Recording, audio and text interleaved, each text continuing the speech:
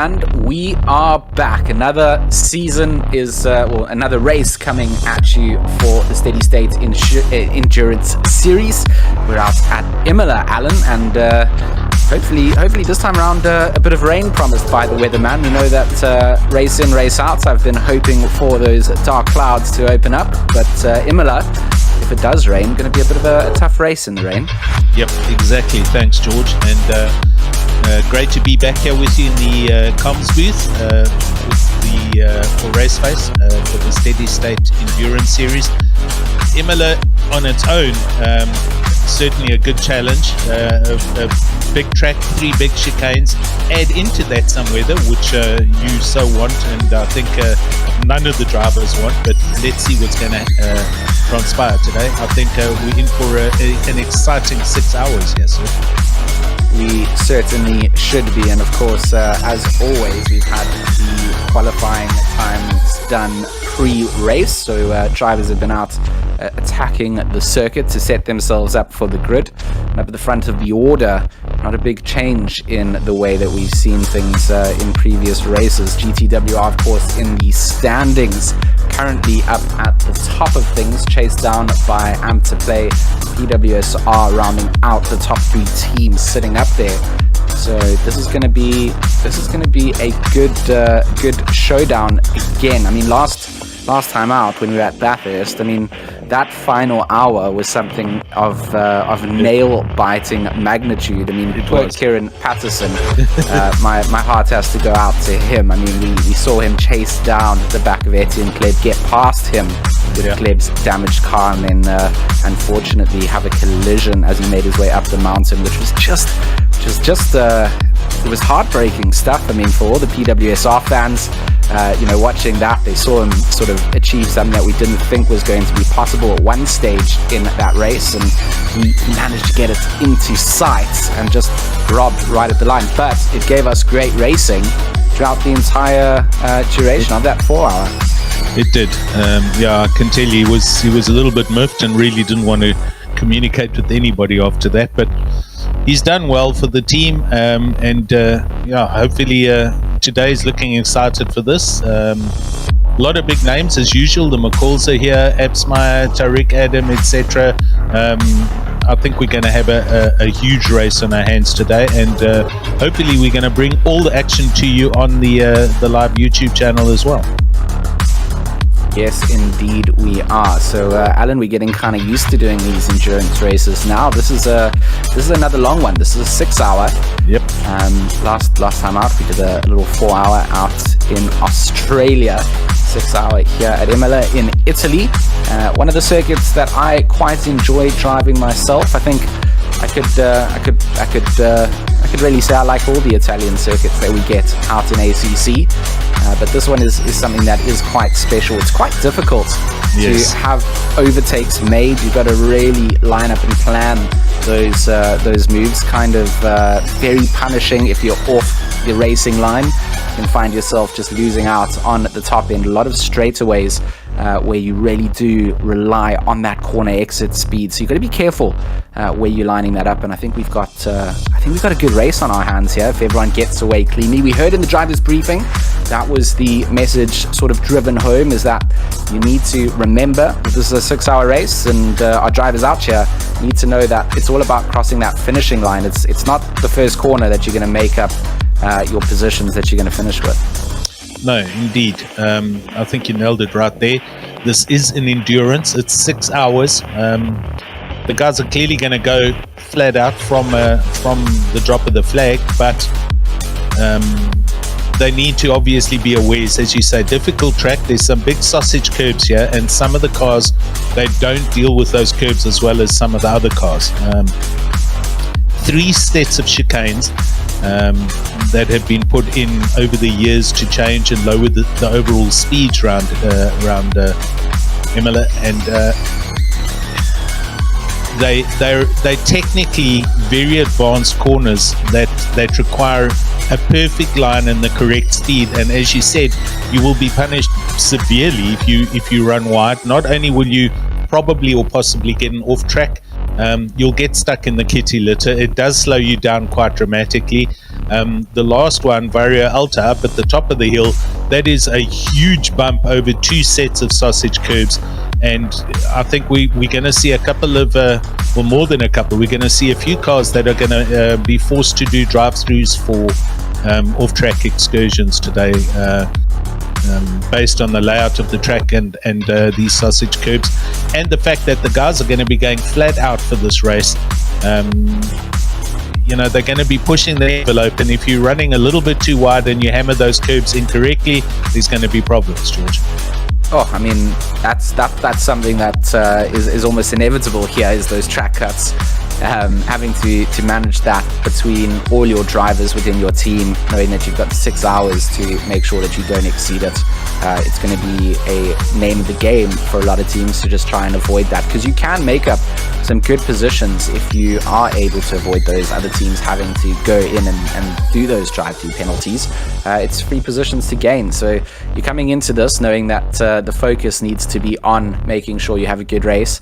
You also don't want to have any collisions with other drivers, pick up unnecessary damage. Those are all sort of inevitable things of the racing that we've seen here. We've seen drivers try and negate the effects of not going in with a damaged car. That was Etienne Kleb last week. We were talking about him earlier.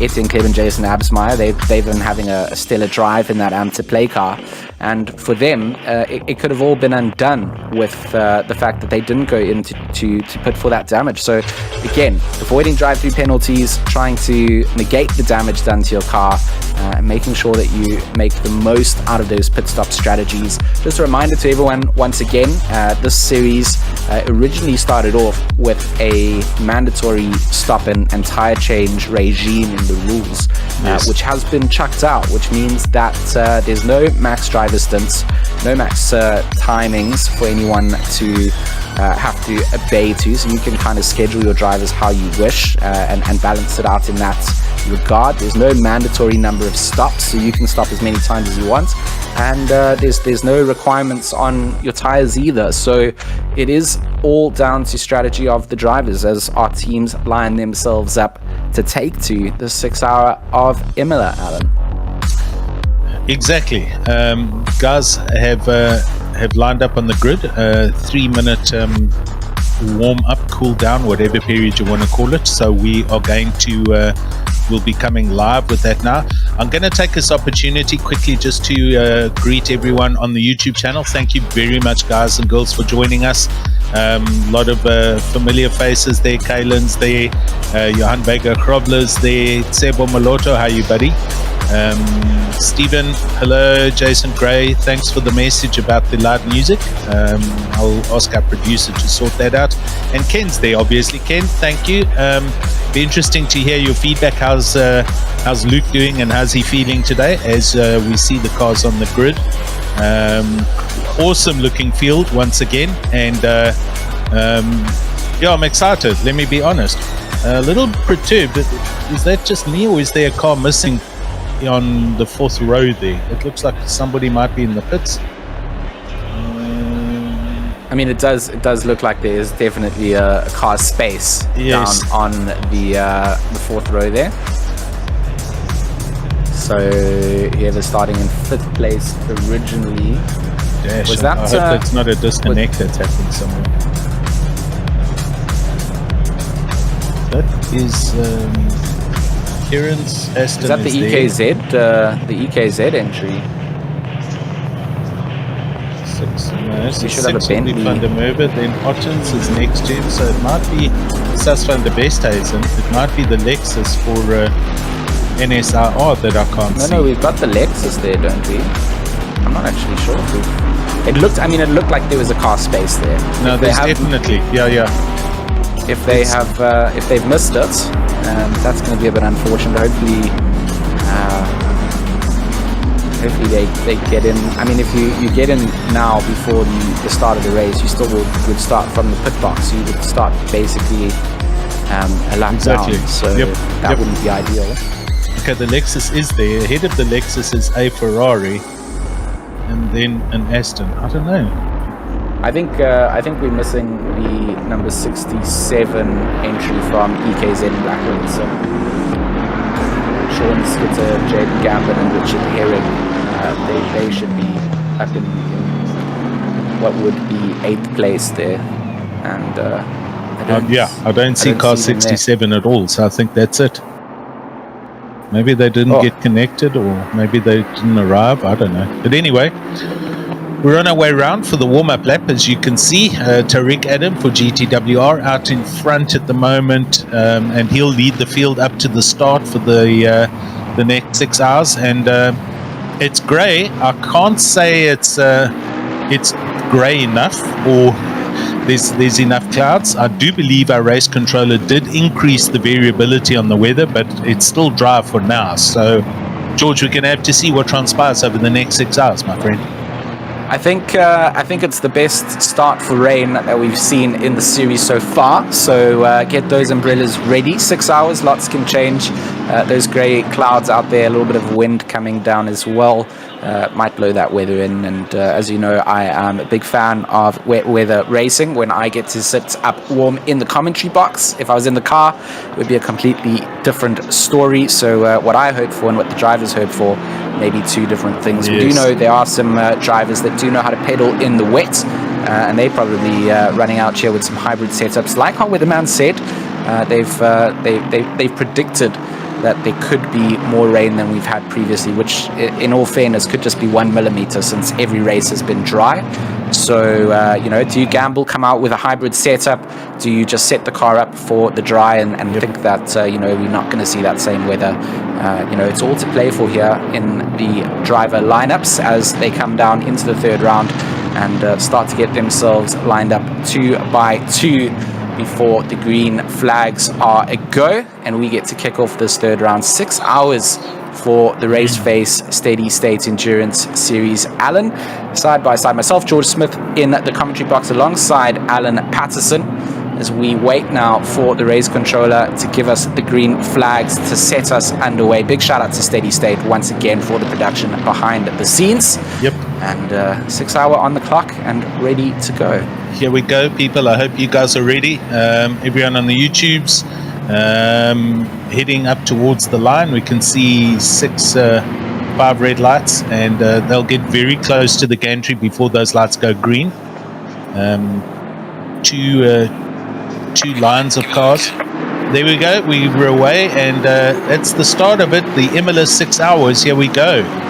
Oh, good start from Morgan McCall there in the 80k car, putting the pressure immediately on to Tariq Adam. Backs out before they come into the first chicane, and of course, good call there not to put himself off for the run down to Villeneuve. Everybody just slotting themselves into train formation almost immediately up at the front, down towards the back of the pack. That will be a different story, but a great start coming out from GTWR. Tariq Adam leading away, I believe.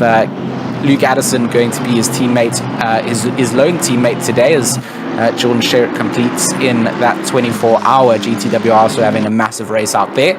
So it's going to be all down to these gentlemen up in this lead McLaren to see how they can do. And of course, the McCall brothers going to be putting that pressure on immediately. Fence also had a nice start there in that Bentley, the 317 entry, holding on to the leaders. And this is what it's all about. Just got to keep them within reach the entire time, not let them get too far away. Absby in the background, Patterson chasing down too. Luckily for Mr. Patterson, he's not doing this one solo, is he, Alan? No, he's indeed got his partner, young Byron Kutsu, who's with him. And while you were chatting there, we've just seen that Lexus drop off the charts off under Westhuizen, and it says he's in the pits. So I'm not sure if he's had a hardware failure and he's escaped to pits or what has happened, but that Lexus that was in 5th or 6th is no longer with us. But we'll see if they are in the pits or if they're disconnected. Hopefully they are in the pits as we see the field come past. And first lap done and dusted. Tariq Adam out in the lead, but the McCall's chasing. Fenton doing great in the Bentley. The Bentley does run very well here. And then Jason Absma and Kieran Patterson in a pair of Astons, rounding out your top 5. Nice clean opening lap by the in fact, top 10 at least. Didn't see any contact through the chicanes. Tamburello, first chicane that they've got to deal with. Everyone went through there great. Villeneuve, second chicane, and then down to Tosa here through the hairpin, and then up the hill to Piratella. A little bit of space. Piratella is just such an epic corner. You're coming up the hill, you're completely blind. Get to the top and you just got to trust your turn in position. Then you make your way back down the hill, go through the bottom here at Acqui Minerali, and then make your way back up the hill again. Just any great racing circuit is one that's comprised of good elevation change, and Imola delivers on that. Not quite the magnitudes of somewhere like Spa, but it's certainly such a quick circuit. I mean, those chicanes, it's Variante Alta that really is the slowest of them. The rest are quite quick, quite different to how you would expect a chicane to be when you're thinking of chicanes on other circuits. So just a lot of pressure being applied by drivers. Oh, a little tap there coming down on the bottom right screen. You can see the pressure just trying to slide on through. That is the Ferrari coming through on that Aston Martin. So, a little touch, and that compromised the exit for the Aston. And, luckily not getting turned around in that situation. That's happened far too often. Exactly. So that Van der Westhuizen car is now just peeling out the pits. I'm just seeing it roll down the pit lane. So that must have been a hardware disconnect, reconnect. They have reconnected.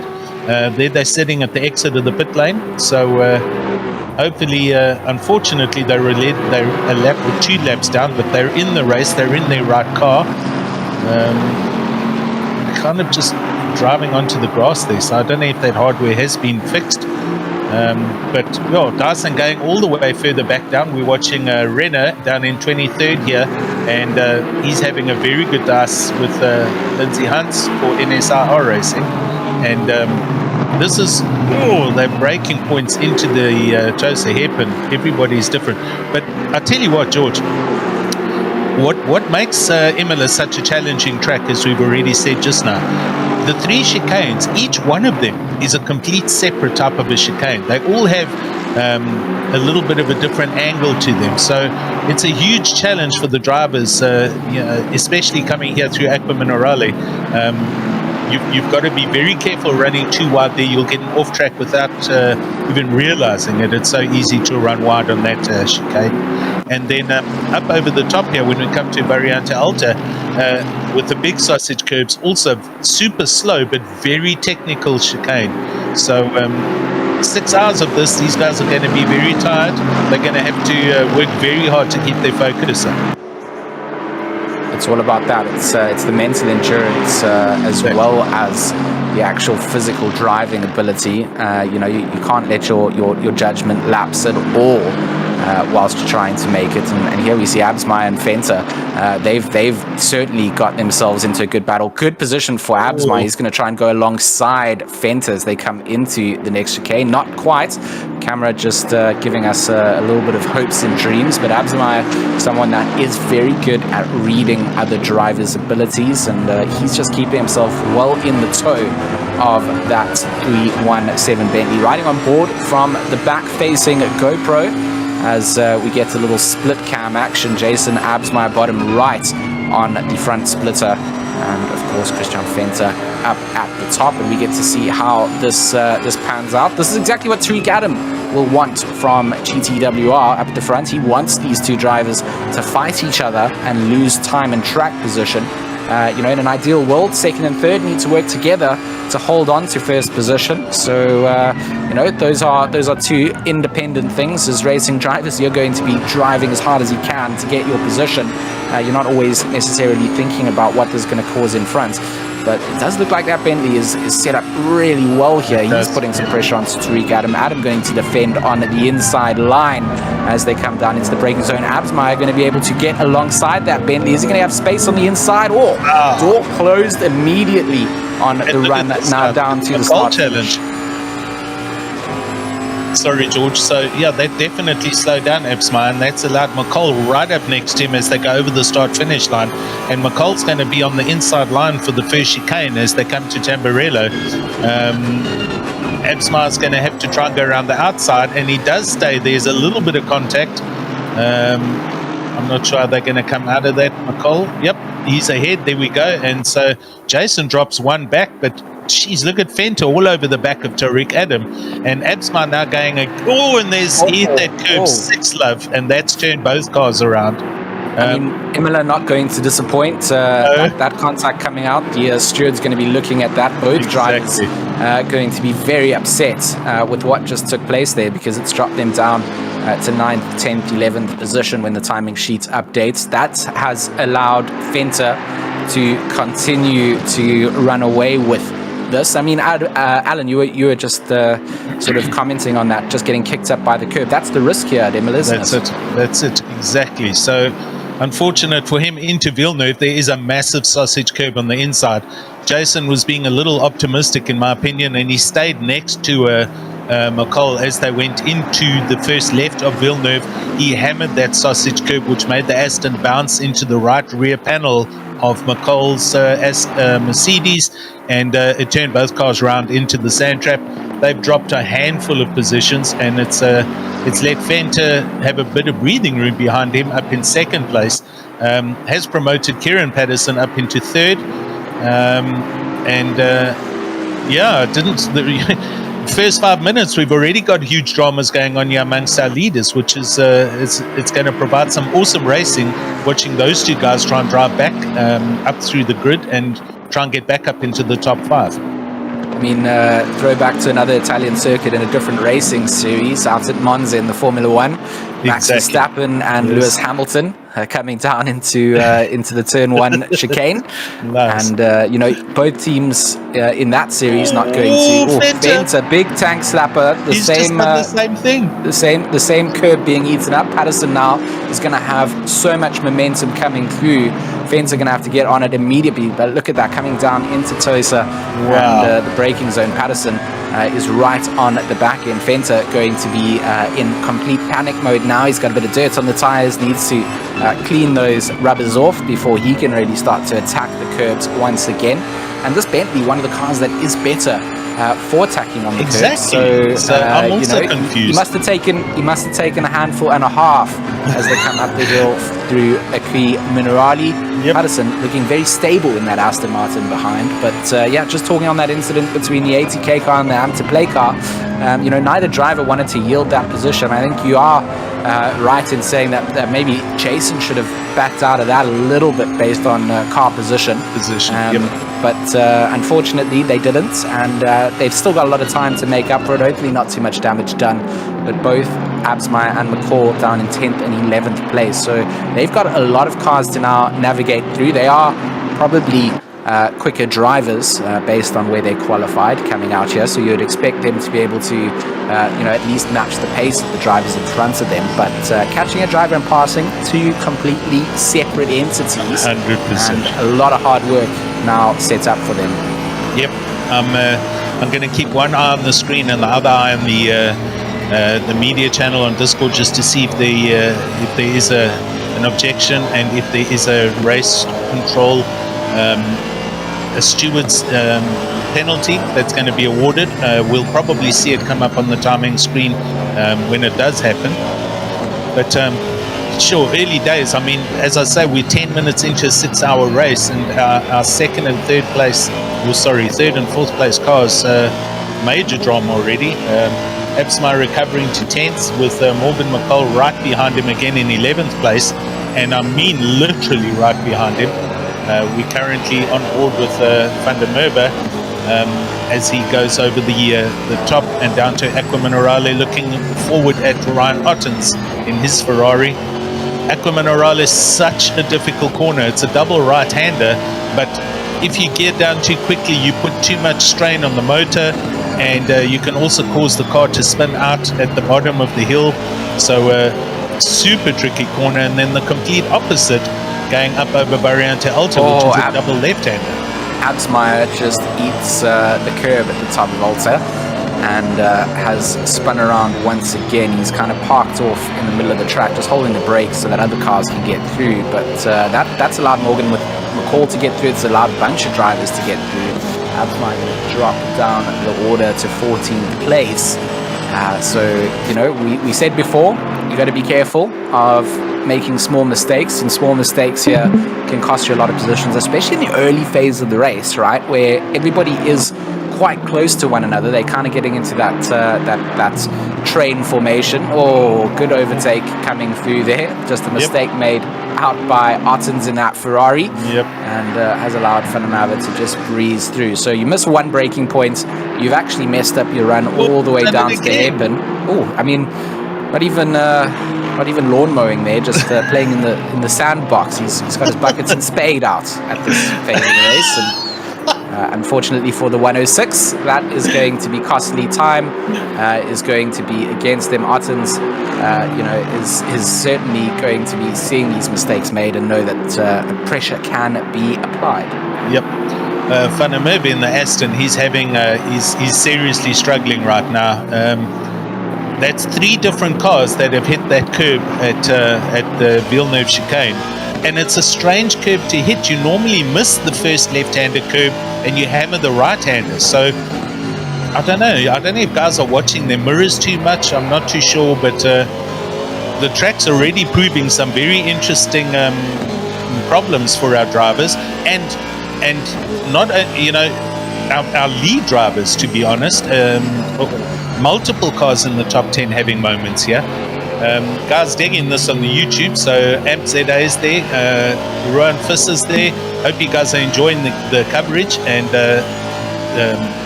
double camera views here, so we don't miss a thing with the live racing. But it's right now, Van der Merwe looking back off the Aston Martin at Ottens chasing him. Little bit of space, but they seem to have settled down here in the 4th, 5th, 6th, 7th positions. McCall's still in 10th place. We're now looking at him, but he's just got a huge run on Peters and his McLaren as they come through the first chicane, heading down. Here we come again now. Here's the Villeneuve chicane.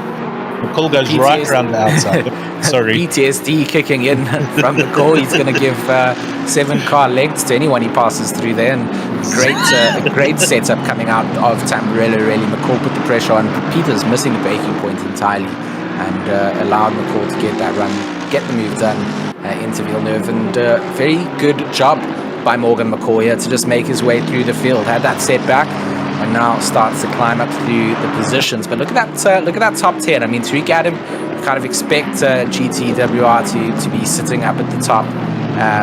But Fenter in second, Patterson in the third from PWSR, Van der Merwe in fourth, Ottens fifth, Heineke, who he's just had a really good Porsche. Solid start to this race. I mean, that Porsche here at Imola, very difficult car to drive. You can see the pressure being put on by Kruger then in that 287 Aston Martin, and Heineke just putting himself in all the defensive positions necessary. Kruger trying to get a run out and set himself up for this long stretch down past the pit wall, and to sit in the slipstream and see where he's going to go. Heineke wants to stay as defensive as possible, but that Aston just seems to have the drag advantage as well. Super slippery. Kruger will go around the outside, and Heineke will look to attack back at a later stage. But certainly the rear-engined Porsche not really going to be the favourable car through these really tough, tricky curb climbing sections. Just got to be careful that you don't upset the balance of it. So Heineke doing a good job to just hold on to his position. Has dropped down one to Kruger, but it's a long race to go, and anything can still happen. But good to see Mr. Heineke up there. We've got Isherwood also doing a nice little feature up in the top 10, or as always in the retro Bentley. McCall, of course, climbing back through the order at 9th, and Peters hanging on to that top 10 position spot. So good racing up the front, down through the rest of the order. Certainly good racing as well. We try our best to catch up and keep an eye on all of it, but it's pretty impossible with all the talent we've got on the circuit to keep up to date with everything that's happening. But we try our best, don't we, Alan? We are, with all our screens here, trying to keep up with all the information. Chris Heineke doing an excellent job with that Porsche. Just hammered a little bit over the top of Variante Alta, but he's keeping control. I'm just looking at the overall results standings right now, where we see Absmeyer and Clue and company down in 15th place in this race after having a very rocky start. That's not going to do their chances in this series very good, considering their overall positions. GTWR are where they are. They're out in the front. PWS are in 3rd place, and they're currently on the track in a similar position. So the status quo pretty much where it needs to be right now. But we're watching Gerber in probably the quickest BMW. So my hero, because I'm a big fan of the BMW, but I am struggling with it. He is in 18th place and doing very well. I think it might be the only BMW in the field. And yeah, Absmeyer, as I said, in 15th place and seriously struggling with the car and with the track. So we're going to have to see how far up the grid they can climb back and where they'll end up later on in the race. Long way to go still. We're just on 15 minutes into the 6-hour event, so there's a pile of racing for everyone to keep on top of. We will try and bring you all the action live as we see Morgan McCall. I think that's for position. Yep, so Morgan McCall does in fact go past again. He's now up into 8th, so he's busy on his recovery drive for ATK Academy, and he's just gone past Jason Isherwood, and looking now at the back of Chris Heineke's Porsche, and that will then put when Morgan gets there into 7th place. So good drive back happening there so far. Oh, I mean, that is a great drive back at the moment, considering he's only had a couple of laps down the field, and certainly just keeps putting pressure onto drivers. He's in the slip of Heineke. It looks like Heineke really has had to set up that Porsche with a lot of downforce, so he sacrifices on these straightaways just to get some stability going through those mid to high-speed chicanes. That allows someone like McCall in the front engine Merc a lot more confidence, gets the drag away, doesn't have to sacrifice with as much downforce, and still will be able to have the top end. So clears through Heineke immediately onto the back of Artens. Artens seems to have been struggling a little bit in that Ferrari as well. So now in those sights, Morgan McCall will just be trying to find the read. He hasn't struggled to get past cars here, and he's done so safely too. So just a massive comeback drive coming out from the ATK Academy driver. And Arten's next target's in sights, and certainly going to be keeping this pressure up. He's into the slip as they go down through the dip of Akrim Minerali. Up the other side, careful not to take too much of that inside sausage curb, careful not to move too far to the left on the exit and pick up a track warning. Now it's down to the braking zone for Variante Alta. Can you go a little bit later on the brakes? Can you maximize the run through there? Does so indeed, gets another bonnet length to the back, gets himself into that slip, now down to the final double left hairpin, which of course then sets you up for the run down past the start-finish straight. And this is where you really want to maximize on that pace that you can carry through. Make sure that you're rolling with enough speed that you can get a good exit out, and he's done just that. He's going to sit in the slipstream here, get a little bit off that, and look to see where he can pass. Arten's going to stay on the left side defensive, but Morgan McCall just cruises by, sets himself up. He is going to be alongside as they come down into the braking zone. A little bit later on the brakes allows him to get a car's width ahead, and another perfect execution of an overtake being done by Morgan McCall. Indeed, the Mercedes-Benz showing some great pace in a straight line, and the handling also very good. As you say, his drive out of Robatza 2, the double left-handers, he got a huge drive on the Ferrari, and the Ferrari is not slow in a straight line, and he actually managed to get past cleanly before they got to the first chicane. We're looking at Peters in his McLaren putting some pressure on the back of Jason Isherwood in the Bentley. I'm having a good chuckle in private here on Sempo Maloto's comment on YouTube, Bentley aka the Range Rover. It's a very good comparison. Exactly. Big up and large car, but I'll tell you what, there's a solid queue just ahead of these two. If you look at this, Van der Merwe, McCall, Ottens and Heineke, very close following for a whole bunch of them up there. And Morgan McCall looking to get into the top 5 by getting past Van der Merwe, who has now got up onto the tail. They come again through Rabatsa 1 and 2 onto the start-finish line. You need to get a great exit out there because you're putting yourself up for a good drag down the start-finish line. And all the speed and some more. Isherwood watching in his mirrors with Peters and Kibbet just behind him.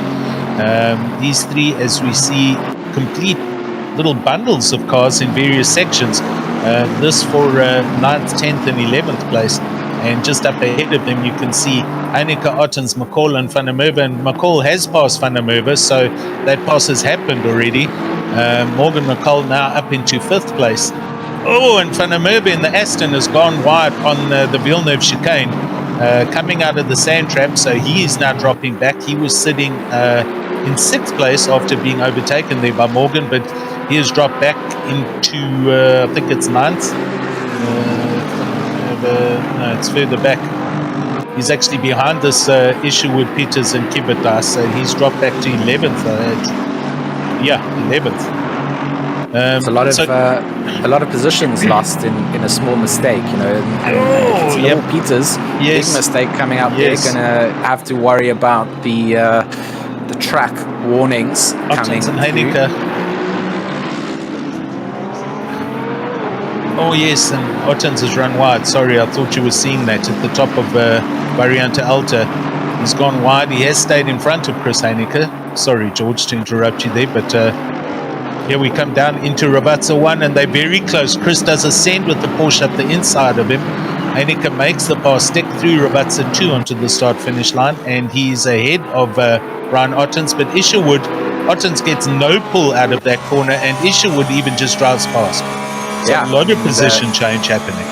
That's the risk of going ultra defensive and getting forced off the racing line. Had to go very wide out, couldn't carry the momentum through, and that Bentley of Isherwood just breathing down the exhaust tailpipes of Heineke's Porsche as they come through the tricky Tamburello.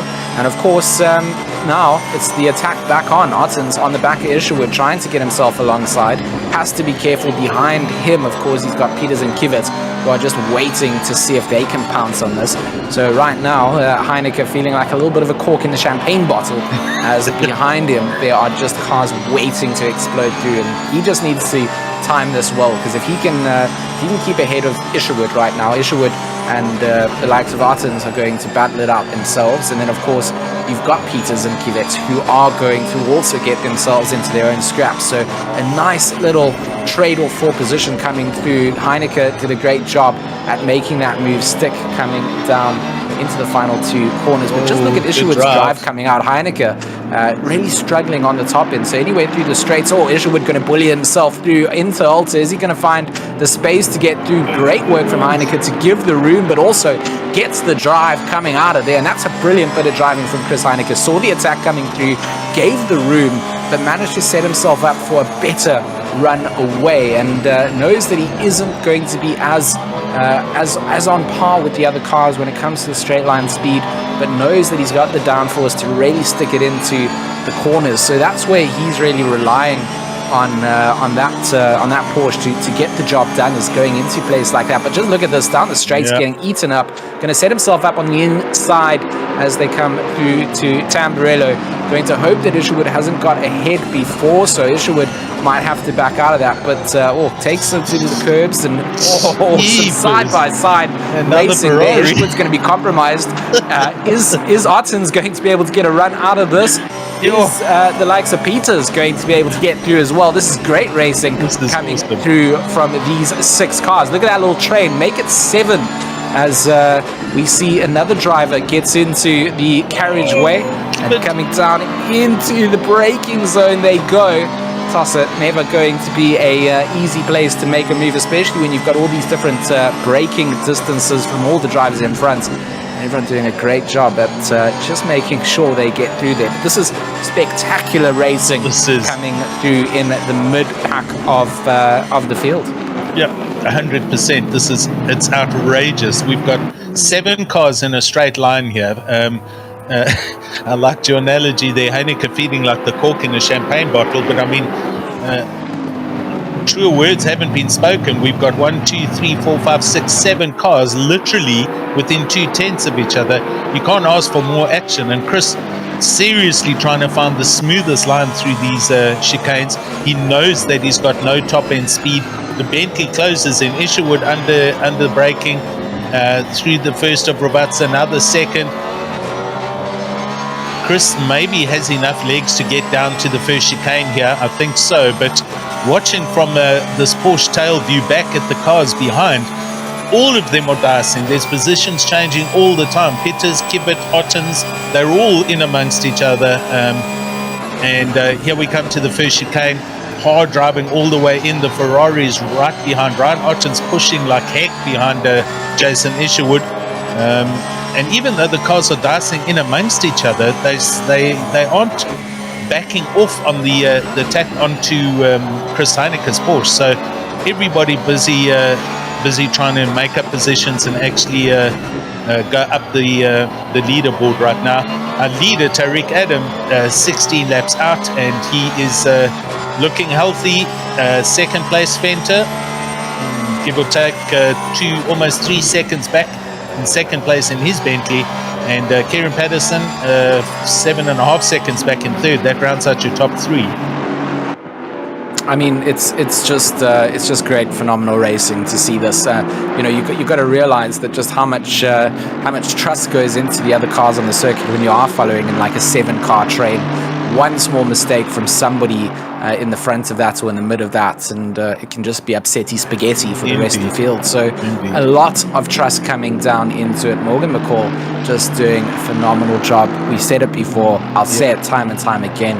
When a driver like that is able to make his way back through the field after finding an off in the early phases of the race and just being able to put the head down and focus on what's happening out on the circuit, get the job done. He's up into 4th position. Kruger going to keep the pressure onto him, but I mean, Morgan McCall going to be chasing down Patterson at this rate. So very good drive coming out of there. Chris Heineke, the master of cool, coming out here, the Iceman himself, really, as Kimmy would pass over the title through there. I mean, he's just done a great job at staying defensive, keeping the cars behind him at bay, and they really have their own things to worry about. Peter's going to have a little move here onto Ottens, trying to have a look at a little nose, has to back himself out of that, back it up like a fight truck, has to move out of the way, and just wow. I mean, these guys are racing. Kivet and Van der Merwe are looking at this going, well, I would like a little piece of that action too.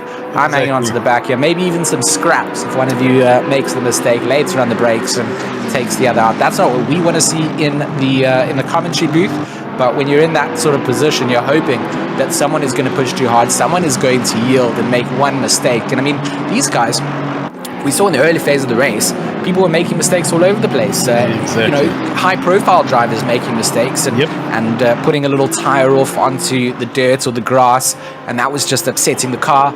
Right here, these guys have all just been doing the right thing at the right time. They're keeping themselves in a position that they can really be proud of. And I mean, look at that. Just a couple of tenths separating the field from Heineke all the way down to Van der Merwe.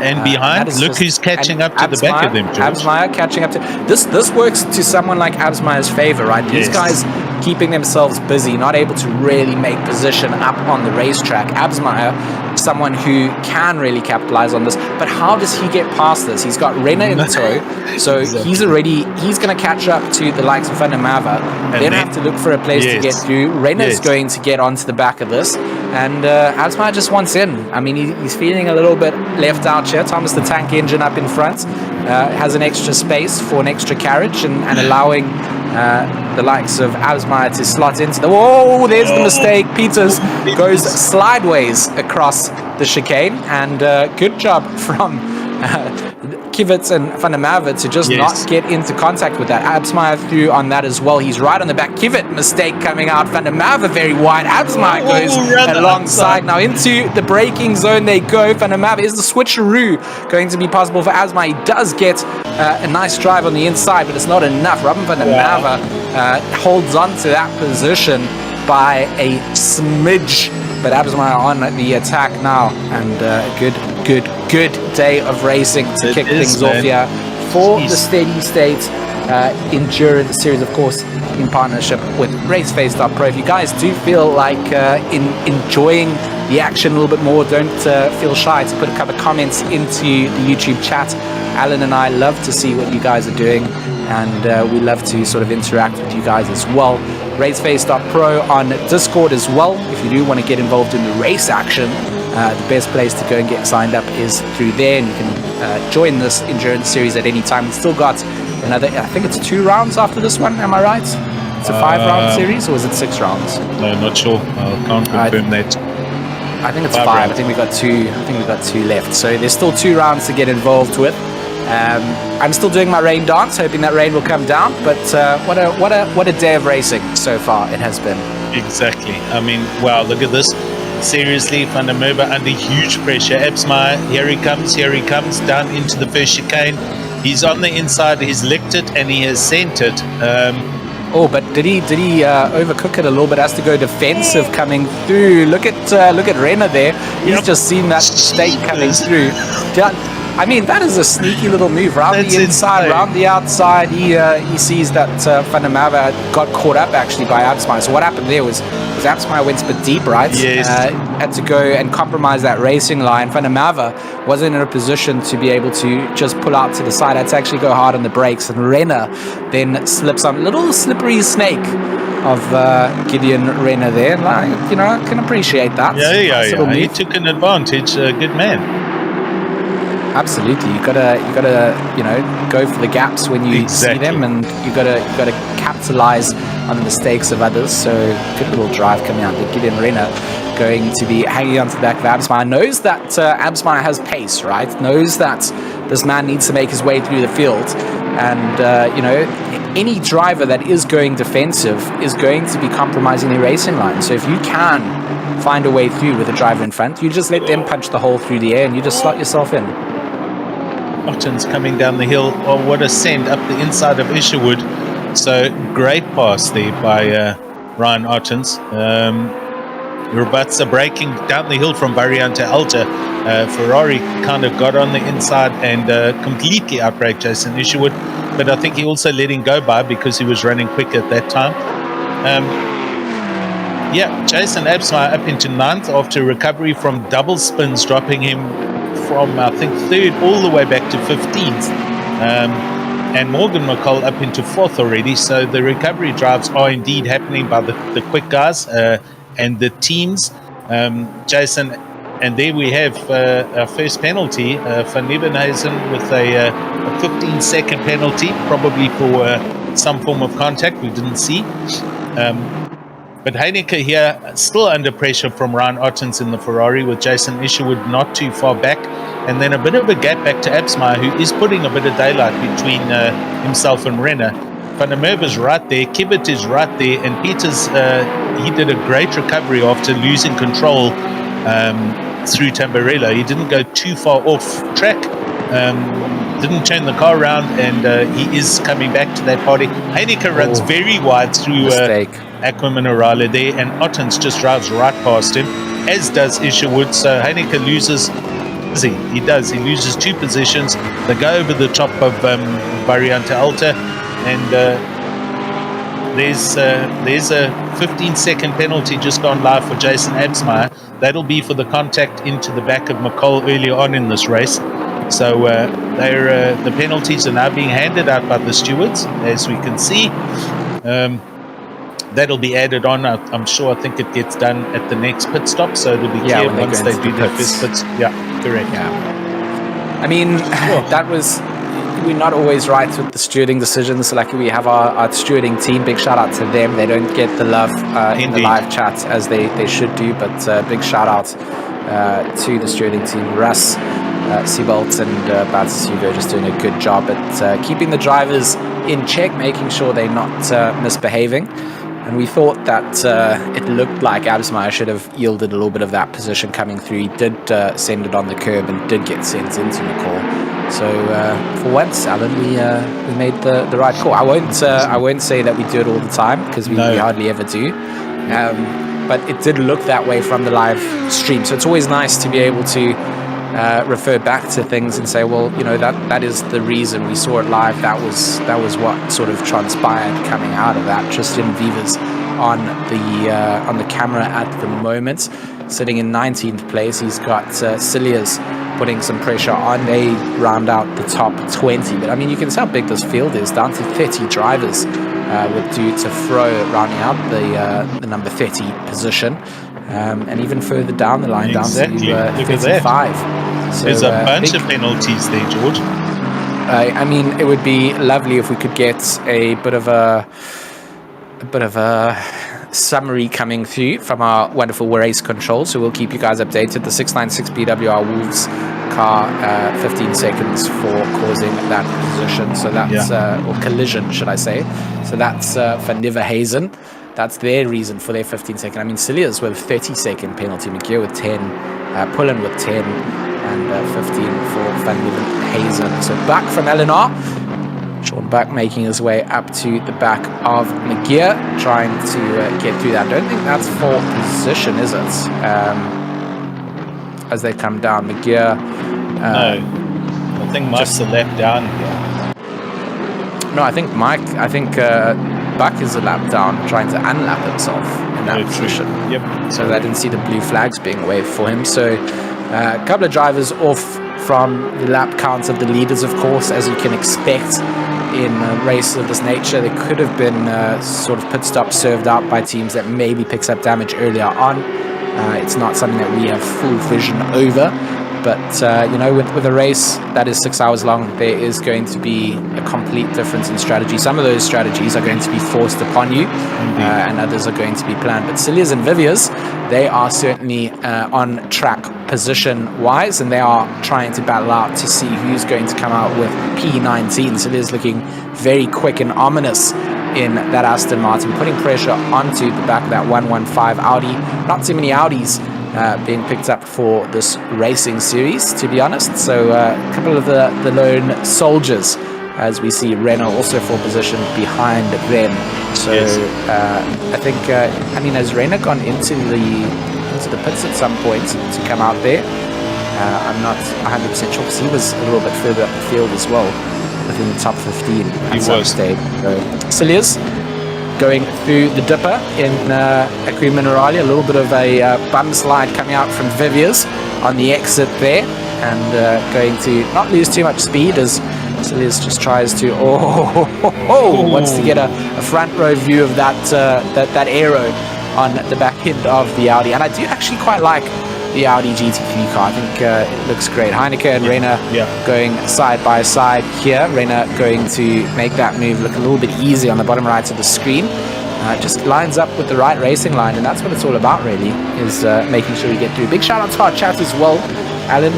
We see Tsebo still chatting with us. Amp, as always, in here. Great racing. He said that Imola, you are beautiful, or Imola, you beaut, should I say. We don't want to misquote people, then they get upsetty.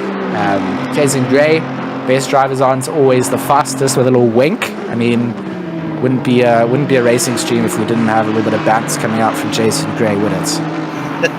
Our sailor man, yep, definitely. Cilliers, who we are watching, car number 12, just catching up now with the penalties for Rustec Racing. They got a 30-second penalty for causing a collision with car 22. Car 15, LNR, they got a 10-second penalty for contact with car 214. Car 57, Frosty Racing, 15 seconds penalty for collision with car 111. Car 666, that run the A2P car, 15 second for causing a collision with car 44. I think that was Jason, at least Absmeyer collision. Car 214 BWR Griffins got a 10-second penalty for collision with car 999. And 696 BWR Wolves car 15-second penalty for collision with car 15. So our race stewards, Heineke right through the middle of these guys. Sorry, wow, through the chicane, Chris Heineke got into a bunch of trouble there. And Renner's flashing lights at the Aston ahead of him. Van der Merwe's right there as well. So I think, and that Francis Aston has just gone wide also through Villeneuve chicane. So let's just catch up what's going on here. You know what? That's a back marker. Is it? That's Eddie Francis and Footstake true. Racing that everyone felt like was getting a little bit caught up in the source of the racing. They wanted him out of the way, and I think he actually took off the track to make sure that he wasn't parked in the wrong place. There needs to be a bit of patience from the drivers up at the front. You are going to encounter back markers, and they are going to move over when it's safe to do so. In the middle of a chicane, not really sure what you want them to do, in that position. So I think little air of caution to the wind, and to just approach those situations knowing that those drivers aren't faster than you. There's a reason that they are behind, and got to give them the availability to be able to move off that racing line at the soonest convenience. It felt like they were on the back really quickly, and maybe a little bit of impatience. That's it. I mean, the guys need to respect everybody here. It's like the mixed class races. When you're racing GT3s or GT4s, they've got every right to be on the track, as we're watching Absmeyer arriving on the back of Ryan Ottens' Ferrari. But in that incident, Chris Heineke arrived with the Porsche at a huge rate. He really needs to just, as you say, be a little bit patient. Oh my word, Ottens and Absmeyer have it coming together through Villeneuve, and Absmeyer's, does he dive out of the way?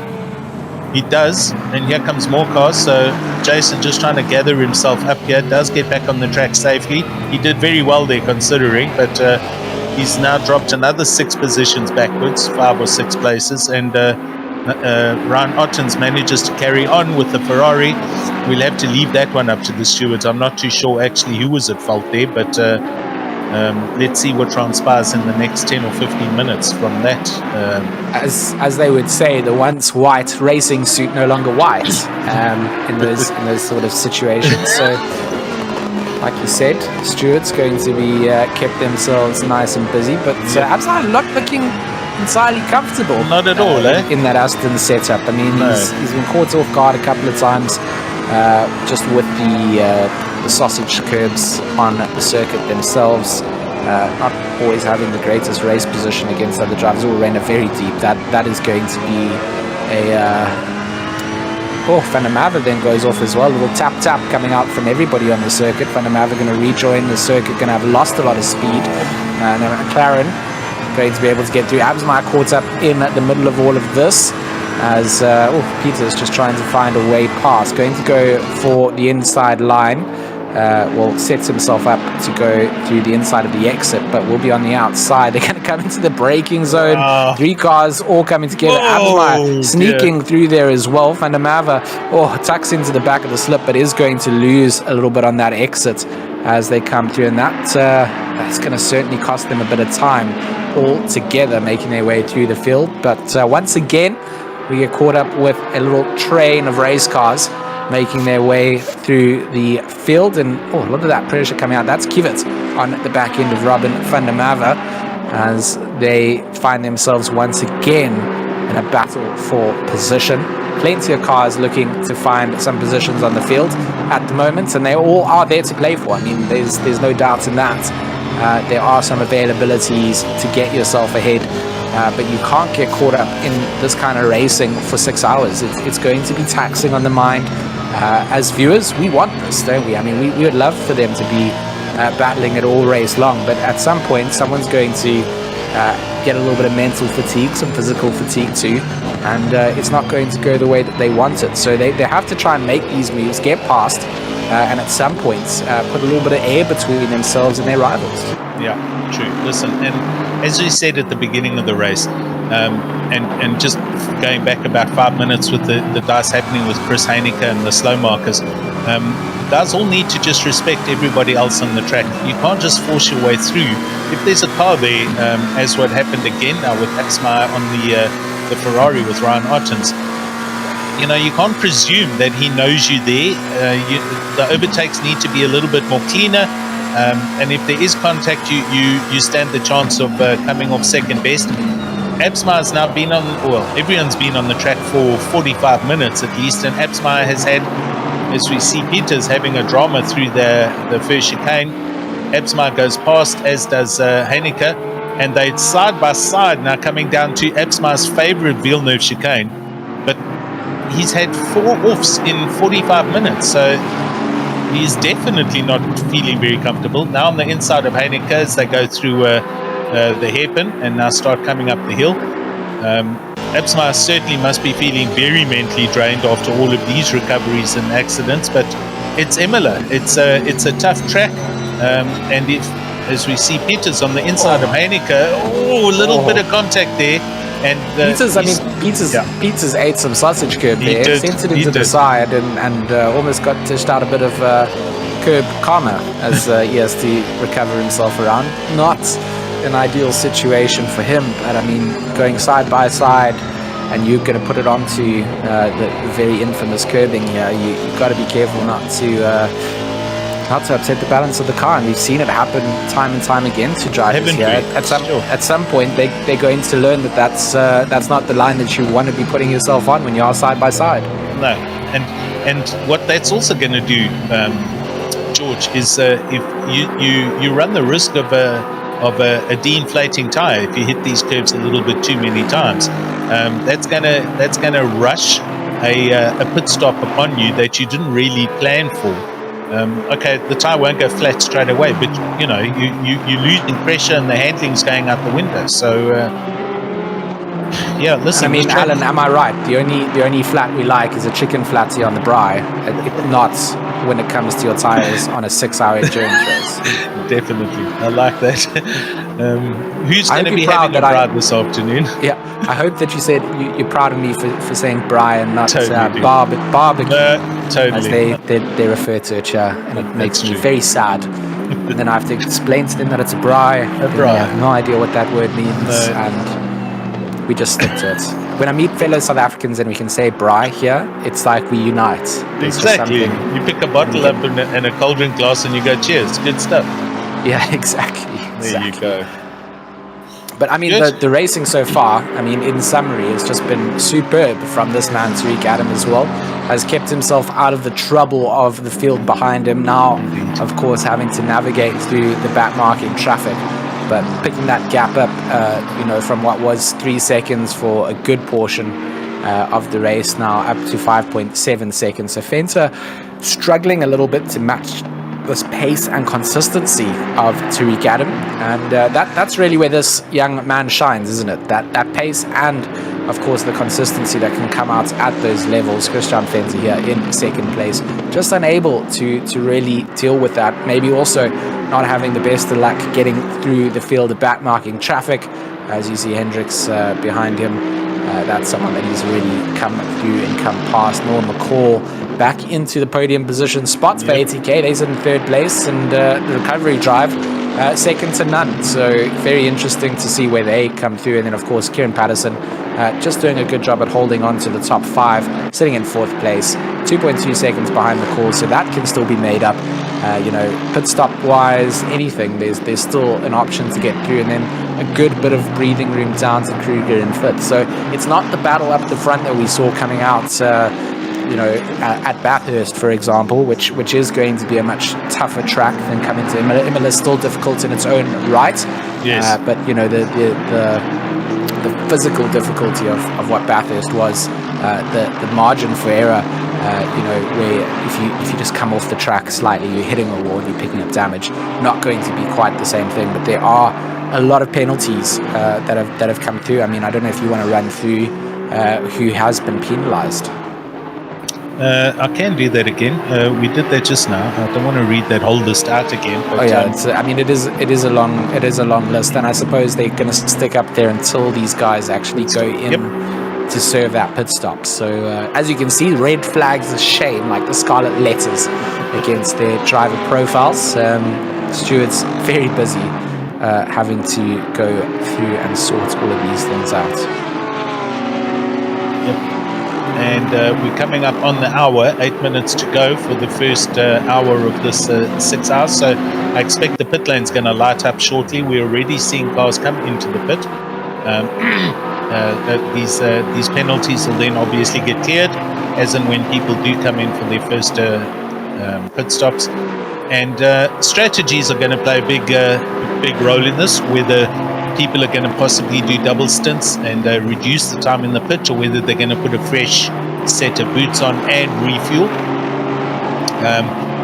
We'll only know when, as happened at Bathurst, when we get down to the last hour, as we see Gerber in the BMW currently in the pits. So he's the second one. I did see a McLaren in the pits just now when you were chatting. So we've had two cars come in for pit stops, but we'll see a whole lot of other cars come in shortly. And but I must say, just going back to our leader, Tariq Adam, it's great to see him actually comfortable in the car. In his last couple of rounds that he raced at Raceface, he really wasn't happy. But he seems very comfortable here. He's obviously put a lot of time and effort into getting the car to work and the handling. And these guys, they're going to be very happy.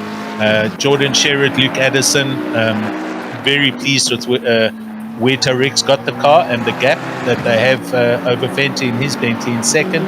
And Morgan McCall doing a great job with his drive back into the top three already. So showing some good pace.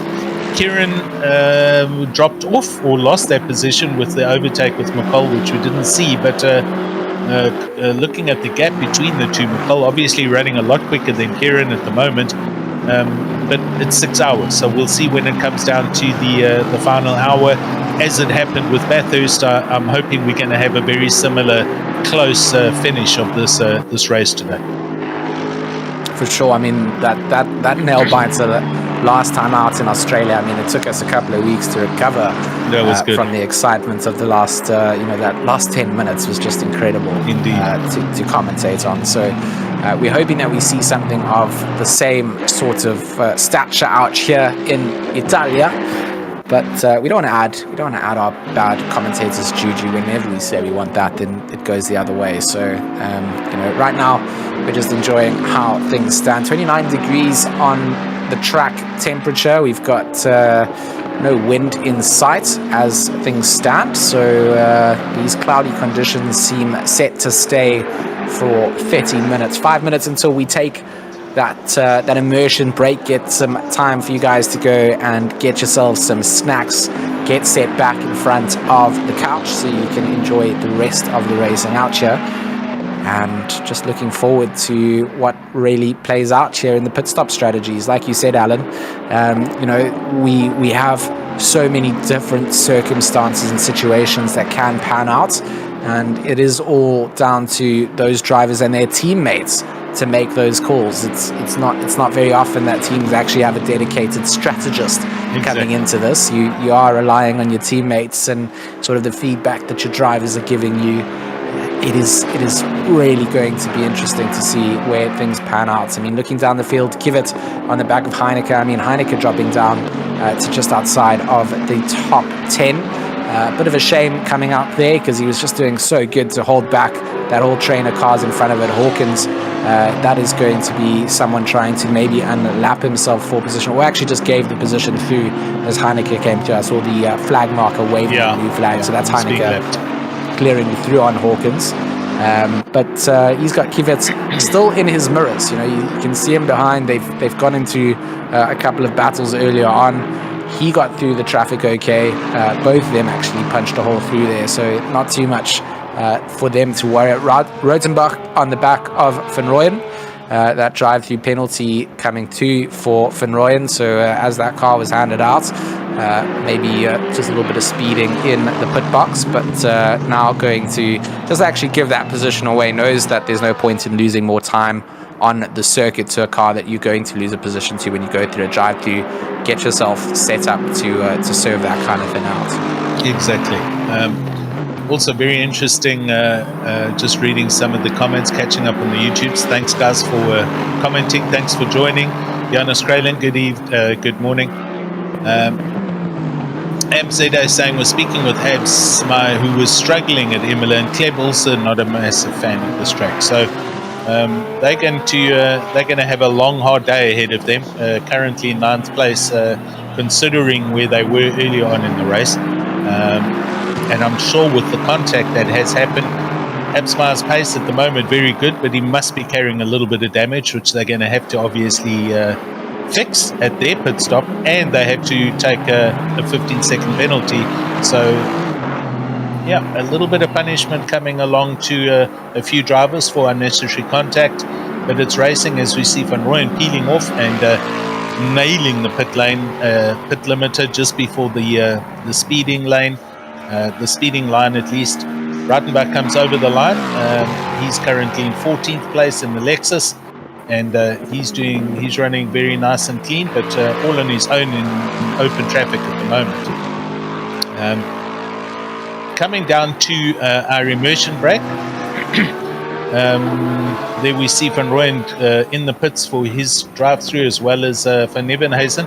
But George and YouTube channels, who are we looking at leaving the camera on while we go for a fast immersion break? What's the call? I'm going to vote that we go over to our race leader for the first of the immersion breaks. P1 immersion 1. I think we should head over to the GTWR McLaren, and then we can have some votes on who we follow from there. I mean, that's just my opinion. That's perfect. So I agree with you on that. We'll watch Tariq Adam, but we're going to leave the split on the pit lane, so we'll be able to see the cars as they come in and out. I think we're going to take a very fast immersion break here and leave the cameras and screen as they are for now. And we'll be back in about 2 minutes or so, and we'll carry on. Hopefully, capture the first of all the pit stops as they happen.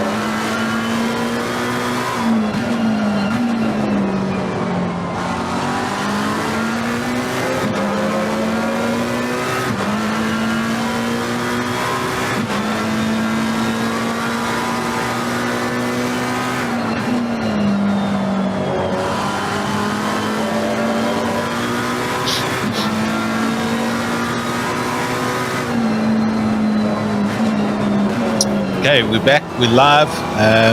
Anthony Wilson, how's it? Welcome to the YouTube, and thank you for the kind comments. And you join us as you see the traffic arriving full pace into the pit lane. We have multiple cars in, so pretty much on the hour as we expected. A lot of cars pitting.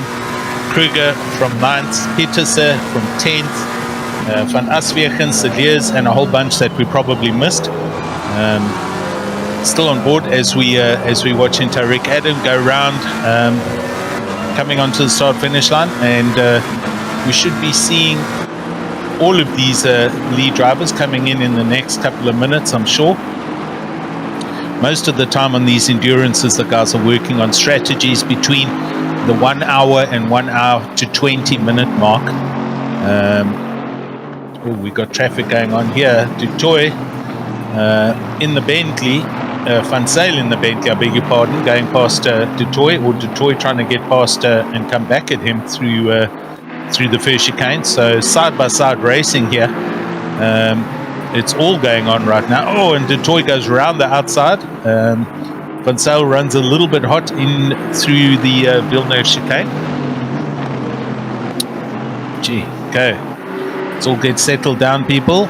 We've still got 5 hours of solid racing to go. And there's Morgan McCall. So of our leaders, he's into the pits from 3rd place. He's the first of our top 10 for ATK Academy.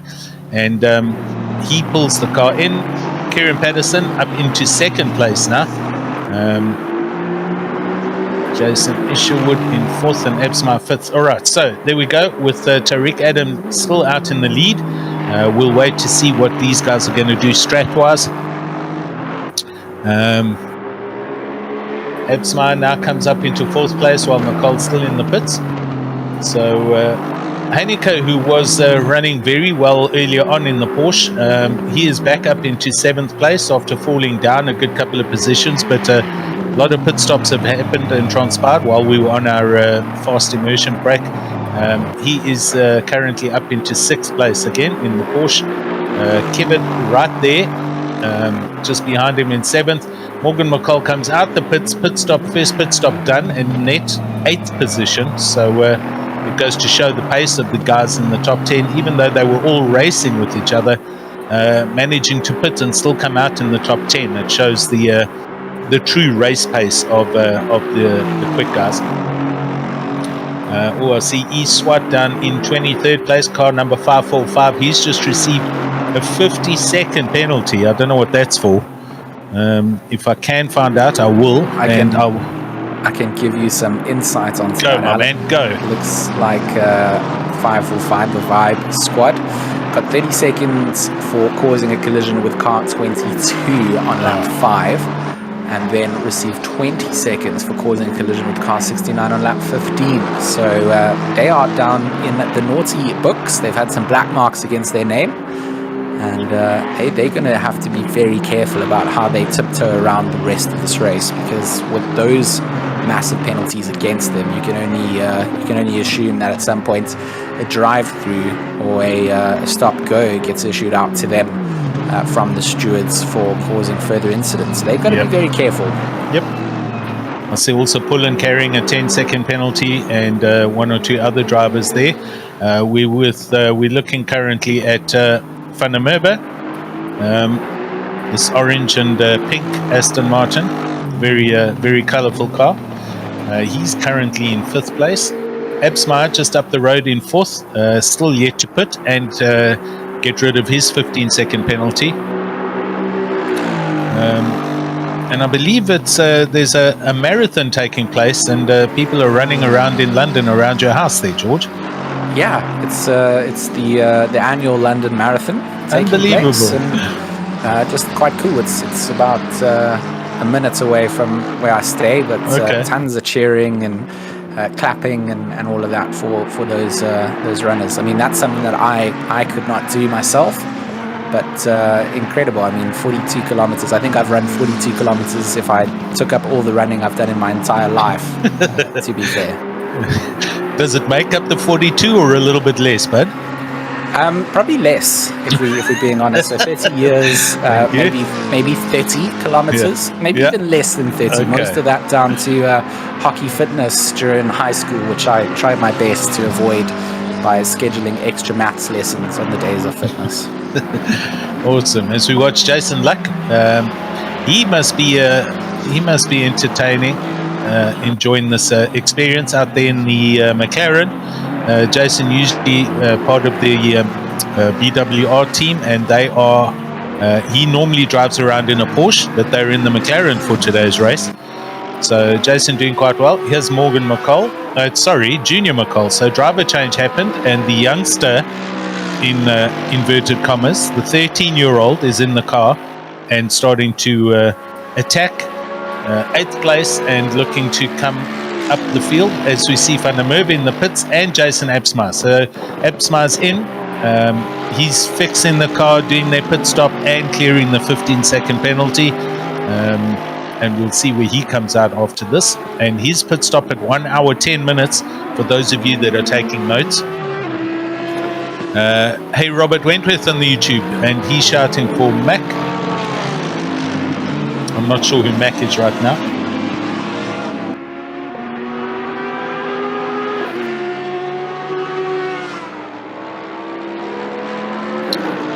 Good. We're going to just have a little update happen here, but we'll keep the streams as you see them on the screen.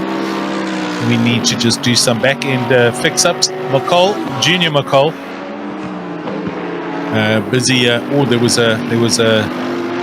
was a Lamborghini on the side of the track there, I'm sure, as we saw on the screen. In fact, it is there. It's Gareth Hawkins, our other fellow commentator, who's having a moment through Villeneuve chicane. McCall busy, Junior going past some back markers to Blanche in his Porsche. So on he goes.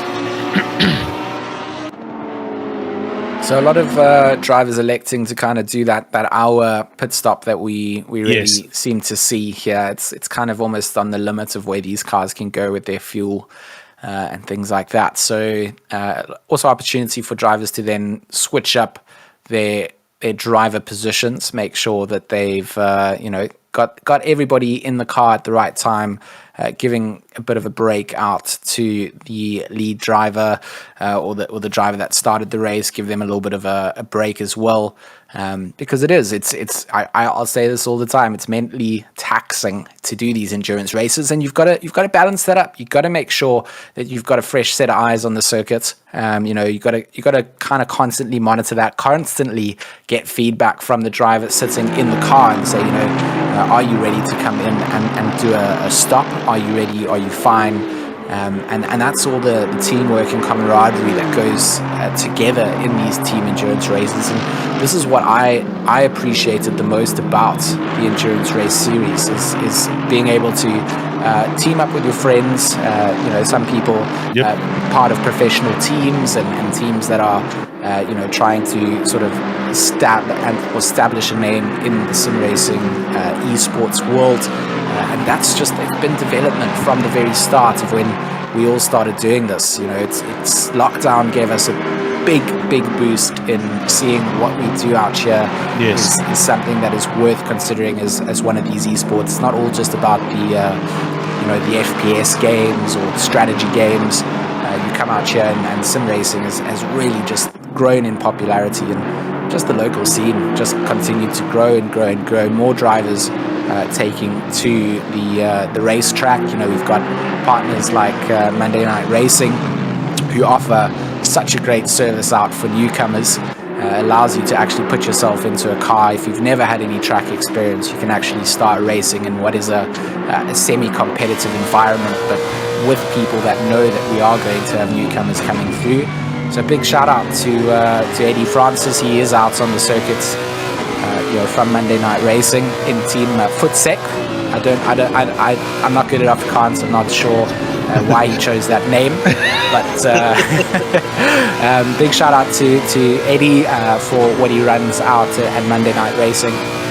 Big apology from me for not really being too involved in that as much as I'd like to be, but life happens, doesn't it, Alan?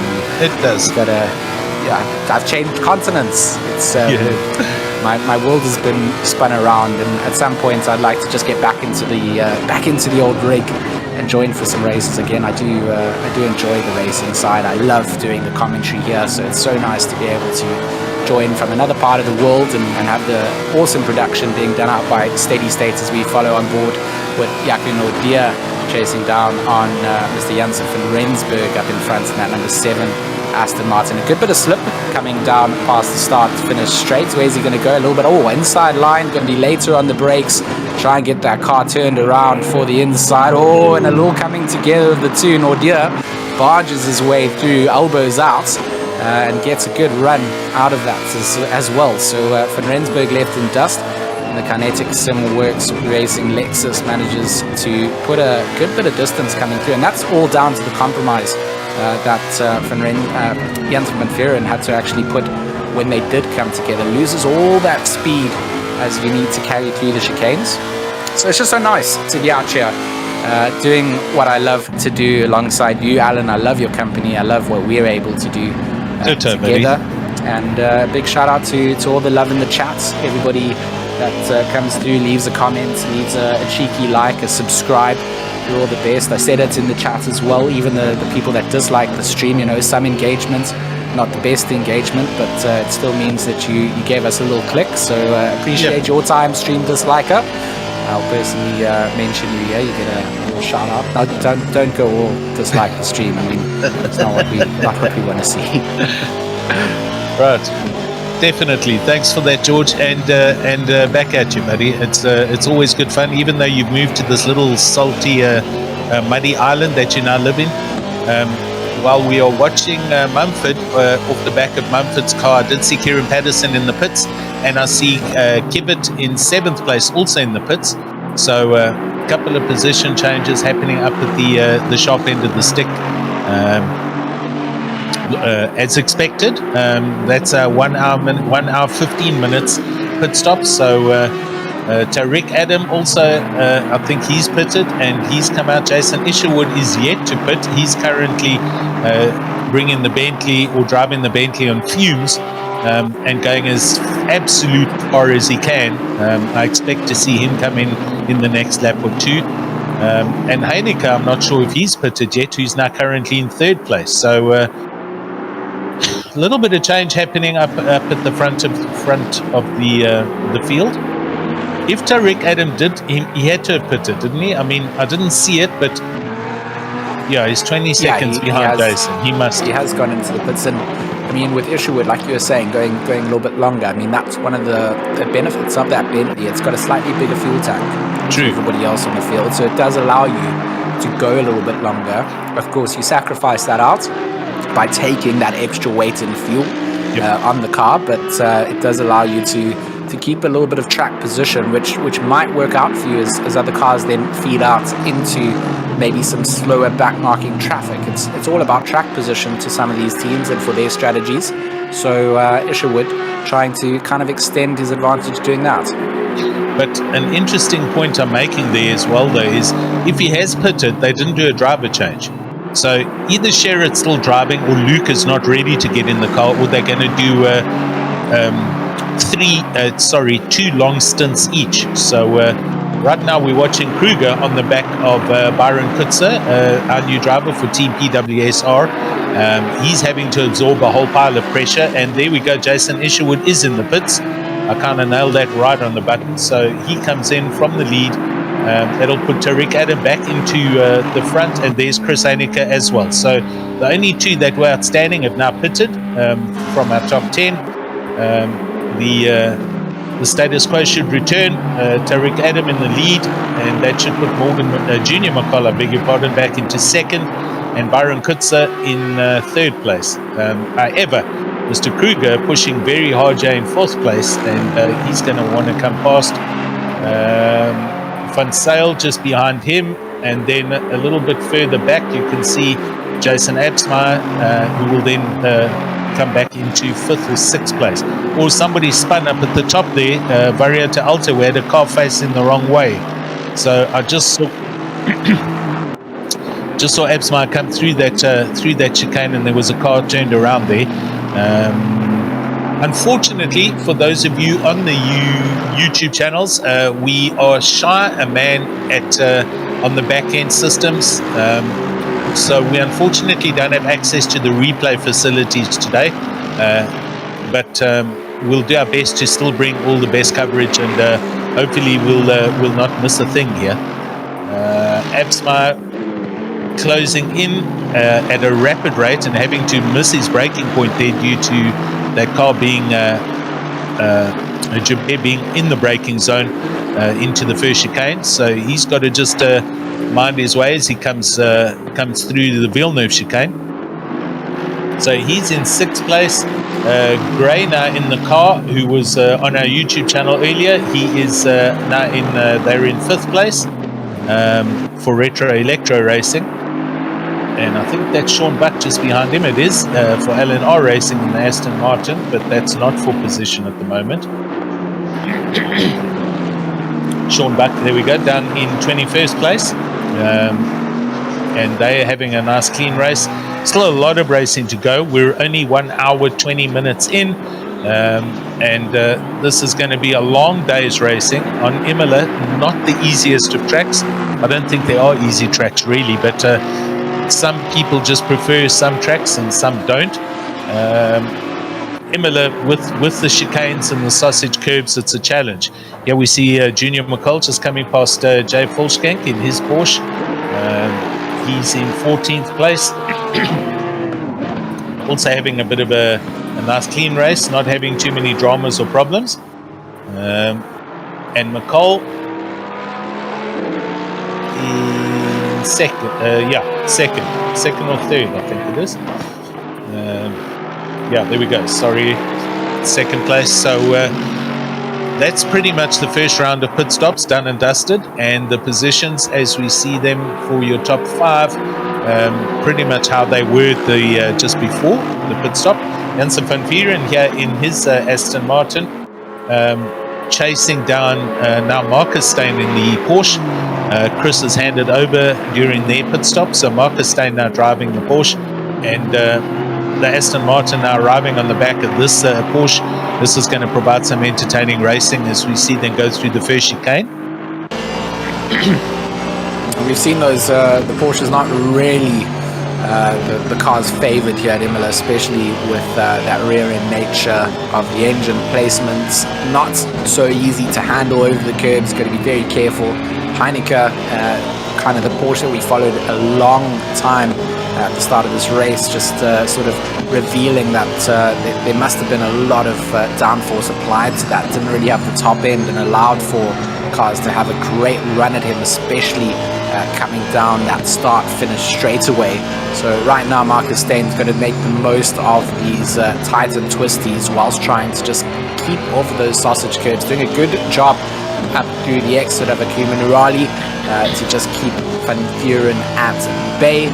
But it's this sort of part of the track now where he has to be really careful of how he gets through, and of course maybe a completely different setup approach being sort of laid out here. Or sorry, it's probably the same setup because it is still the same car with Stania and the Slick Racing Porsche. I actually thought we had a second one that was it was actually Volskank that I was thinking about there. But yeah, I mean they sort of revealed on this part of the track certainly where their downfall was on the top end. Has given himself a good bit of breathing room at this approach, and Van Vieren will need to be a lot closer out of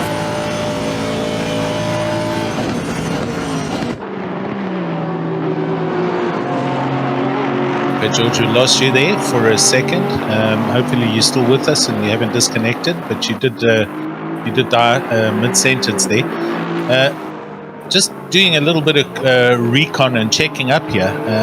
Imola, it is in San Marino. In fact, it's a small, or the Republic of San Marino, which is a little country enclaved by Italy. And I mean little. It's the equivalent of 61 square kilometers, and has a population of 33,500 people. So tiny little country on the northeastern side of Italy, and that's where we are today at Imola. And yeah, great. George, you back? Are you there, sir?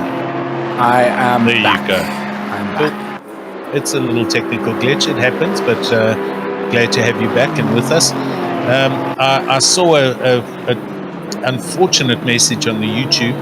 KSR Fenta and Deploy have had a DC happen. Bernard King outlining that. Hopefully they have managed to get back in or have reconnected. I'm not too sure yet. We'll have to see. Janssen van Vieren having to put up with a pile of pressure here from Petersen in his Bentley. So the dicing is happening all over again. Marcus Steyn managing to put a gap between him, and Petersen gets a great drive out of Rabatza 2, and he's past the Aston before the start-finish line. So Petersen getting a great drive here with the Bentley into 8th place. Janssen van Vieren, LNR Racing ES Aston Martin is in the top 10, currently in 9th place. And on board with him as we look forward at R. Petersen's Bentley. And just there in the distance, you can see Marcus Steyn in the Porsche. So Marcus managing to put a bit of daylight between him and the two chasing cars of Petersen and Janssen van Vieren. Exactly what Stein needed is for these two to kind of get into a battle. Probably would have wanted Janssen van Vieren to defend a little bit harder against Petersen, but it didn't take place. It's all about that racing line here at Imola. We'll say that 99 times before the end of this race, and you go offline just slightly. That speed differential on the corner exit is going to be so costly. Just see that wrestling motion as they go through the mid part of the Minerali. And I wanted to say it earlier, but the fact that you've got that you've got the way that the track slopes down to the left side through a right-hander, that off-camber nature makes that corner just so much trickier. Under braking, exactly. You mentioned the gearing down being particularly difficult and important to make sure that you're not getting yourself overslowed. But if you carry too much momentum through there, you are going to run wide. So it's really a seesaw of balance coming down through that part of the circuit. If it does come out to rain here, be certain to know that is one of the corners that becomes the most treacherous. I don't want to say the most, because there's just so many really.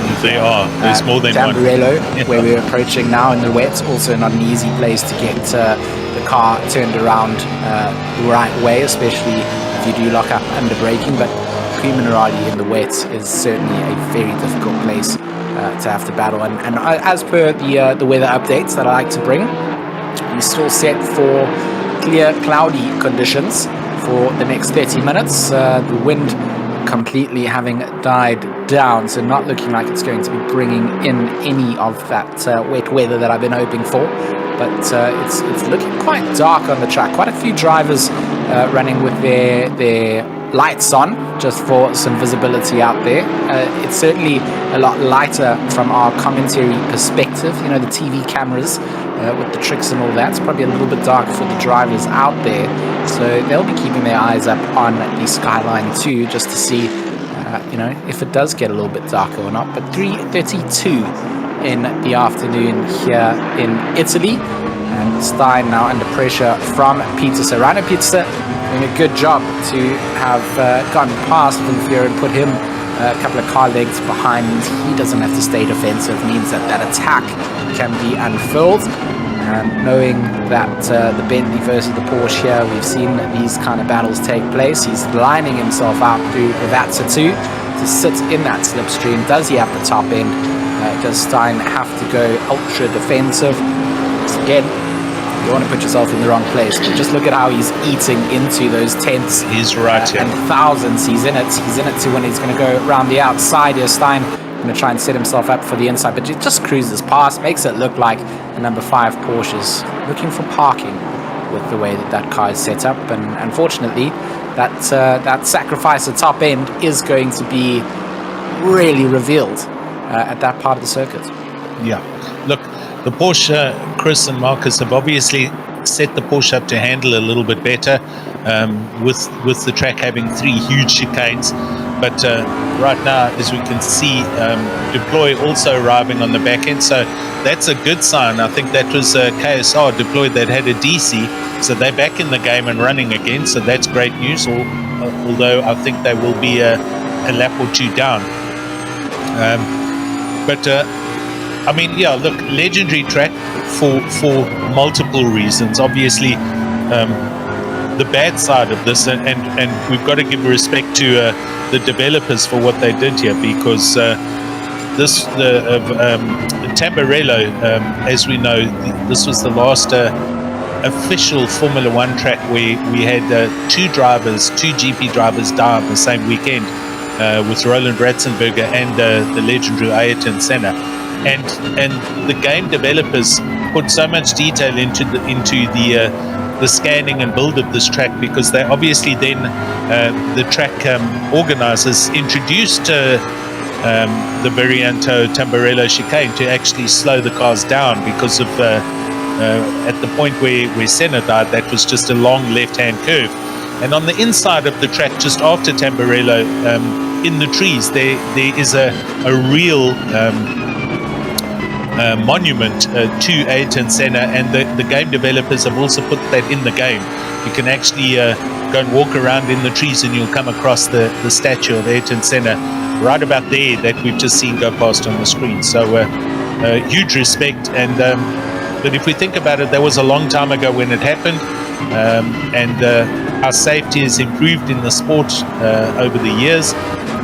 It's been over 15-20 years since somebody's lost their lives in Formula One, but the track will always carry that with it as both famous and infamous, all in the same breath. As we see, Peterson struggling with the Bentley, and Deploy wanting to obviously come past. Deploy being much quicker in his Bentley. I have said that a couple of other times watching him and commentating in the normal Raceface series.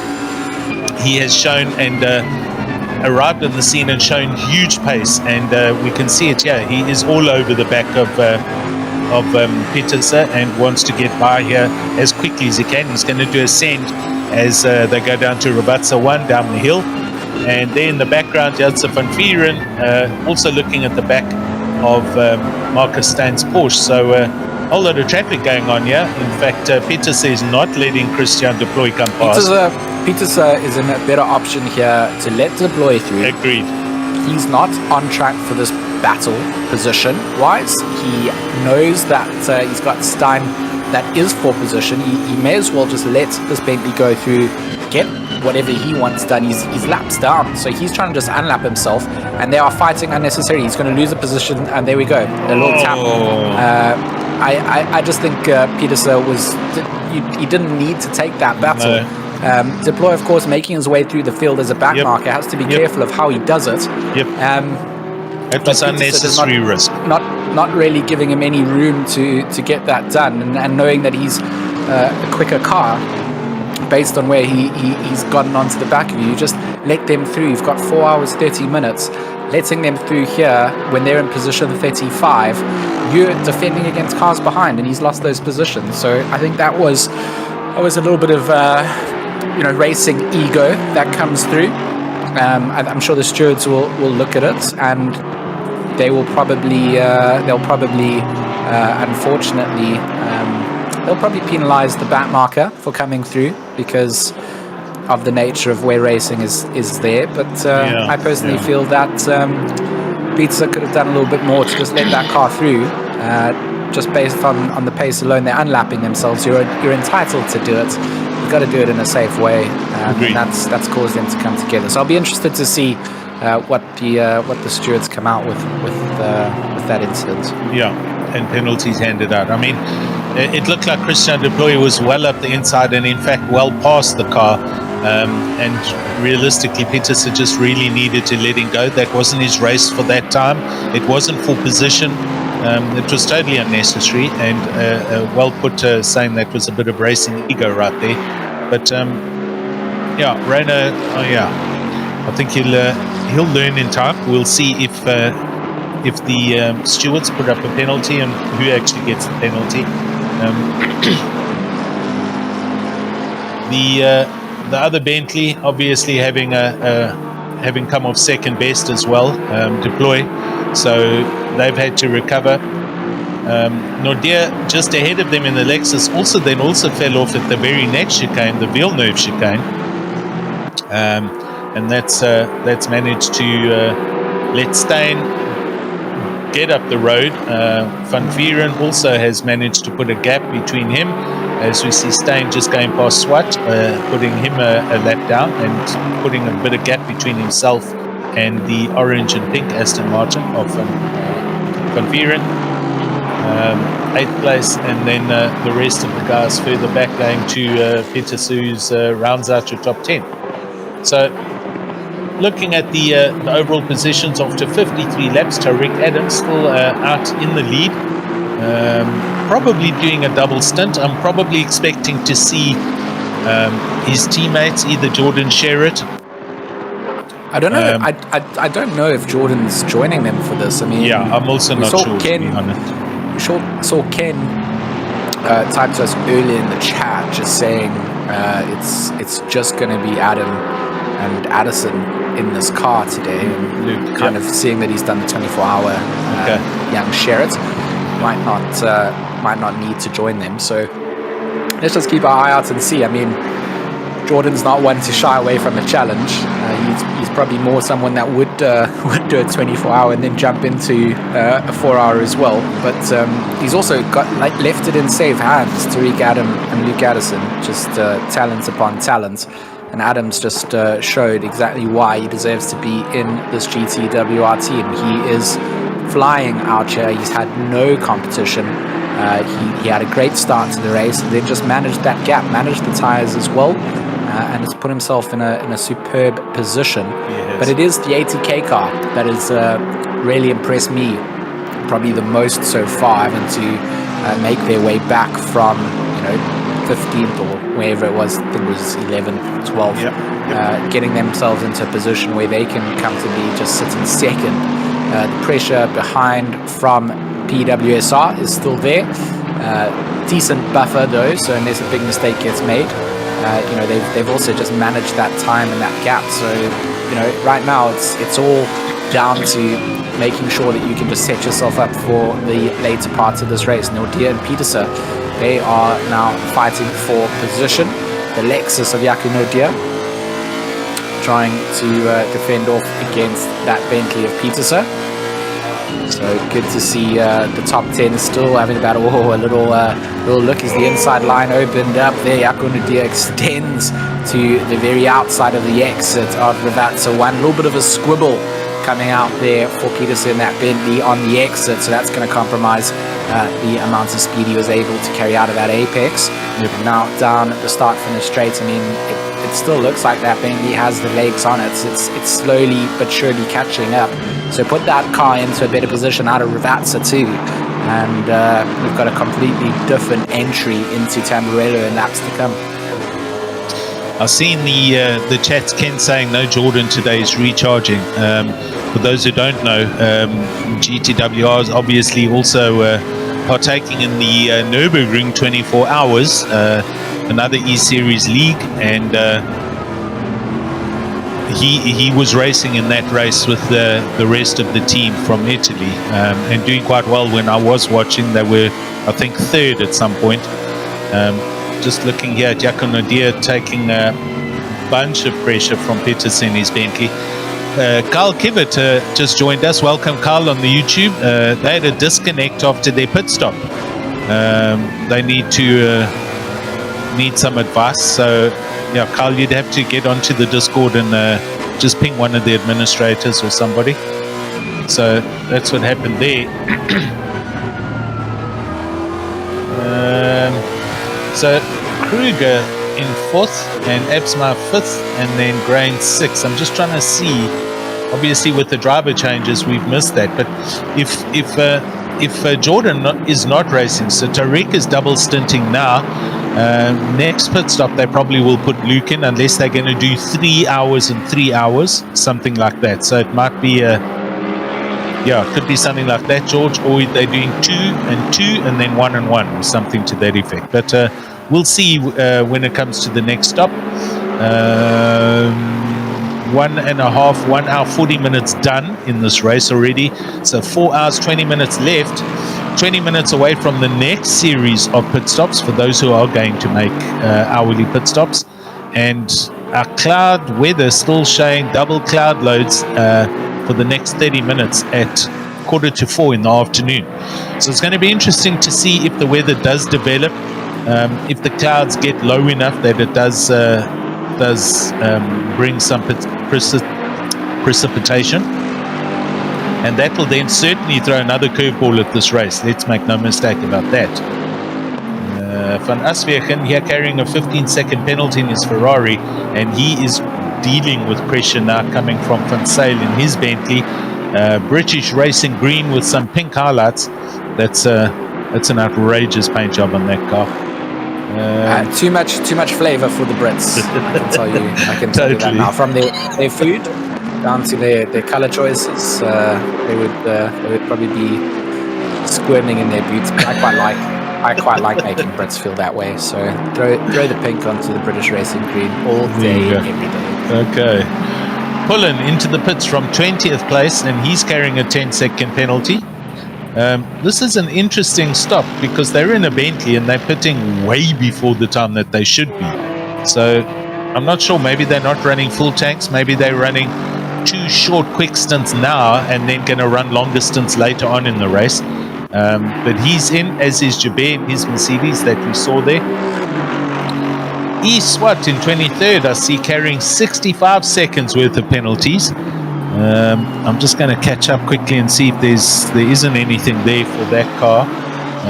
So not too sure. Mumford, car number 508, currently in 16th place. Good looking livery on that Aston Martin. Very pretty looking car.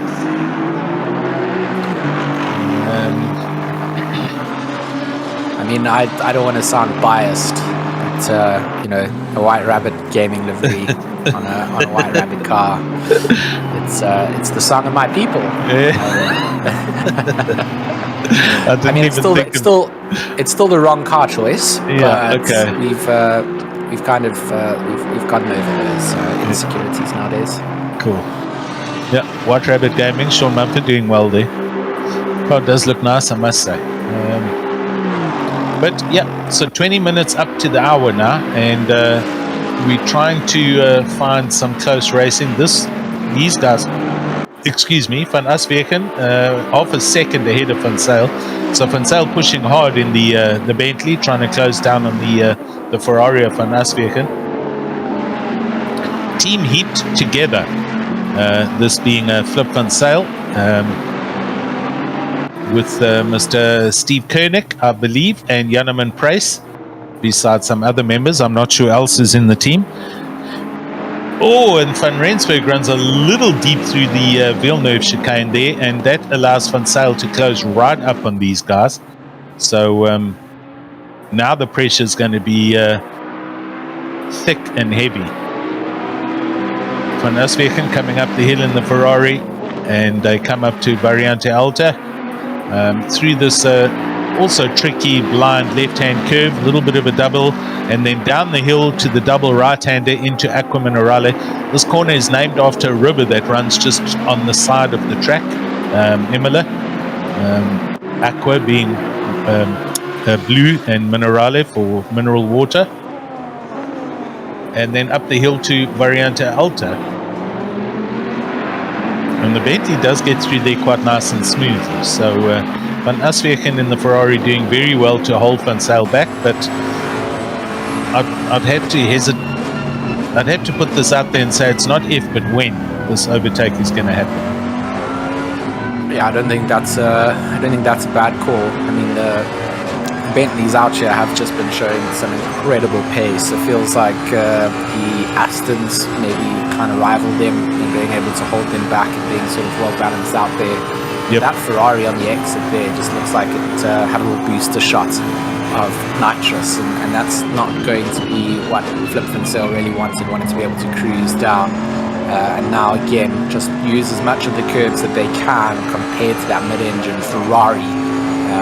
It's all about just increasing that slight differential in apex entry and exit speed that you can do over your competitors, and big slide coming up from that Ferrari, and that is going to put them way back behind where they had just set themselves up, very deep into the hairpin as well. Flip and sail, getting the Bentley turned around a lot quicker and neater, and that entire NOS that was built out is all been eaten back up again.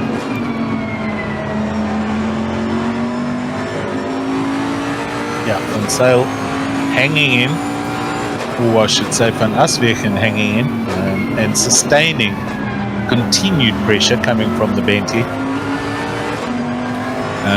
In the bottom left corner we see a car coming out the pits, but we also see a big race happening on there. It's with the orange and pink Aston Martin. I just can't see who that is right now. I'm going to just go to another view here. That's Van Rent. Right.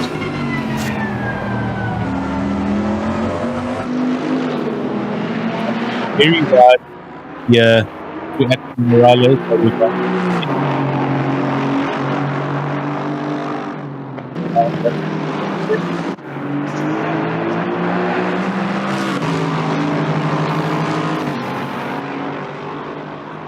Jaco Nordia trying to put the pressure on then in that Lexus, Yes.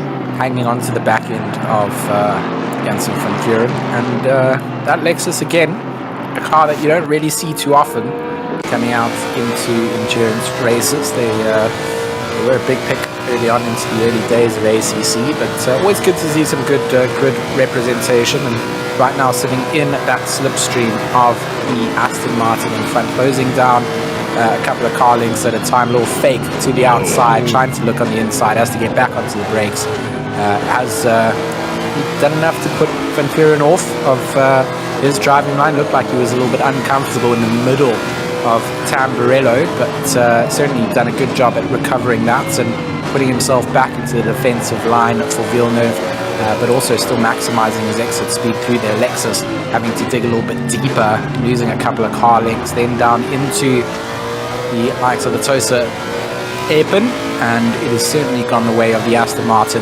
through there. So Jaco Nordia struggling a little bit in the mid-section of this track. Looked really good coming out of the exit of the previous lap, but has lost it a little bit in the mid-sector here. So going to have to reel in that fish once again, and it's all really down to this sector where we saw him closing in on the previous lap.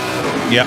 I'll tell you what, George, those little feints where the cars like kind of come out of the following line just before the chicane, they make a huge difference psychologically to some drivers. I'm not saying everybody, but if you are watching your mirrors and you see a guy come out of behind you and next to you, you know, there's a couple of seconds there of insecurity, and I'm unsure if he's actually going to send it or not. And it puts the chance out there on the table that Janssen van Vuren might miss his braking point just by a millisecond, a couple of meters, and he'll run wide into that chicane, and that will then obviously give Nordia the chance to come through. But there is method in the madness of doing those little feints and jumping left and right behind the car that you're chasing. And we saw in the previous lap here Gerrit having to run a defensive line down here towards the Villeneuve chicane, but Nordia didn't capitalize on that and actually ended up coming out worse because he left his braking a bit late and ran wide. But the psyche going on in both drivers' heads with Nordia trying to disturb Van Vuren and his racing lines and his braking points, it's certainly it's a real part of the motorsport. It's the same as the drivers that flash their lights. Some people are anti it, some people think it's part of the game, etc., etc. It doesn't matter what side of the conversation you're on. it's there for a reason. It's to basically unstabilize the driver ahead and make him do something, make him make a mistake, and you'll capitalize on that mistake and make the pass. Oh, Nordia hammers over those. We actually saw that Lexus with the front wheels up in the air. It hit those sausage curbs so heavily, and he has just dropped off the back of the Aston Martin completely. So it just goes to show the punishment that does happen when you hit the sausage curbs too much. And that's you know, that point about just those little little feints, you know, coming into a braking zone. It's exactly that. You kind of trigger the driver in front's survival instinct, their self-preservation strategy that says, well, is this guy, if he's going to be there, I can't really just turn in on him. You know, maybe, and it's just that. It's that split second. You said the braking zone that you miss just completely throws you off. And good job from Gerrit Janssen van Veren to just kind of hold composure in those situations coming through, and he's forcing Nordia to drive harder than he needs to behind. We saw that taking place at the top of Variante Alta, and he just you know, over committed himself and put himself in a position where he has to now make up all those positions again. So as a driver in front, you're trying to, you know, counter the mind games that the driver behind has, and that driver behind does have a whole arsenal ahead of them that they can kind of chuck at you. You mentioned the light flashing. That doesn't affect you if you're the car in front. You can't flash your lights back at them. You could tease them with the hazards. Yes. Yes. Hello, I see you. Or your rain light or something. Or just a little bit of a response back. Hopefully we do get to see them use the rain lights here. The wind has picked back up 2 kilometers an hour, coming back down. Is that rain? Oh, that's rain. Look at that in 30 minutes. There we go. I knew that the wind was going to bring something in. So wow, rain is on. It's on. And I mean, that has just ticked in there. So at about 3 hours 45, we're gonna have a bit of a potential change in tire sets needed. So George, look at this, buddy. Just sorry to interrupt you, but it's worth it. We're at 10 minutes to the hour, so we're 10 minutes away from the next round of pit stops. That rain is 30 minutes away, so you're going to have to do a pit stop now to refuel and come in 20 minutes to put rain tires on. Yep. Or you gotta gamble on the lightness of the rain not being something that's going to affect you, because maybe it clears up again after, because we only see what's happening in 30 minutes now. There's still going to be a whole thing. Good drive here. Hawkins, nice drive. Akuma Nurali going to work in his favor. Van Rensburg kind of parks it on the top of the apex. They all misses the braking point. Both of them just decide that chicane needs to be narrowed down, and racing hard next to each other, and both missing the braking point coming through. But Gareth Hawkins making that stick, and good for the 420 Lamborghini to get through there. You have to say both of them made a bit of a fault at the top Volta. They did. Hawkins has come away smiling a little bit more. Oh, Mr. Jabir in 33rd gets a drive-through. He's currently in the pits. And Iswat also in the pits. So they're early stoppers here with well, not too early, but it's 10 minutes to the hour. So I am expecting the pit lane to light up again, as it does on the hour in these races. But gosh, did we not hope for this to happen? And it is going to happen. I take my hat off to our race organizer Bertus for the settings on the track, on the server at least. We have moisture in the air in 30 minutes. Oh, and Gareth Hawkins gets very loose in the Lamborghini through the Villeneuve chicane, drops that position back. Van Rensburg comes past him. Gareth trying to gather it back up for Hawks Racing. He did capture that well. The car didn't turn around and face opposite traffic, so he's only essentially lost one position. So quick recovery, good job. And we can see in the background behind him, it's Jason Gray. It's our resident sailor.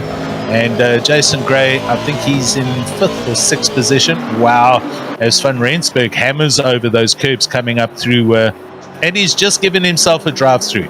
So that was Van Rensburg's 4th off-track excursion at speed, and he has been given a drive-through. Yep, it happens, but that's 4 in 2 hours if we do the calculation. Yeah, we have Mr. Jason Gray, and he is in 6th place in his Bentley. But that's unfortunate for the Aston, so they're having to do their first drive-through for one too many fast off-track excursions, and it happened live on stream, and you can all blame the commentators for that little bit of commentator curse happening right there. They can blame themselves for taking to the parts of the track they're not meant to be on. And, for Mr. Hawkins in that Lamborghini, he looked a little bit squabbly on that last he did. on that last lap, and that's the Lambo in the dry. So I'm keen to see what happens when it does pitter-patter down with a little bit of moisture on the track. I mean, it is looking like light rain being scheduled, like you mentioned before, just a little bit of a dust settler to come out of the skies, and that is still going to be interesting to see who takes the gamble that they're not going to need to go to wet straight away. I mean, track temperature is still pretty warm. Yes. And those wet tires, they really do need a very wet track to actually get into the activation range. Otherwise, they just overheat. So that's true. It is all going to be very interesting. You mentioned that the pit stops are going to kind of come in now, and that's Van Rensburg. He is all over the place. He just wants to hang ahead of Hawkins. He's making mistakes left, right, and centre. With that drive-through penalty against his name, this is again where that car needs more than just a pit stop. I feel like its tyres are finished. The grip is giving up entirely. But he's seriously struggling there. May as well just let. Oh, you see, that's not what you want to see. You want to take it a bit easier, keep it out of the wall, and just go in to make a change that isn't going to cost you a lot of time. And that hammering into the wall on the side of Varianta Alta, that's going to work. It's going to add to the woes for their team. And just, he is all over that. He is. Track It's like he can't drive it. I'm sure there's it looks possibly mechanical problem on the rig, maybe. He should be peeling off to the pits, and he's not. He's going around for he is. Well, right across the traffic. Yeah, he was on the wrong side of the track. He had Tariq Adam coming behind. He had the blue flags coming through. Didn't get back out, and makes a dive in. I mean, now Hawkins also in there. This is now either going to be to correct what is wrong with that car because it's not happy, or it's to serve that drive-through penalty. At the moment, it looks like it's a drive-through penalty just being served. As he makes his way down with that pit limiter on. So that doesn't solve the issue that he's having with the car. So he's going to have to come back in again. Yes. And that's the unfortunate part with the drive-through penalty, as opposed to just getting a time penalty, is that you actually have to commit to going through the entire pits twice. So he goes through now, then has to come in, make a change. At least if you get a 15-second penalty, you come in, you serve your penalty, and then you work on the car and you drive out. But that's the game has issued that itself. The sim has said, sorry for you, we've cut it one too many times. Adam on the back of a back marker here, trying to clear through, but patiently just waiting it out. Knows that at the top of Aku Minerali there's going to be a place for him to be able to put aside, and he does just that. Gets past, and good work from the back marker just to make that space available to our race leader.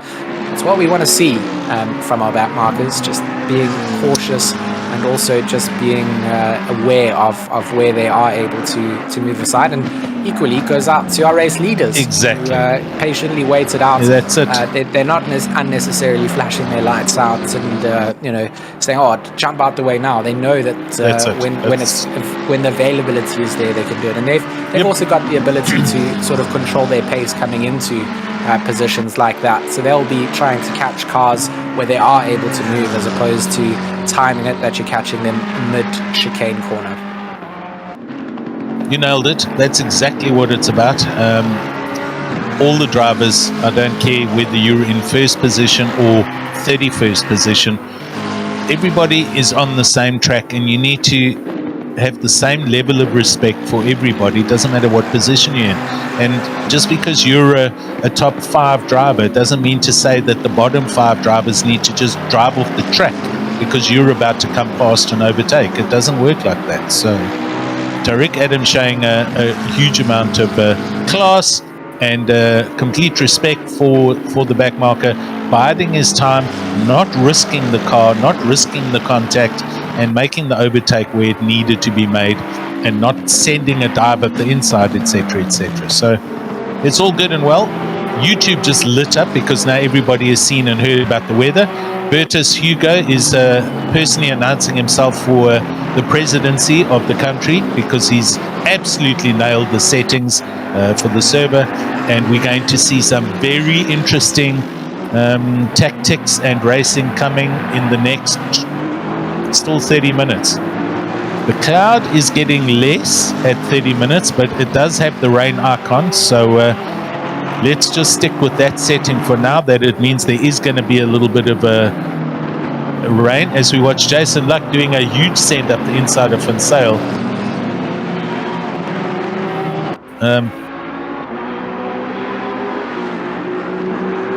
Jason Luck having a great pass there, but just having a look on the timing screens, I cannot see. He's in Byron. Yeah, Byron Kutze in third place. That's right. Sorry. Okay, we're all good. Jason Gray doing well, and here he is.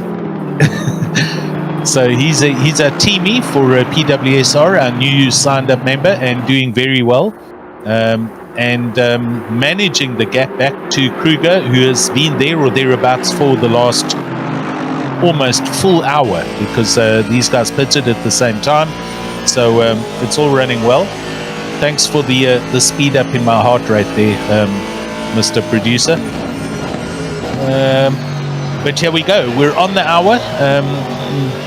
Are we going to take a little break? And if we are, George, who are we going to be watching, or are we going to leave the camera here for now? I am very much keen for another immersion break. Maybe a little bit. I might be five or so minutes as I go. Me too. I'm going to have a quick lunch. Yep. The marathon runners coming through.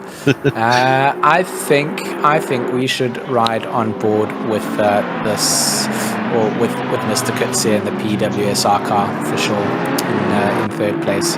Awesome. I think we should stick with them, and then we'll be back in 5 to 10-ish minutes. Yeah. So bear with us, everybody on the YouTubes. Thanks for hanging around. Thanks for the feedback. And we'll leave this with you for now. We're just going to have a fast lunch break. Everybody, producer and comms, and we'll be back with you round about 1:10, maybe 1:15. Cheers.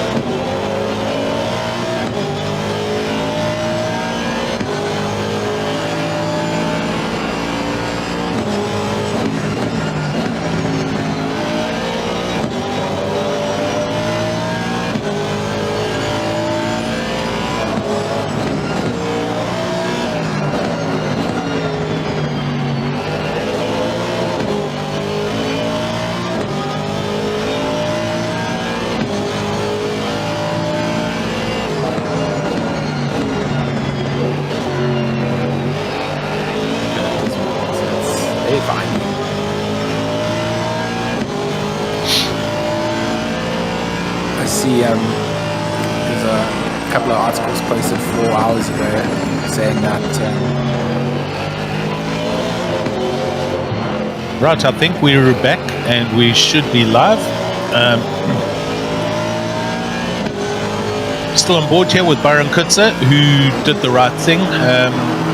Kruger definitely caught him and went past him with ease, and I think he let that happen. That's not his race right now. So Byron Kutzer for PWSR, they're in 4th place at the moment, but we are about to start. I beg your pardon. We're about to start the on the hour pit stops. We're already seeing some cars come in. Flip van Sale, who just went in and came out in his Bentley.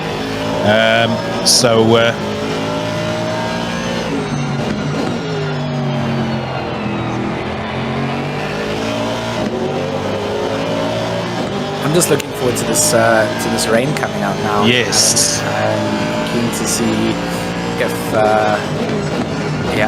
it's set to come down. Does it continue to increase or does it dry out? I mean, yeah, we'll watch that. We'll watch and see. Oh, there's a plus next to it. So yeah, let's see what happens.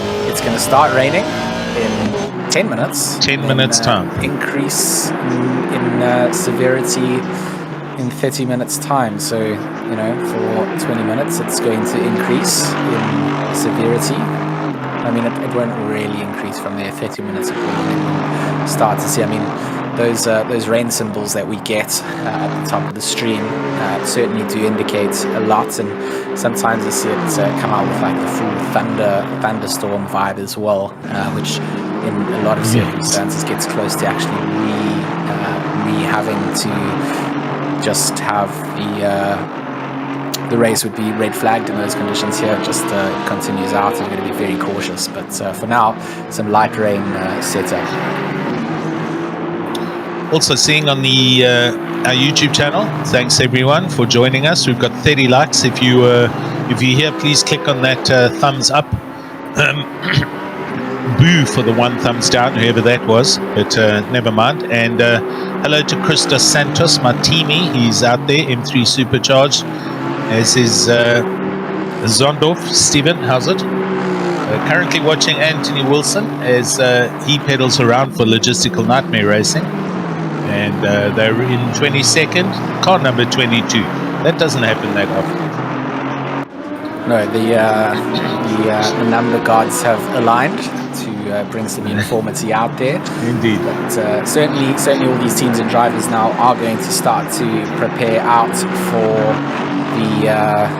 themselves for what is to come in the next couple of minutes. And as we know, I mean, it's going to completely upset the strategies that people have planned out, whether it's just to run every hour, the changeover from these slicks over to the rain wet tires. That's going to be a strategy call in itself when you totally come in. Yep. You really cannot do it too early. You will find yourself finding less grip than driving with slicks in light rain if you switch to wets too early. They just don't have the ability to cope with the temperatures out there. And I mean, the track temperature is still pretty warm, but it is changing. It's gone from optimum to fast. 22 degrees ambient temperature, 27 on the circuit. So I'm looking forward to seeing what goes down. Retro Electro is still panning out to be in a good position, sitting in that top 5th position for the 728 Bentley. Jason Gray at the wheels. If anyone's got some experience with wet weather and driving a boatly around in that would be our resident sailor man, Mr. Jason Gray. So we'll be enjoying a little loop around then from that Ferrari in the background. Just making a slight mistake coming in through Variant Alta. And George, I tell you what, sir, I've never seen that happen on this system where the track has gone from optimum backwards without rain falling. I've never seen a track go backwards too fast. So I wonder if that's kind of prepping them for the loss of grip that's about to happen. I don't know. The track only dropped 1 degree, so I've never seen that happen. It's an interesting point, that actually. Yeah, and I mean, what also can happen from this is even with that light rain that comes down, right, is when that track goes out to greasy. So where it's just kind of washing that slight surface dirt over the circuit. Yes. It becomes absolutely treacherous for a small amount of time. And then obviously the heavier rain sort of washes that greasiness away, and it then becomes a lot wetter, but you can actually sort of account for that using your wet tires. So it is going to be interesting to see when that rain does start to come out. So expecting some spittle to reveal itself shortly in the next couple of minutes. Exactly. We'll be keeping our eyes peeled to our commentary box windows. Very nice and clean they are today.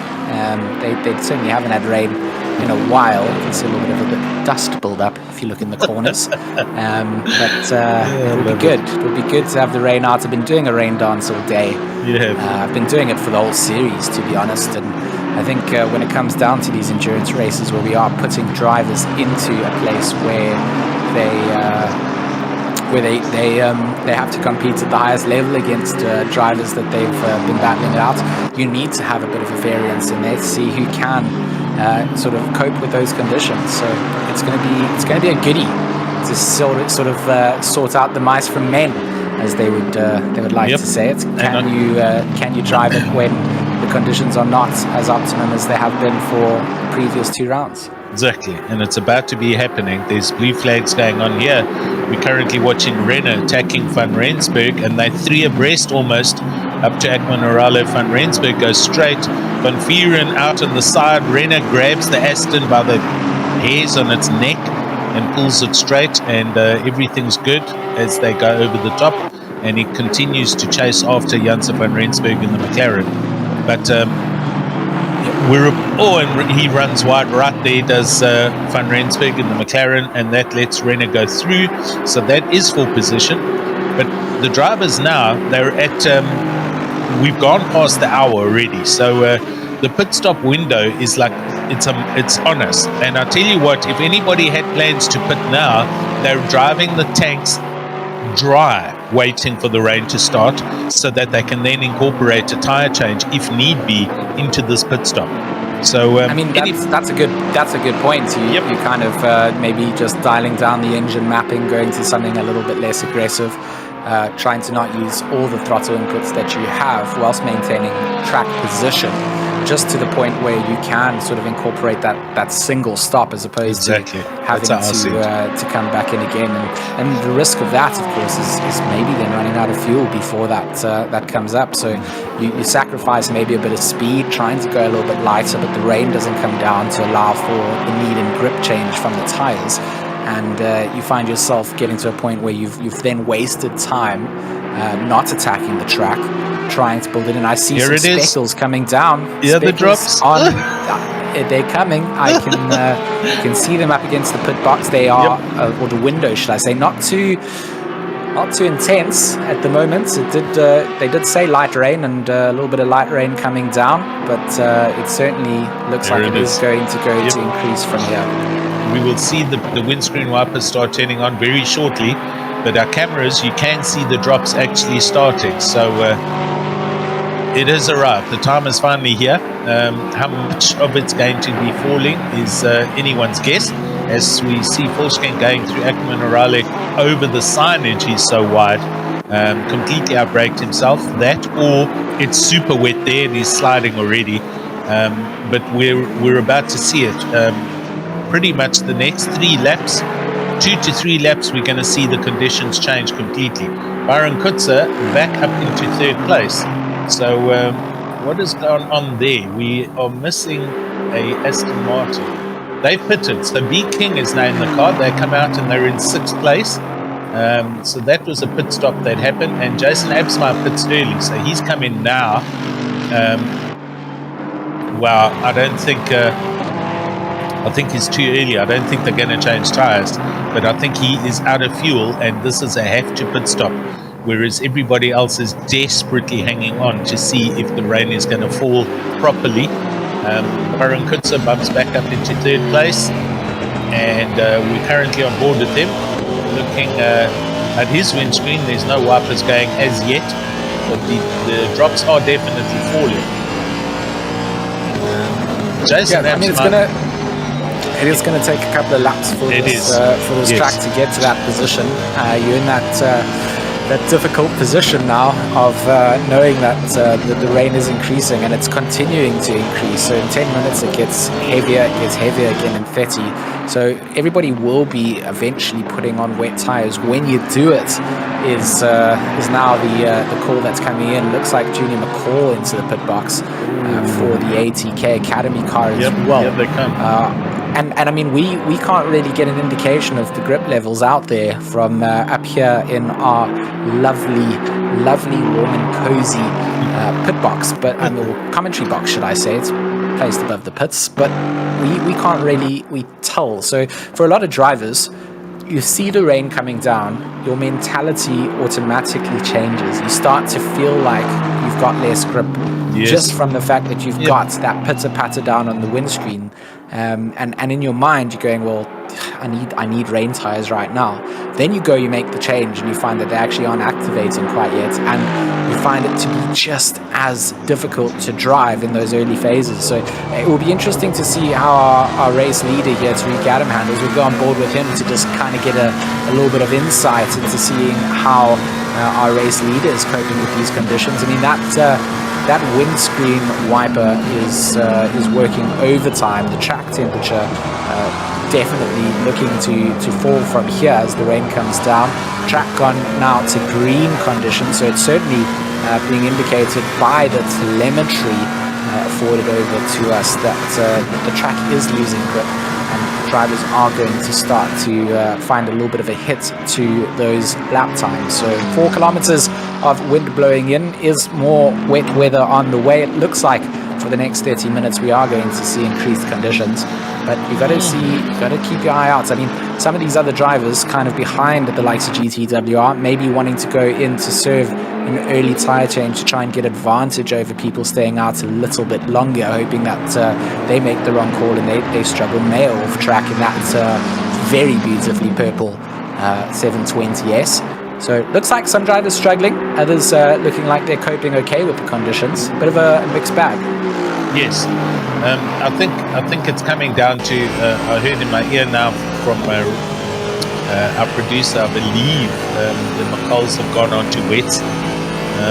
So we're going to have to see anybody. I think we're between a rock and a hard place right now. Some of the people literally have to pit. They have run out of time. They've run out of fuel. The car is going to stop on the side of the track, so they are forced to pit. The weather says rain for the next 30 minutes, as we can see, but it's not wet. So you got to run the gamble now. Do you put on wets and let them overheat, but then know that you will be on the right rubber in 10 minutes' time? Will you, in fact, be on the right rubber in 10 minutes' time? You know, do you come back out on slicks and in 10 minutes have to go back in to put another set of boots on because it has got too wet? So this is a huge curveball being handed out to all the drivers. Unfortunately for the likes of McCall and Jason, Absmeyer, etc., they had to pit. I think they had run out of fuel and they've made the call, but everybody else is also going to have to pit now.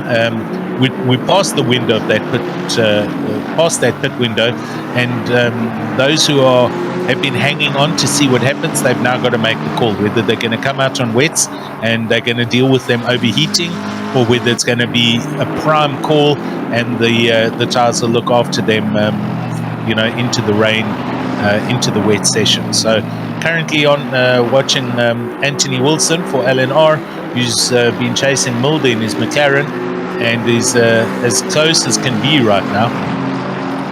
More cars going into the pits and getting confirmation that McCall is on slicks. So it's going to be worthwhile to see what their lap times are. I can't even see them actually on the timing screen right now, but there we go. So they're in third place, and they have pitted and they are on wet tires. So their best are 141 and their last are 238. So this is the official first out lap since putting on tires. So we'll get a good idea of what this lap time is going to be and whether it's in the same range as the quickest lap or slower and their tires are in fact now overheating, because I still can't see enough moisture or water on the track to actually justify being on wets. Best 141, last lap of 144.2, so good 3 seconds off the pace at the moment. George, what do you make of this? Do you think they're on the right strat? It certainly feels like it would be a bit too early for wets. That track condition indicator just showing us that it has come down to greasy, so that's where you will struggle now for a little bit. There will be a certain slippery vibe about the surface for a couple of laps. Of course, that wetness looks to increase at this point. You're kind of gambling that if you do go onto, or you stay on your slicks, that by the time it gets wet enough, you can come in and you'll then be on the right tire set without struggling to overheat. Exactly. Whereas people changing now might be eating through the grip levels that they've got on those wets, whilst the circuit isn't quite wet enough for them. It really is a big gambling game, and it is. For me, it's something that you kind of depends on what your driver's relaying through to you in the car. I mean, as a strategist, you would probably be looking at it and looking at what everybody else is doing a little bit and trying to make that sort of balancing point of, okay, do we kind of follow what other people are doing and go in for wets now, and then we all go into pits again because we've run out of grip on them if the rain continues? Or is this rain that's coming down, is it at a level that it isn't going to get the track too wet, and we can just sort of just kind of go a little bit easier on the slicks? It's difficult, Are you cranking up your traction control here? Are you impacting the drive that comes in and out of the corner, trying to rely a little bit more on those electronics of your car to give you some sort of a bit of stability, while sacrificing a bit more of that potential speed you can carry through the corners? It's what, I don't envy the drivers that are out there now. Tariq Adam coming in, is he going to be making a tire change on that McLaren? We will have to wait and see, but it does indicate that it is going to be getting wetter, so at some point everybody will probably be on wet tires, but it's still a bit of a light drizzle in terms of the indicator. So it's not this like heavens have opened big downpour that you would need. So Tariq coming in, Morgan McCall, we saw them already go into the pits, so it now comes down to the lap times that they can set. Tariq Adam in at the moment. We were watching Byron Kutzer come in just now, so he's double stinting. He stayed in the car. I am trying to catch up and see. That was a ridiculously fast pit stop, which tells me that they didn't change tires. I think they're staying on these tires because they know they're going to have to come in again. So they were it was a much quicker pit stop, but we'll have to see. I'm not hearing anything on their YouTube channel or anything at the moment, so I don't know what the strat's there, but I think Tariq Adam was in and out, and they've come out in first place, so we're going to have to watch the lap times to see who's doing what. They're up the road by the best part of 70 seconds, so looking very comfortable at the moment. Luke Addison now in the car, so that was a double stint done and dusted by Tariq. Luke's climbed in. I guess he's going to do a double, then they'll split the last two, but we'll see. Everybody on the YouTube channel going, right, now's the time, no gaan ons braai, and now the fun starts. Ron Fliss is there, MZA, Devon saying it might be too early for wets. Yeah, listen, it's so comfortable sitting here in our lounges or in our comms boxes talking like this and saying, well, do this and do that, versus actually being in the car. I have no clue what I would do if I was driving right now, because it's just not coming down hard enough to justify wets, but you've got to do a pit stop. So I think some people are gambling to stay on the dries and run them maybe for another half a session, and as and when the track gets wet, as we see Renner attacking the back of Marcus Steyn and going right past the Porsche again, and that position done. That's no, it's not for position, I beg your pardon. No, it's just Renner passing. Yep. Yeah, Renner just unlapping himself. Sorry. trying to... No, it's... I mean, this is the nature of endurance races, right? You're going to find yourselves on the track in all kinds of positions. Mr. Etienne Kleb. Kleb's in the car. Yeah, doing his bit for Amped to play. A decent stint from Absmy. Recovered that drive from what was looking a little bit scrappy early on, but did manage to find a good bit of rhythm and get themselves up the order and hand the car over to Kleb. We saw Kleb have just a phenomenal drive last week in a damaged vehicle and managed to give themselves that advantage coming through. But that rain still just keeping that track greasy. I think slick's probably the right call for a lot of these drivers. People that did go over to the wets probably finding that the track just isn't quite at the temperature or the levels of wetness that they would be on. So they would, if we do start to see a little bit of a dry line forming up, probably trying to drag the car through the wet bits of the track, yes, trying to actually activate those wets into keeping them cool as they would. But it is close racing in the field. Jamison here on the back end of Artens, just 3/10 off the back end as per the last timing splits. A little bit closer here on board with Stuart Jamison in the mixed Apex 115. Onto the brakes they come down. You can see rain lights coming out from Artens in front, just indicating that it's certainly getting a little bit treacherous. You want to give every other car on the circuit the visibility that they need to see you, and we're kind of afforded the lack of television in what we see from the onboard views is a much lower representation of how wet it can actually be out on the circuit. A little bit squibbly coming out of the second exit there of Ravazza. And it's greasy now, George. Yeah, it's that greasy level. It's been like that now for at least the last 10 minutes or so. So it's that, we said it. It's this portion of the race where it feels like your slicks aren't giving you the grip levels that you need. Jamison just gets into a real tank slapper coming into Tamburello. Totally. A little bit of the curb, just assisting with the rotation coming round, and that's going to be something that he's going to go back to his team. He's struggling a little bit with the grip. We saw it in Ravazza, and then through that mid to high speed section of Tamburello, just completely losing the run. Keeps it off the wall, which is, I think, quite a big benefit of a circuit like Imola. You've got a lot of gravel trap to kind of keep you away from actually damaging the car. There's a couple of places where you have to be careful. Obviously, the likes of Variante Alta, you make a mistake there, you do find a wall quite quickly. But everywhere else, you've got a decent amount of runoff to kind of keep it off the barriers and mitigate the damage that can be incurred from making a contact like that. Indeed.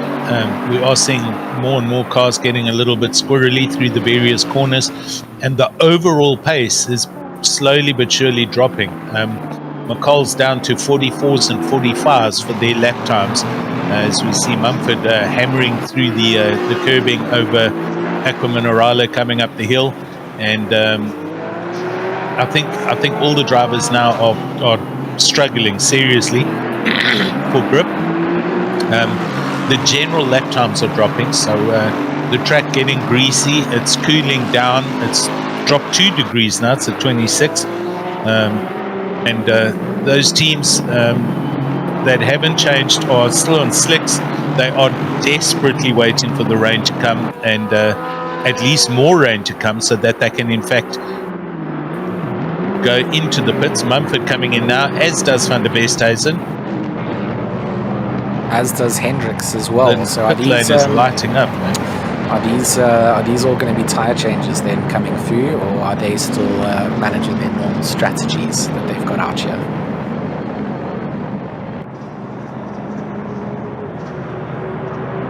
Mumford brings the right. So this is this a change of mind or change of decision? We've just heard in our earpieces that Mumford came in on wets. So are they changing and going back to slicks maybe? Are the wets overheating? I don't know. Your guess is as good as mine. We'll have to wait and see what transpires. Kleb goes through. Etienne Kleb in 6th place. That last lap, a 147 versus their 141 quick. So everyone's struggling. It's not only the leaders. Etienne Kleb, they would have done a tyre change, I'm sure, when Jason handed the car over. So either they're on severely hot wets or they are still running a set of slicks and just dealing with it as best as they can. So it looks like our producer telling us that some of the wet tire runners making the exit of the pits now on a set of slicks. I mean, I think Etienne Kleb's still on a set of slicks. His tires seem to be working well for him. And Matt Aston looking very stable. He's even taking to a lot of the curbs as well, which is something you generally want to avoid in the wet. Yes. Just a completely different surface to what you get on the asphalt, and that can become very slippery. But he's looking very, very comfortable at this point in the race. Yeah. Etienne Kleb and company holding station in 6. Here we see Flip van Zyl, I beg your pardon. Team heaped together, and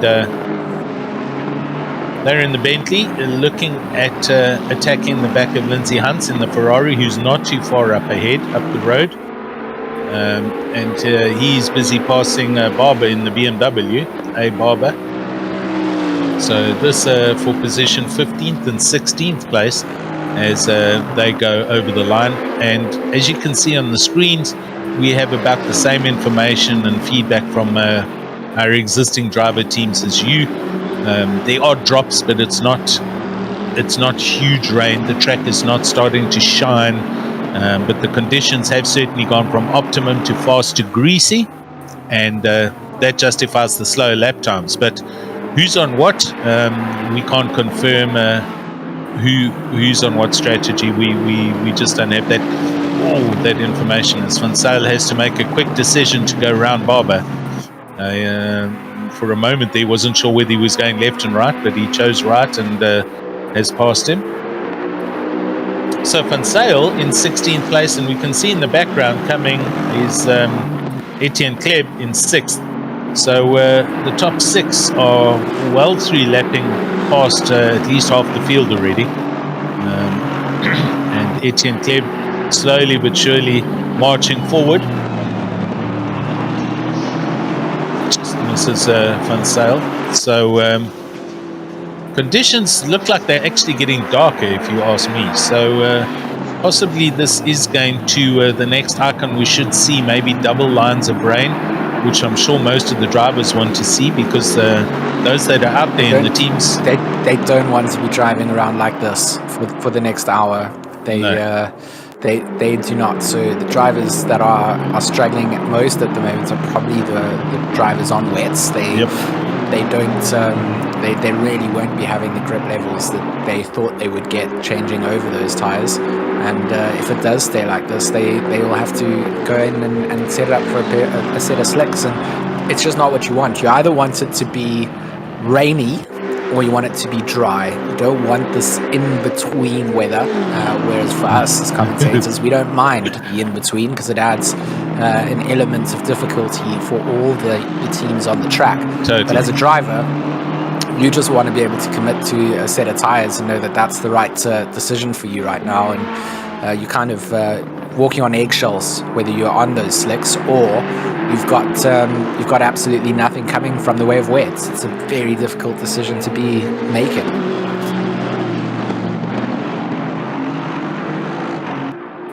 I can confirm my little team, PWSR, are currently still out on dries, and they are desperately waiting for the heavens to open. As we see Marcus Steyn and company, Van Zyl, and a whole bunch of others pile into the pits. So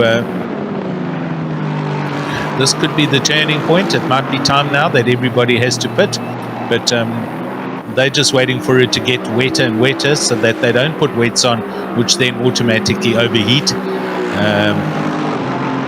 Wow, such a difficult decision right now, man. Greasy and damp. You wanna probably try and stick onto slicks as long as possible. and then as it gets wetter from there, you can then make the call to look at going over to wets. But it's a tough call right now. You're definitely relying on all of your electronic systems to try and do the best that they can do to just kind of give you that advantage in terms of your traction control. Yep. Those that have 2 levels of traction control, TC1 and 2, they're trying to find the balance between the cut and the length that it does, so you're not losing too much time. So difficult. We are getting confirmation in our earpieces from production team that there are cars coming out of the pits on wets. So it's a complete gamble at the moment. Nobody's sure what to do yet. Those that are on wets, the likes of McColl's, etc., we do not have access to their telemetry. We can't see what the things are like, the graphics, the GUIs on the dashboard, and the conditions of their tires. They've pretty much been out there for 5-7 laps already on wets, so and there isn't water on the track. Isherwood, Jason Gray's just exited the pits and he is on wets. Jason Isherwood, I'm not too sure what he's on yet. He's just about to leave the pits. Isherwood's taking over from Gray. So they're on wets, correct. So some teams are changing. It is getting darker and there are more rain spots falling. You can see the rain is actually a little bit, there is more of it. It's just not enough though for a full set of wets. It's just too early at this point, I think, to be going on to those full wets. And this is where it can be so costly for teams, is you go over to them, you do 2, 3, 4 laps and realize that's the wrong decision. You come back in, you've then wasted an entire pit stop. Exactly. Making the wrong call. So whilst it's light rain like this, you just got to kind of put yourself into that mindset that you've still got grip levels on the slicks. Everybody's going to be struggling, and you just got to kind of read it at that. And Jason Isherwood into Aku Minerali, good recovery in the mid part, but we said this on that off camber entry to that right hander. It's certainly going to be a little bit tougher with the rain coming down, just losing a bit of grip as you go. And he's trying to just try and find as much as he can. I mean, if they've switched for wets, he's going to be looking for some wet patches to actually keep those things cool. As they are, as pretty much 60%, I'm sure, of the field. There were those. I mean, I'm sure Jason, etc., is on wets. The McColl's on wets. They are not showing. The track is not showing any damp sections or any lying water yet. So those tires, they must be, 30, 35 psi upwards, whatever it may be, and they're going to be glowing red hot right now. And the drivers all of them are probably going, please, can the heavens just open up, do a proper job here, because we're on wets, we're ready, and it's not really there. The guys they're also out there on dryers, and huge tank slapper happening here for Jason, and he does hit the barrier slightly, but not too much contact. Manages to capture the car up, and he seems to be okay, and on we go. But it just goes to show it's treacherous out there. It is the grip levels are 0 right now. As you can see on the screen and the picture, there is definitely still, you can see the dampness on off track, but you can see a clear dry line on the racing line. It's still very obvious. The weather icons are showing the same. It's 1.5 clouds, and there's one line of rain. So it's talk about confusion right now. I wouldn't know what to do if I was out there driving, George. Yeah, I think it's so easy for us as spectators out here to see what the wrong and right calls are based on what other teams are doing. Yep. But it's completely different when you're in the car, and that feeling of being on the slicks when you do have a lack of grip. your mindset is just kind of saying to you, well, you should be going in for wet tires. There's rain coming down, but you need to really wait for that potential. And you can just see Isherwood trying to find some of the dampness on the sides of that dry racing line, and that's where the guys on slicks have the advantage. Is that line is forming up on your racing line. It's the ideal way around the circuits, and everybody else that is on wets is then sort of making that compromise by having to take to an alternative line. So you're losing out almost twofold, making that switch over to those wet tires. And the sooner you then get in and go back to the slicks, I think probably to your benefit. Otherwise you're wasting additional time out there. You've already made the sacrifice putting on the wrong set of tires, but to then sit and struggle with them out on the circuits is then further going to disadvantage your team. So that's where it becomes hard. It's like, do you look at the weather sheet and say, well, it is going to get wetter at some point, but by the time that happens, how much have you actually lost out of this set of wets, and how much time have you cost your team? Yep, exactly. Huge strategies going on right now. I am trying to, with one eye, just keep my eye peeled on what my team's doing, and they're just as confused as we are. They did change tires, but they are still on slicks, and McCall's and company are doing 146s, and Byron Kutze, etc., they're lapping 47, 48s. So they're about 2 seconds off the pace with the wrong tires. So McCall's on slicks, I beg your pardon. Okay, so they're also in that in the same boat. There you can see that picture perfectly shows the racing line that still exists, but they are probably also just at the turning point of whether they need to come in and change tires or not. If it stays like this, you are going to stay out on slick tires. I mean, there's no doubt about it. With the number of cars that are out on the circuit, yep. This rain just isn't enough to build up any standing water, and that dry line is just going to always favour the slick tire runners. So if it doesn't really start to come down and those track conditions change up, it's going to be a bit of a treacherous race for a lot of drivers. I mean, you come off of that dry line onto the wet parts with slicks, you are in a little bit of trouble. It's not the most comfortable place to be driving, but if you're putting it in the right place, your grip levels are going to be a lot better than anybody running on the wet weather tires. Watching Jamison with the Audi come over the top of Aqua Minerale, and he is not racing for position with Mumford, but just trying to get a better idea of what the handling looks like. But the pace is definitely a lot lower. That weather icon has now changed, so we have now gone away. What is that saying to us? Is it heavier cloud? Yeah, right. It's getting heavier. Darker.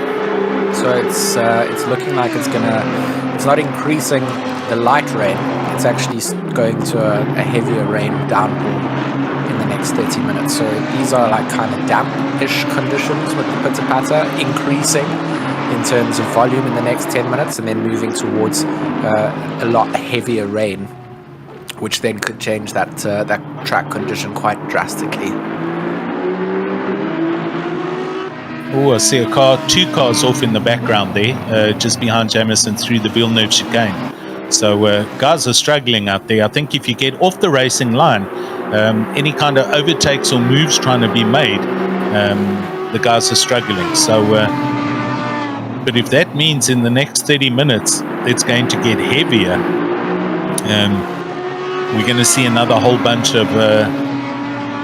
although in saying that, look here, we're 12 minutes away from the hour, so we've essentially gone through an entire stint wondering whether we're on the right or wrong tire. So the guys have done superbly well, but it's coming up time for the next pit stops, and those on dry, do they now move over to wets, and do the wet guys put a new set of wets on, etc., etc.?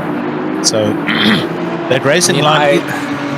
I think whilst the conditions are like this for 30 minutes, Yes. if you've made the wrong call and you've gone onto the wet, you're going to be tippy-toeing around for that 30 minutes. You're going to lose a lot of track time. I would come in, make the tire change, over to slicks, use those in these conditions, and then only after the track actually dampens up enough, then go back to the weather tires. To me, that is the call that you need to make at this point. I mean, it is going to get wetter, and at the right time that you need to, that's when you then correct your mistake of going over too early. Just sort of sticking it out on the wets now, to me, doesn't make too much sense. They're going to be completely shot by the time you actually need them in the wet. So you go in, put on a set of slicks for now. You've got no limitations on how many you can use. So you put on the slicks, and then you go back to a fresher set wets, or brand new wet, should I say, when those heavens open up and you actually need those grip levels. Yeah. Right, so some pit stops coming up shortly, I'm sure. 10 minutes onto the hour. Oh, hello. So Byron Kutze is in the pits. I'm not too sure what they're doing. They were on wets, hey? They were on dryers. They were on dryers, and now I've gone to wets. I think they're putting wets on the car now. Those yellow tire indicators are for the wets. So, are you sure about that? Yellow is dry. Okay. So they've gone to the dries. So they're staying on slicks, basically. Yep, there we go.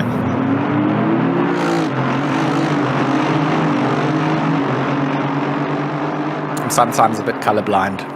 It's all good, George. I mean, right now we're trying to just make head or tail of what's going on here, just as much as the team captains and the drivers are. But there we go. So that's a functional pit stop, done and dusted, and they fall down to 5th place. Here we are with Jameson again in the little Audi, and okay, here's Jason Isherwood in the Bentley, and he's just gone past that wailing Lamborghini. Budnick now in the car, so what's his name? I forget, the other driver Gareth has handed that over. So Luke Addison, I'll tell you what, just now we were talking about a 60-something second gap between first and second. That's now 15.8 seconds. So there's a lot of stuff happening here. Oh, Isherwood getting another bit of a tank slapper. And I'm also seeing some cars move off the racing line onto the damp. So there are guys that's staying in that Aston Martin. He's just reversed into the wall in the background there. Not what you want to do to your. No, you don't want to do way. that. No. So he's had a moment somewhere. I don't know. Yeah, now this car's looking very second-hand. The bonnet's up and he's hurt the back wing. Quinton Stein for LNR. And there's Mike McGee in the McLaren. I also caught a glimpse of him having turned the McLaren round just now, the pink McLaren. Someone has to tell Quinton Stein that the Aston Martin, it's not like the dishwasher when it starts to make a noise. You just give it a slap on the side. It fixes itself up. These are very aero-sensitive cars. Exactly. And, you damage the front aero and your big wang on the back. You're certainly going to be putting yourself a little bit on the back foot for what you want to achieve further on. So that's going to need to either be repaired in the pit stops, or you're going to drive on tippy toes for the next 3 hours and 7 minutes. I see Tariq Adam in the YouTube channel also saying it's way too early to be on wets. So yeah, Luke Addison now in the car. But I'm not too sure. Are they still on? Are they on slicks at the moment, or are they on wets? We'll have to try and find out if we can get Luke Addison. I'm sorry, our leaders. I think still slicks. I wonder if they've changed yet or not. Okay, so they are still on slicks. So, ooh, and right there ahead of Mumford, we've just seen a car go off through the. It was Dutoy. Got it now. Right, so he's managed to pick the car back up, and onwards he comes for SDR Esports, Leon du Toit, currently lapping 17th place. And we are middle of the event, halfway, 3 hours and 6 minutes, so give or take a few minutes. This is mid-race distance. Some very challenging conditions, as we can see. Track greasy, temperature down another degree. It's at 25 degrees, so we've dropped pretty much 3 degrees from optimum settings about an hour and a half ago. And a very mixed field between some on slicks, some on wet tires, and we are seeing cars moving off the racing line to cool tires down, so we know people are desperately trying to keep their wet tires as cool as they can, because there is no standing water right now. The rain is here, but it's not here. If you know what we're saying, it's we're in no man's land. That's a good way to put it right now. It's the place you just don't want to be as a driver. Exactly. You just want it to come down, or you just want it to not. And this is just a place where the rain is just it's creating slightly slipperier conditions, but not enough that you can actually do anything about it other than adapting your driving style. So again, it's a good test for the drivers out on the circuit at the moment. Difficult to keep the concentration levels where they need to be, but I think teams starting to adapt to it as well. It takes a couple of laps in these conditions to kind of start to get a feel for it, but you do see visually that the rain is having an impact on parts of the circuit that aren't being driven by the cars at the moment, right? So I mean, there's water. It's a little bit slow in the way it's coming down. Fullshank goes full width, and Isherwood manages to just get by, not full position. But it's always something that you kind of want away from you is these conditions, not being near the cars. Them making mistakes or you making a mistake and coming together just impacts both your races. So good work from Mr. Jason Isherwood then to just get by that Porsche.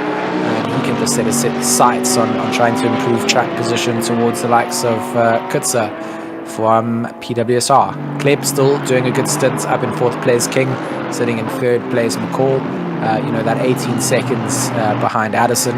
So I wonder if there was something that we didn't quite see then with Luke that caused him to drop a little bit of time, or if it was just down to pit stops that we didn't account for. But it did feel like there was a sort of 68-second gap right at the start of that, as you mentioned before, and that seems to have been eaten away a little bit. Morgan doing a good job here in these conditions. Has certainly poised himself to be for one of the drives of the day so far, in terms of just his ability to just focus down and get the job done. But there's a lot of drivers, I think, that are in contention for that sort of accolade in this race.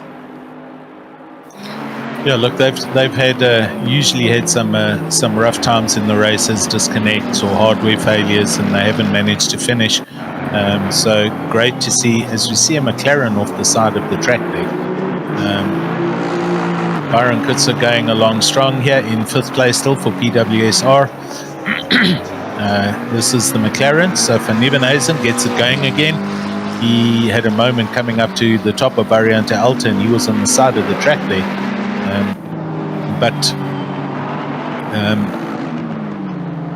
You can see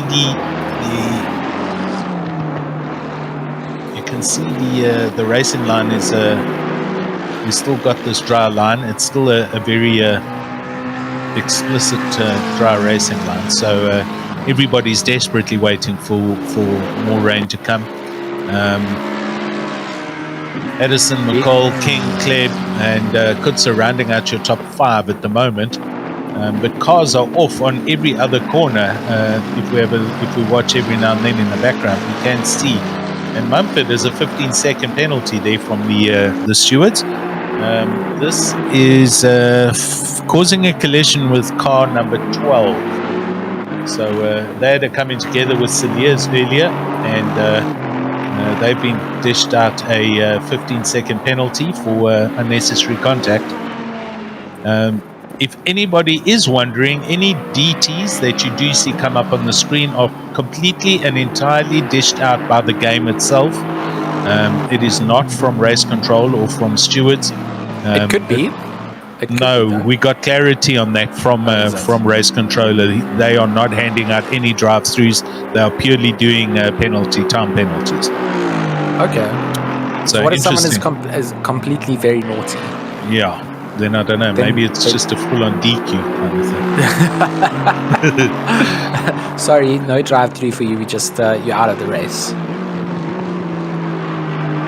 I do find that quite interesting. Yeah, it's in the chat there if you can have a look. He just made it sure DTs is issued by the sim for track cuts, etc. So makes it easier for us. It does, and good to know. Along. But I still think that there should be some penalty beyond just timing if people are very misbehaved. Maybe they do a stop go.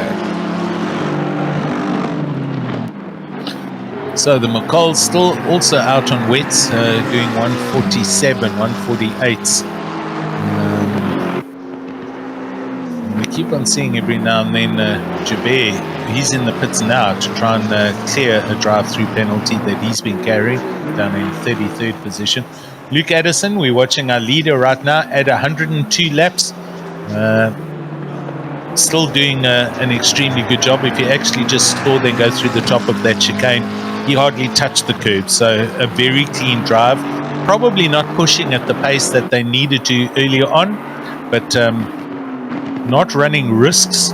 If these tires are out of pressure or they're over pressured, you certainly you don't want to be hitting the curbs, and they're running a very clean race, as clean as possible, without running the risk of puncturing one of the tires and having an unnecessary pit stop sneak up on them.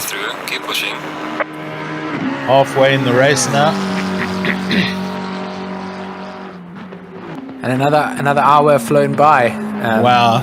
Really quickly in that timing there. The rain certainly adding a little element of fun to track along with. And in the next 10 minutes, we'll see an increase from the current weather conditions, and a little bit later on, a projected heavier downpour. So, do we see the track go to damp or to wet at some point, and force drivers to then go in and do the wet tire change, for the drivers staying out on the dries or the slicks during this stint? Certainly the ones that won the mental advantage in terms of strategies. For the drivers that committed to wets and had to go back in for dries, they'll be learning from that going forward, and will now make sure that when they are going in for the wets, they're absolutely necessary.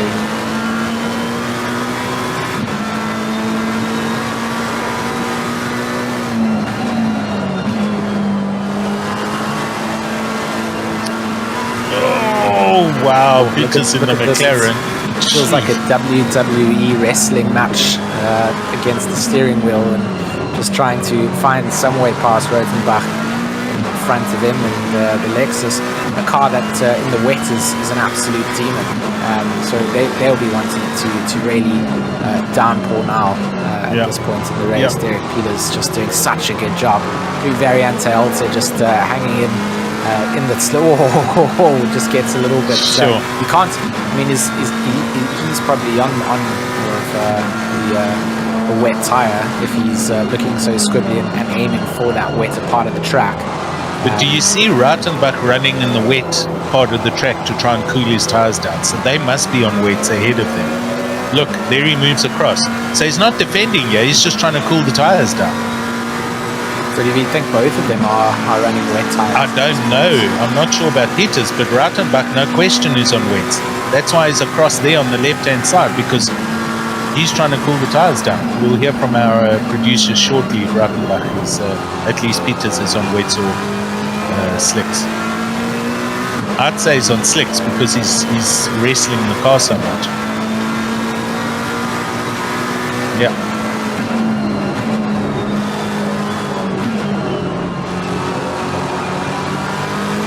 So Sure.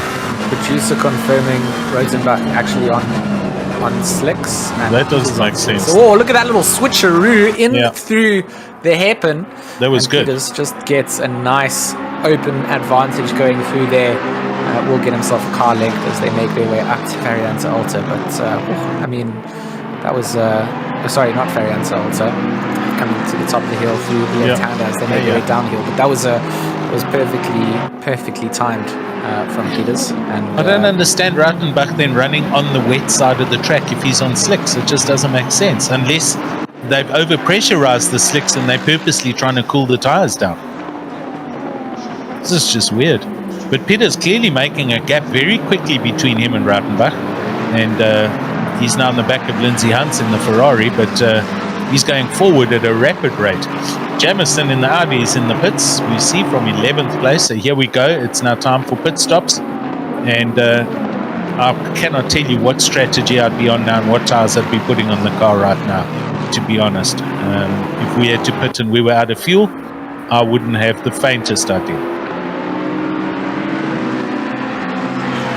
No, it's still probably getting to the point where now those slicks that you are on are feeling a lot less grippy than they were when it was just a slight downpour coming down. That dry line that was quite dominantly dry is probably starting to get a little bit wetter. Shout out to our YouTube chat as well, JC in the chat at the moment. Oh, little coming together then. Derek Peters runs into the back of Hunt's. Koenig just giving some space through. Rodenbach going to take advantage there, make sure that he puts himself right behind his competitor, wants to get that 11th place spot back, got robbed coming into the Tosa hairpin on the previous lap and wants to be able to fire back. But like I was saying, big shout out Edson also coming through to say what's up.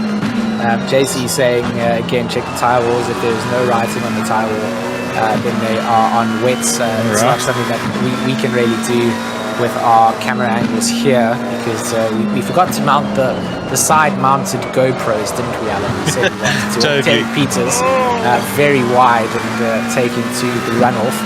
Doesn't really lose too much speed as he rejoins the circuit out there, and Rodenbach not really in a position to get himself through there, but we'll see that Peters has made a little bit of an oopsie, and we'll be looking to try and see if he can just get the drive out at some point later in the track. Needs to just hang on, needs to hold on to the back end and be in a position that he can step up into that if it presents itself again. But treacherous conditions out here at Imola, round 3 of the Raceface.Pro Steady States Endurance Series. My name is George Smith in the commentary box with my good friend Alan Patterson as we make sounds with our mouths for the next 2 hours and 53 minutes. And a big shout out to Ashley in the background. He's doing all of the production work from the Steady State side. Unfortunately, we don't have our replay systems for this round. Hopefully we get them back in the closing 2 rounds, because I really do miss those lovely replays we had out at Bathurst. But yeah, big shout out to Steady State for getting involved and helping out Raceface with some really nice production work. And going forward, hopefully the start of a nice good partnership between the two companies as we continue to enjoy and broadcast these sim racing events.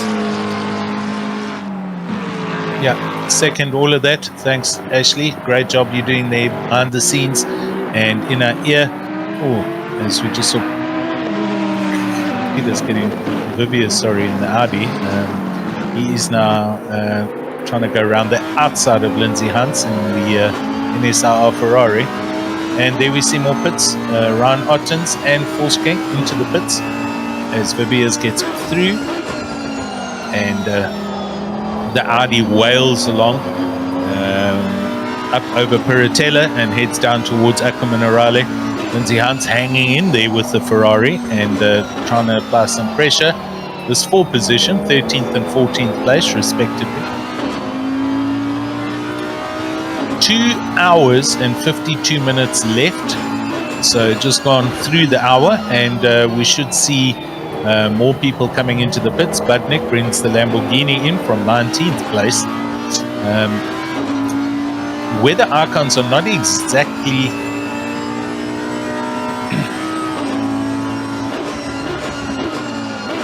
weather's not exactly giving us enough information. Oh dear, Vibius goes super wide, and he's in the middle of Ravazza on the sand, in the sand. Erasmus, car 171, they've just either just have pitted, but we can confirm these guys they're on wets, I believe. So windscreen wipers ablaze. We'll keep our eyes peeled on how they do. Currently in 9th place, and get an idea of their current lap times versus the guys up ahead of them. Luke Addison still leading. Morgan McCall, 21 seconds. So that gap has now increased a little bit. I would have to suggest that there might have been a problem earlier somewhere where they had a moment and that allowed McCall to close in, and they're now extending that gap again. Bernard King up in 3rd place, I beg your pardon, and he's in the Aston Martin. I do believe, yes, Addison has just lapped him, so the leaders have lapped up to 3rd place by the looks of things. Etienne Kleb in 4th place, a good few seconds back, and Byron Kutzer rounds out your top 5, middle of the race. And with that rain coming down and getting a little bit harder, it's going to be another duel of strategists to see what decisions these teams decide to make now for the next portion of the race. We see it, it is going to get heavier in 10 minutes and then more rain to come in 30 minutes. So you certainly would start to think that wet tyres are going to be the ideal tyre to be on. When you make that call, that's really what the gamble is at this point. If you are on the same strategy that everyone else has run around you, then it's your opportunity to maybe try and see if you can get a little bit of a leapfrog over them, but also don't want to do any self-harm in making those decisions. So going to be interesting to see.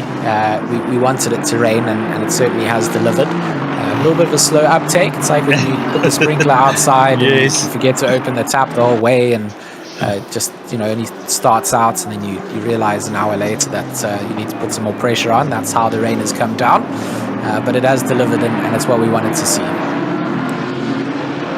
Yeah, basically it's just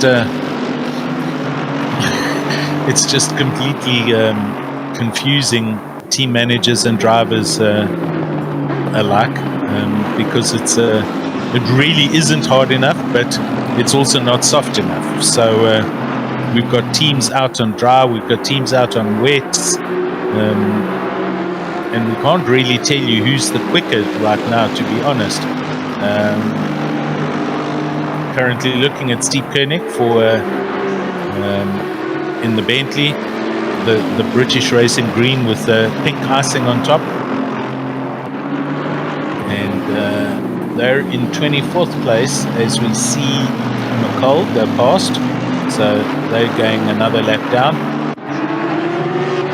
Viviers in 13th place in the Audi, with Volkskank in the Porsche right ahead of them, I beg your pardon. And they come down into this downhill, very tricky downhill braking, into Ravazza 1.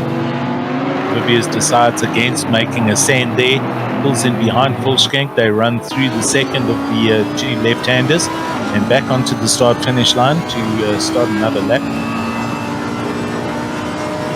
Icons are all the same as far as the weather goes, but that tells me that it's going to get a little bit heavier, I believe, because it's a bigger cloud. So let's see what will transpire there.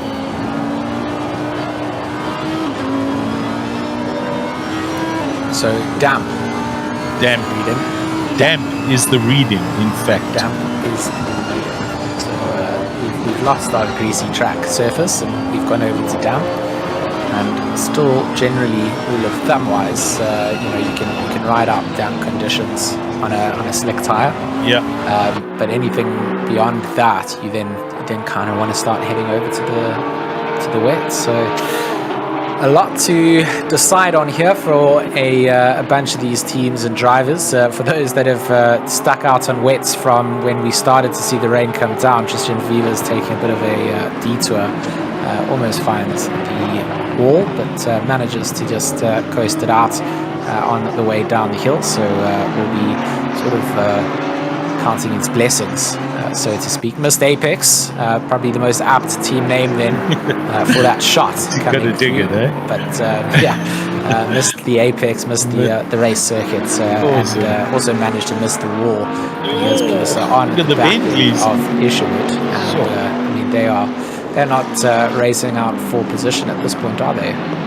They're just Peterson trying to unlap himself a little bit, going to take a bit of an alternate line to Cumin Raleigh as they make their way up to Varianta Alta, and Sherwood just keeping poised, keeping himself in a position where he can just race his own race. In front of him, it looks like Heineke just getting overtaken, or was feeling some pressure from McGear. Didn't quite transpire. I think McGear was actually getting blue flagged and moved out of the way from Heineken, so it looked like an overtake taking place. But Isherwood here, not in any sort of need to move away or out of the way for Peterson, but certainly again comes down to who are you racing with. Are they quicker than you? Addison behind them will be coming up to lap them, so they'll make space for him when the blue flags are waved.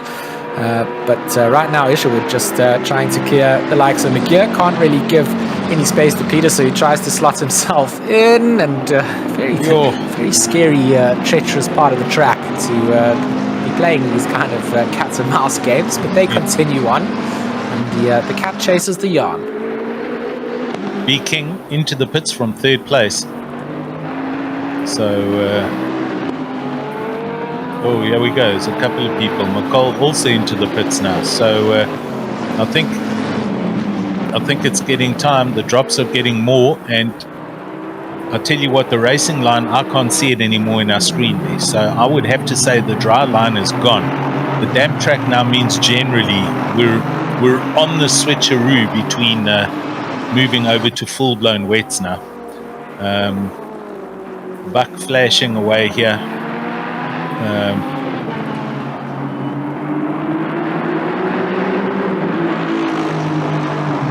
I saw a stop go for somebody just now further down on the timing screen, but 4 cars in the pits.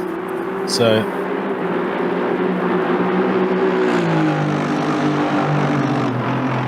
Lee Kruger currently coming out the pits. There we go, in the Aston Martin, and they are on wets, so I think they've made the switch. We'll have to see how what lap times they get up to and how they do. And yeah, we've seen Morgan McCall back in the car, and he has done a tyre change. I beg your pardon, there's a change yet. Yeah, well, the tower still says Morgan McCall, but it hasn't changed on the timing sheet, but the little bottom indicator, which seems to, I don't know why ACC doesn't update things at the same time, and they do the timing board over the. I've just seen that. Yeah. But it's that one at the bottom is normally a little bit more accurate. So it looks like Junior out, and our producer telling us he is out on a set of wet. So those rain conditions enough to tempt a couple of drivers to come in and make the switch out, and all deciding that it's enough of a downpour to actually warrant going over to the wet tyres. Agreed. I think we've kind of reached that point now. The drops on the screen definitely look like there's more happening.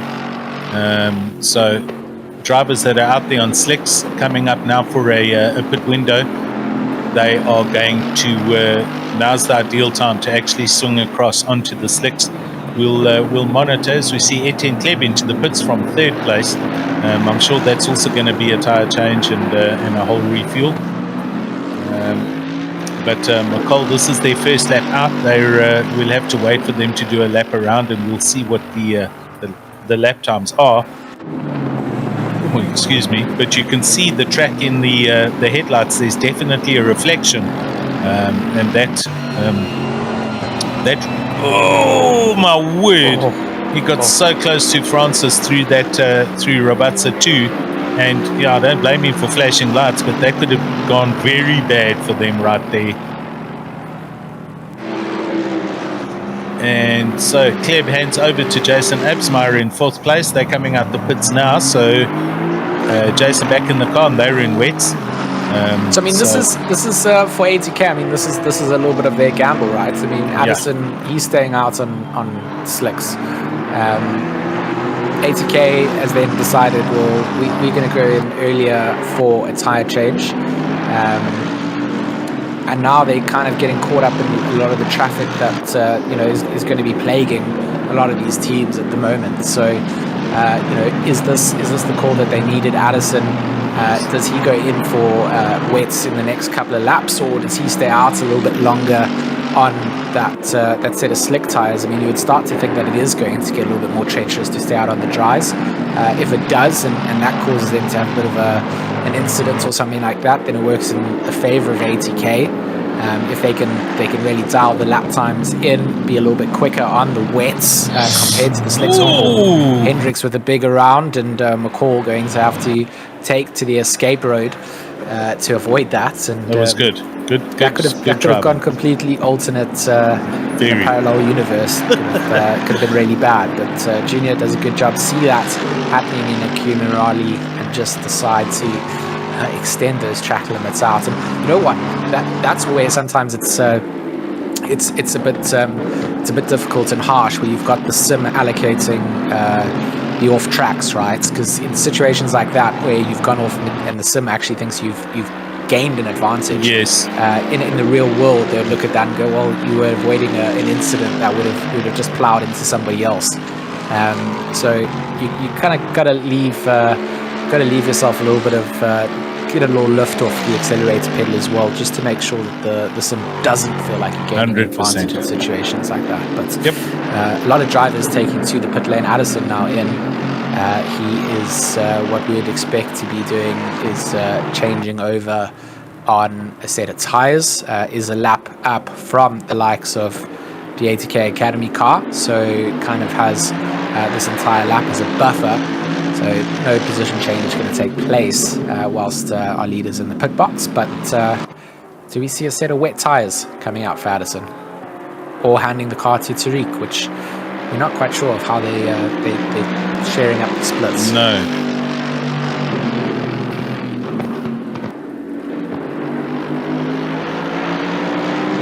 Yeah, not too sure who is... We'll wait for our race organizer directed to tell us. Right, so they're coming out. It is a driver change, so I think that's going to be Tariq back in the car, and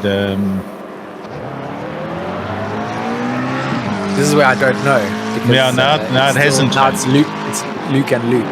Oh my word! He's just come right across the front of Rautenbach in the Lexus, who almost hammers into the back of them. So I think Luke's still in the car, but they're on wets officially. So he's obviously trying to get the feel of what's going on. That was super sketchy, coming out the pits and moving across. Sure. Rodenbach, good kind of reaction out there to kind of just ease off and give the space across. Saw what was happening, but very sketchy moment then from GTWR. So not a place you actually want to put yourself, considering Rodenbach is sitting in 10th place. You're not on track for a battle for position at that point. You just got to take it a bit easy. It was my heart in my throat. So I wonder what the gap is now. We need to just try and see what the gap is between Addison and McCall. Both teams have done pit stops, so we're just waiting for an update on our tower here. But I'm not too sure as yet what that gap will be. Byron Kutzer now in 3rd place, but they are yet to pit. I know they are still running around on slicks, but that can't be for very much longer. So I guesstimate they're going to be in a fair couple of laps, and will be moving over also to wets. Oh, there's a gap, but I can't see it. What's the number there? 31.002. So it's gone up by almost 12, 14 seconds there, because they were 17 or 16 seconds just now. So Luke Addison and GTWR managing to sustain a healthy 30-second advantage over the chasing McCall brothers for ATK Arena, with PWSR in third place, B. Kruger back up into fourth, and Jason Absmeyer in fifth place. Close there with B. Kruger though. 3.2 second gap. I think that is them onto Byron Kutzer, if I'm not mistaken. Yeah, so they're not that far behind. Yeah, it looks. Yeah, you can see them in shots. Yeah, there you go. They make their way out so it's a hairpin. So going to be interesting to see a little battle between the Astons. Yep. It certainly feels like a bit of a Aston spec series at times, with the number of Aston Martins that we see coming out. We just know how good they are as endurance cars. But still nice to see a bit of a mixture in the grid. I agree. I'm with McLaren leading us away still with that Mercedes in second, and then it's just Aston, Bentley, Porsche, Aston, McLaren, and then Lexus in the top 10. And then Audi. Yeah, well, they're outside the top 10. Yeah, true, sorry. Okay. Now they don't count. Just kidding. I do actually like the Audi as well, to be honest. But Kruger going past Kutzer, yeah, yep. Just cruising on by. Have these two guys made hip changes over onto the wets? Kruger, I think they're on wets.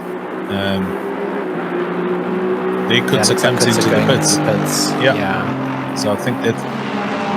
Okay, so they have in fact changed. Kruger's on wet. So Byron into the pits. This will be a tyre change for sure, and I believe also driver change. Kieran going to get back in the car. We'll get feedback from our race director shortly. So Jason Absmeyer 30 seconds back, so we'll see if they come out in fifth place, or if Jason Absmeyer does in fact pass Kutzer. I'm sure he will. Haydick has just gone into the pits, and he's come out the pits, and here's Sean Mumford. All over the track, moving left and right into wet spots and whatnot. Sean Mumford looking at the back of Al Dutoy in the Aston Martin. So this for position, 15th and 16th place. Oh dear, and Jay LaRue getting a drive-through. So they've had one too many off-track excursions in the Porsche. They're going to have to come through the pits for free. And they're not going to collect 200 as they head through the pits.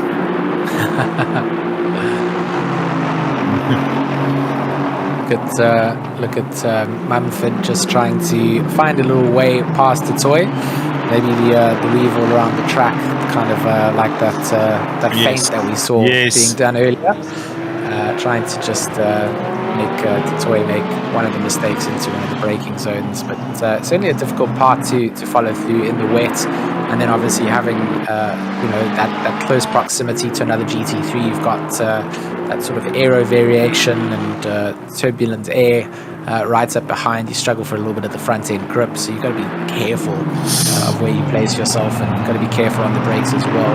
As they come down into Ravatsa, Dutoy makes the mistake, leaves the door wide open.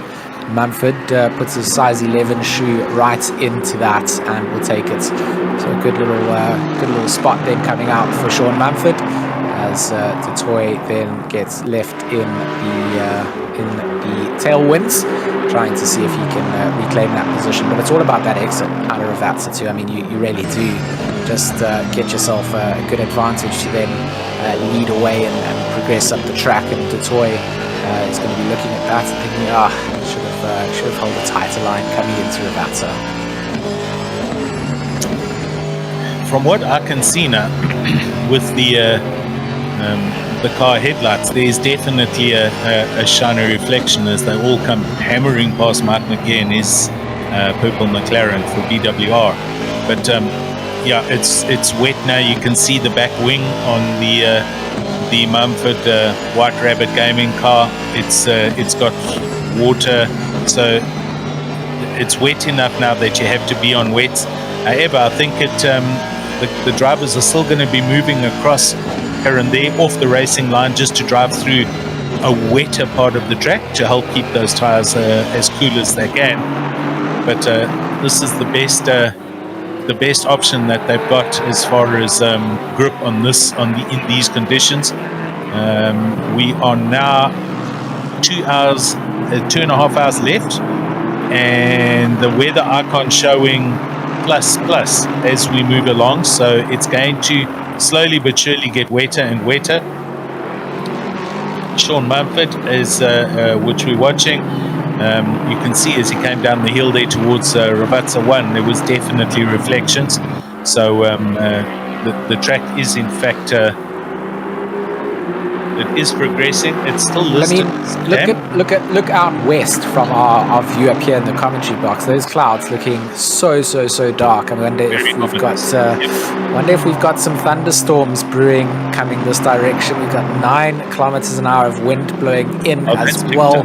Yes. Which if we're outside right now with a brolly, it would be completely inside out. So it really is a place that you don't want to be out on the circuit. You can see that very few, it's only the poor old marshals that are standing on track side, really having to do what they need to do and wave the flags. But it's not a place you really want to be out in these conditions. A couple of members of the brave members of the crowd surviving, and they're enjoying the racing. So there we go, you get a good little view of the clouds. That's what we're seeing as well, just a lot of dark skies to come, and if that rain continues coming down and hammering down, we should see a very wet end to this race. No, we should. Agreed. Let's not say it's going to dry again. I doubt it, but I think it's certainly provided us with an awesome challenge, and the drivers today. Good dry 2 hours, and then a very unsure middle section between hour 2 and 3, and getting wetter as we move on between hours 3 and 4. So superb challenge being provided, and the drivers are doing their utmost to keep in control. Mumford, we're still watching him, and now we see McCall in the Mercedes. So Junior McCall in second place, and he is heading up the main straight.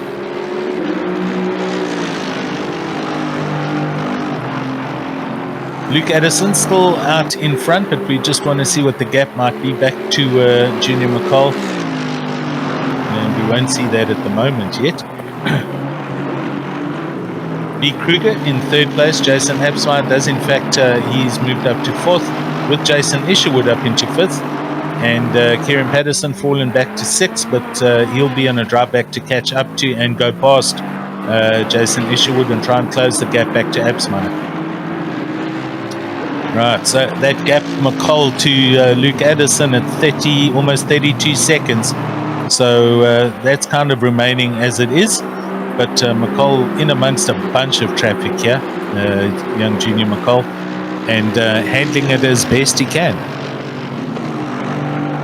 Just really showing how far he's come in maturity-wise. Yes. Handling the conditions. I mean, you've seen how he's been doing in the series for Raceface that I haven't been able to be a part of. But I mean, he's just gone from strength to strength as a driver, and not just in terms of his ability, but his confidence as a young sim driver. It's gone through the roof, and good to see him able to come out and really contribute each time to the team. Him and his brother. I mean, I think that's such a dream for a lot of people, is to be able to have something like this that you can do with one of your siblings, where you can get together and be equal out on the circuits, and both put in the time and effort and be able to get the positions that you get to. So I think for the McCalls, it's such a nice bonding experience. I'm a big family orientated person. It's something I would love to be able to get to do with my brother. Too bad he's not really into sim racing, and I'm terrible at it. So that dream is never really going to happen. But it's always nice to see families, and even when it's people racing out here with their significant others or cousins, or anything like that. It's all just nice to see how that happens. Look at this. This is just a traffic jam and a half. Look at that! As, wow. McCall threads the needle, gets through 2 back markers, now into the back of Manford as well. Manford just going to hold his line, maybe just ease off just a little bit, let McCall come past before the apex. But it's not an easy place to be in. You're still defending up against the likes of Dutoy, who is in for position. At least he's got himself and Rodenbach between him, Manford, so he can afford to kind of just ease off and give McCall the position. But that's what we always forget as drivers, is you sometimes coming up to a battle where you think, blue flags for you, let me through. And that's actually 2 drivers battling it out for position as well. So they've got to kind of, try and make as much space for you as they can without impacting their own race. Indeed, exactly. I see Mr. Isherwood into the pits from 6th place, so they're definitely out of sequence with the rest of the field. Kieran Patterson has already passed back up into 5th place, so he is on a charge, trying to catch on to the tail of Jason Absmeyer, who's a little bit up the road. Luke Addison still out in the lead, but McCall not that far back in 2nd place. And Kruger a good couple of seconds further back in 3rd place. But still a lot of racing to go, make no mistake, and it's going to get even tougher. The track will get wetter. Guys are currently at the moment doing heat management cycles on these tires. I can see drivers moving across off the racing line to run on the damper part of the track. So it's all still going on here. Camo ZA on the YouTube channel, how's it? And he is asking how many cars are still on track. I think the last time we had a look-see down at the bottom of the thing, timing screen, it was 32 or 33 cars on the track at the moment. So still pretty much a full-blown session, as we see Hall is now out for the BMW, coming very slowly along. Hall, Isherwood handing the car over to Hall, and they're out in 7th place. Chris Haneke does in fact move up and pass them into 6th. Peter's carrying a 15-second penalty there. I'm not too sure. We'll see if there's any message related to that. Car 171, that's Erasmus in the Ferrari. They had an unsafe rejoin and unfortunately collided with car 7, so they got a penalty for that. And car 17 causing a collision with car 815. That was that's the 15-second penalty for Peters. So there we go. Hall running a little bit deep as he comes through Aqua Minerale in the Bentley, and manages to capture it all up and heads up the top of the hill over Variant Alta, and coming past Sabata in the other Bentley. I think I'm actually okay to stay here. Dutoy in the pits from 14th place. All struggling around the bottom of he's actually struggling to get grip through Rabatsa. There is Dwayne Hall. Manages to get a good drive out of there and heads up for his next lap. So 2 hours and 23 minutes to go. And it is definitely going to be getting wetter. So drivers are going to have to put up with this.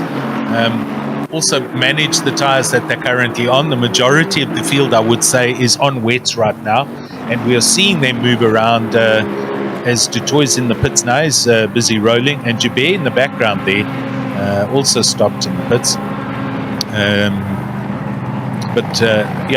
Drivers gonna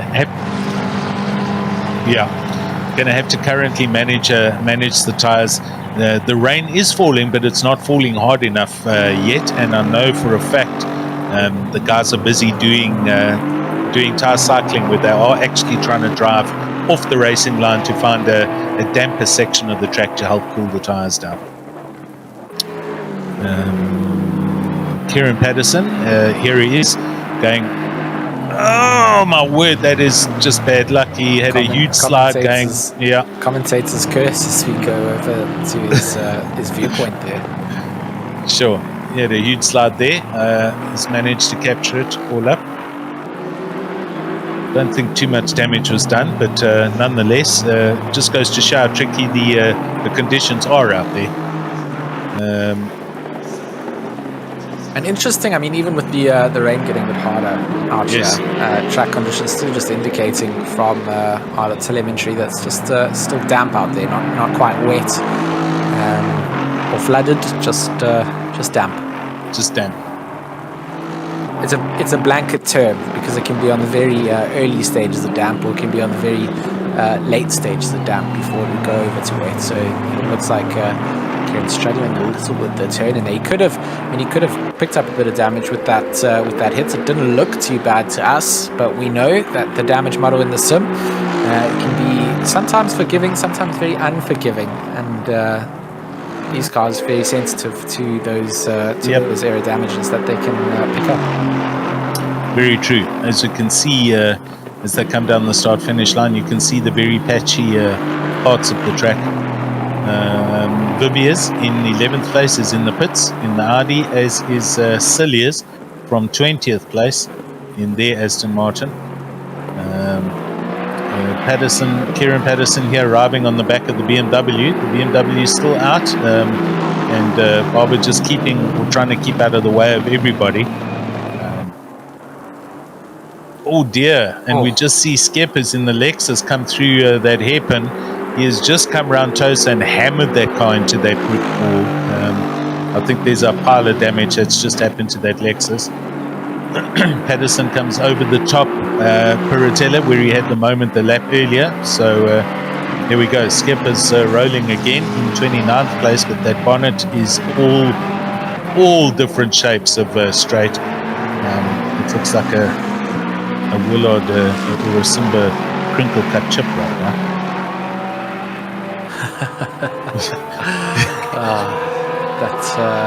That's a very kid way of looking at it, to be honest. We've got to put a little bit of entertainment swing onto this as best as we can. But as you can see, as the cars come towards us, you can see the headlights shining a lot more off the track surface. So the track surface, it's still listed as damp, not wet, but the drivers are still struggling with the conditions and doing the best that they can. But it's exactly what we asked for, though, George. You did a rain dance this morning, and it seems like everybody listened. And here we are. We're on a damp track, and the drivers are doing superbly well to manage the conditions.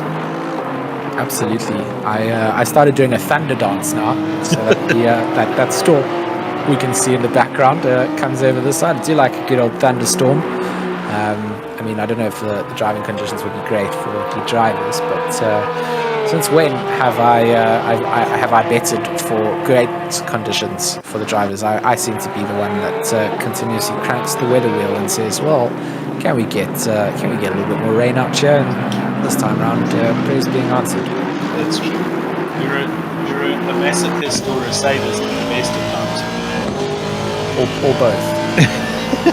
Never mind, just let the drivers have a tough time just dealing with Imola as it is. But no, let's make it wet and slippery as well. Yeah, it's challenging. Awesome. Currently looking from the front grille of the logistical nightmare racing Aston Martin of Sean Buck, and he's looking up ahead. Looking at Van der Merwe in 14th place.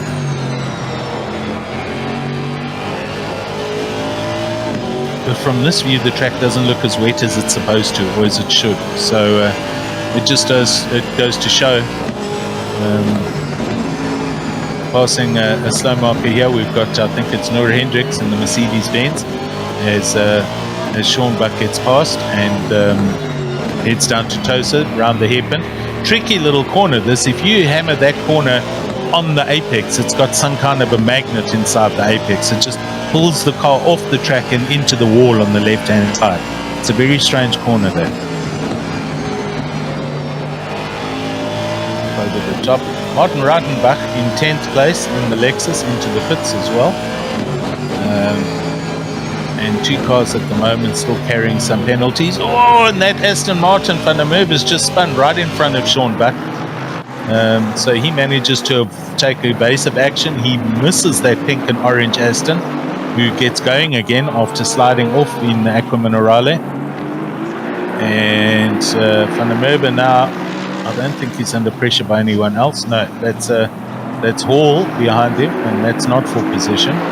Hall is a good lap up, and this is now going to be another lap being handed down to Van der Merwe. But he did manage to capture the car and not hit the wall or cause too much damage to that Aston Martin. Weather conditions as they are, track as it is, track temperature 22, mind you. So keep in mind, we started at 28. We've seen a huge temperature drop. Wind speed is picked up as well. We've got a pile of wind blowing directly at the cars. Ooh, as we see Van Rensburg running super wide here through the Villeneuve chicane, rejoining safely and keeping left of the oncoming traffic. That's Peters in the McLaren, and through Tosa everybody comes. Van Rensburg had a huge moment right there through Villeneuve. That's the chicane.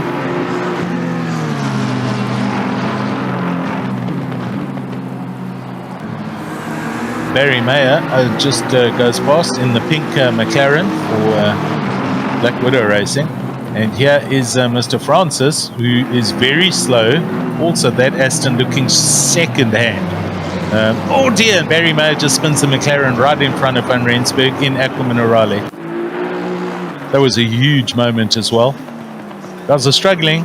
This is, it's everyone's doing wind diesels all over the track today.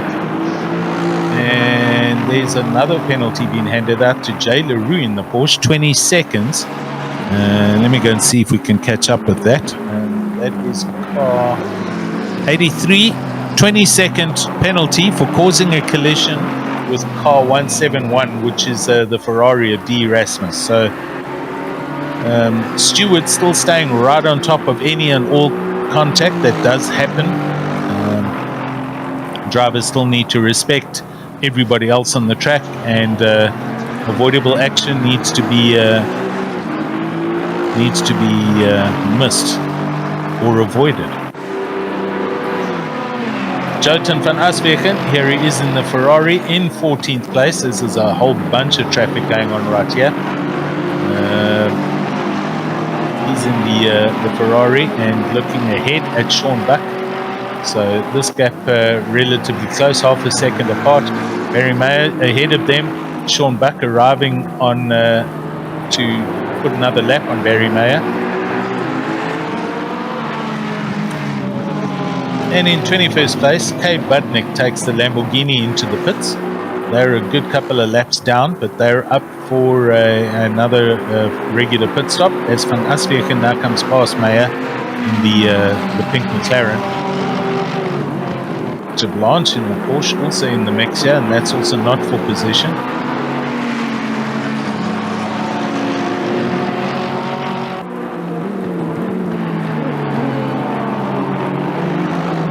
Aswegen gets through and he pursues after Sean Buck as they go up the hill. YouTube channel still very active. Hello Leslie Oliphant, how are you Leslie? Long time no chat, great to see you sir. Anthony Wilson saying he's loving the conditions. Like seriously Anthony, I mean what is wrong with you? How can you love these conditions? It's not wet, but it's not dry. So, but yeah, super challenging, and the drivers are managing this really well. You can see the dual picture up there on the screen earlier, and good light reflection coming off the track surface. So Eric Pieters in 9th place into the pits now for his pit stop, and he's carrying a 15-second penalty, which will be cleared now.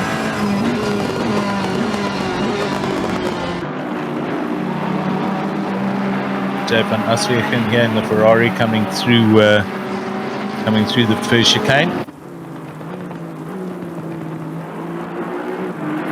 That is Tamburello, and then down he comes to Villeneuve, Variante Villeneuve. He comes through there, all safe and sound, and heads towards Tosa. I think we're having some comms problems with my buddy George. Are you back? He's not back yet, no.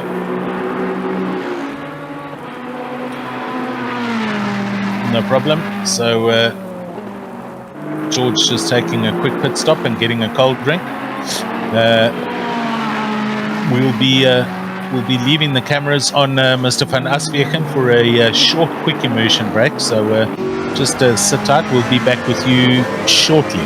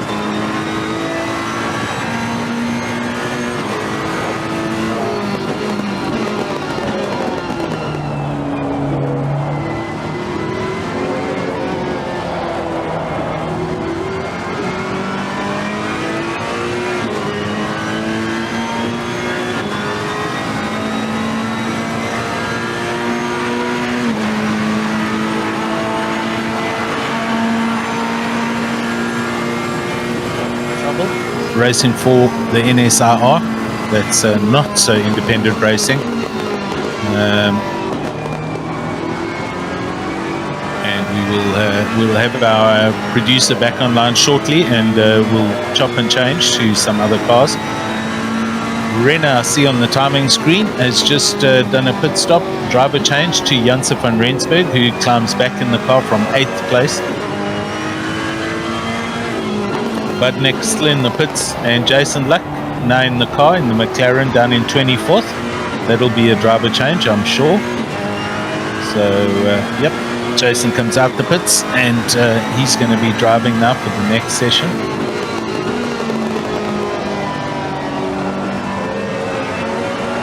Just looking out the windscreen of this Ferrari at the track, it's Van Rensburg up ahead, and you can see how dodgy these conditions are. It's super sketchy. It's a little bit of shininess here and there, but it's not full-on shininess like wet. So track still listed as damp, track temperature 22, and these drivers doing exceptionally well considering the conditions. Inside information from PWSR, Kieran saying their tires, he's currently on wets, but because it's not full on wet, they're running pressures at 32 psi, where they should be in the 30s. So they're a couple of psi higher than they should be, but still doing well to maintain their position, and currently 5th, a couple of seconds behind Mr. Absmeyer.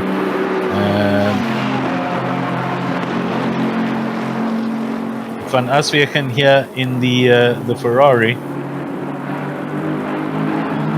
following Van Rensburg, and on they go to start another lap, all arriving behind them in the Bentley. So Dwayne Hall in 7th place.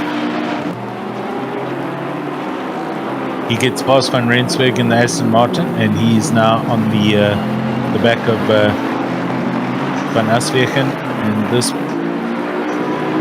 not for position, but this lap will overtake will take place.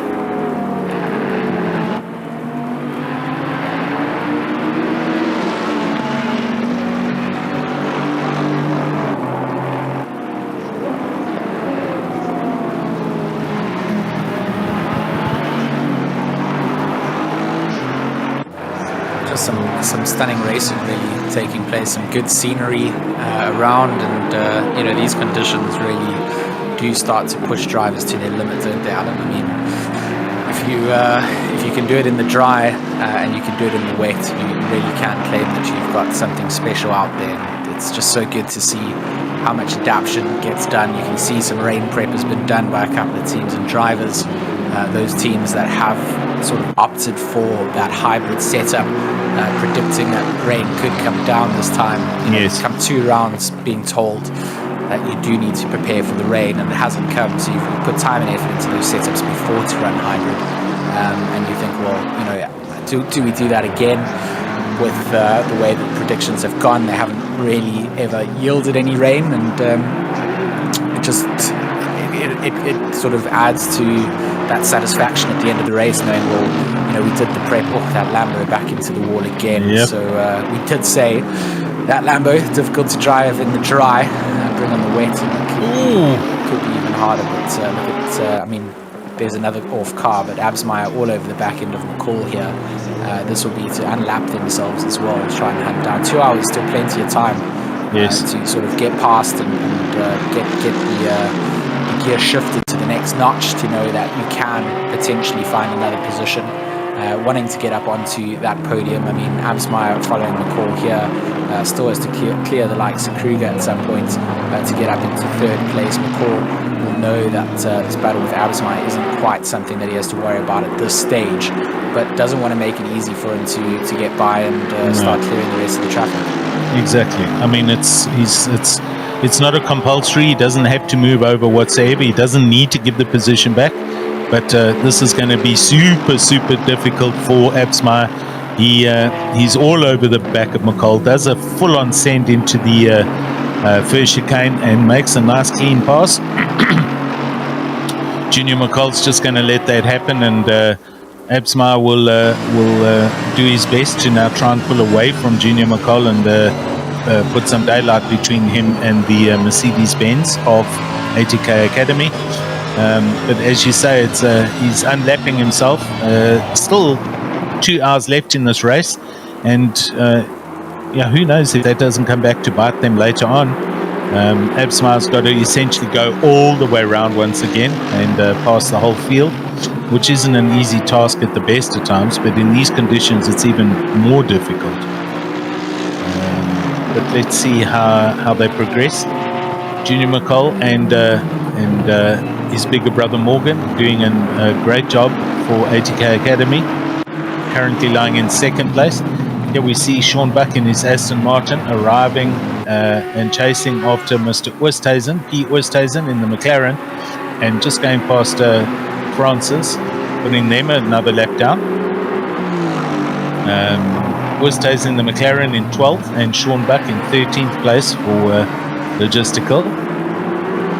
And Sean having a good race, there or thereabouts into the top 10. They've been very close, but just not there as yet. Heineke back up into 6th place as well, so they're doing well with the Porsche, but a good few laps down as we see. So I think quite big gaps have already developed between the various positions on the grid. Considering that's 4 hours done, we are 2 hours left in this race.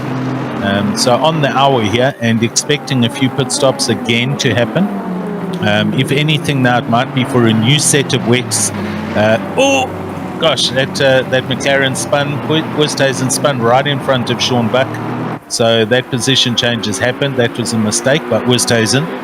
And he obviously got his braking point wrong coming down the hill towards Rabazza, and he's turned the car around, the McLaren round, but I'm sure he's up and going again.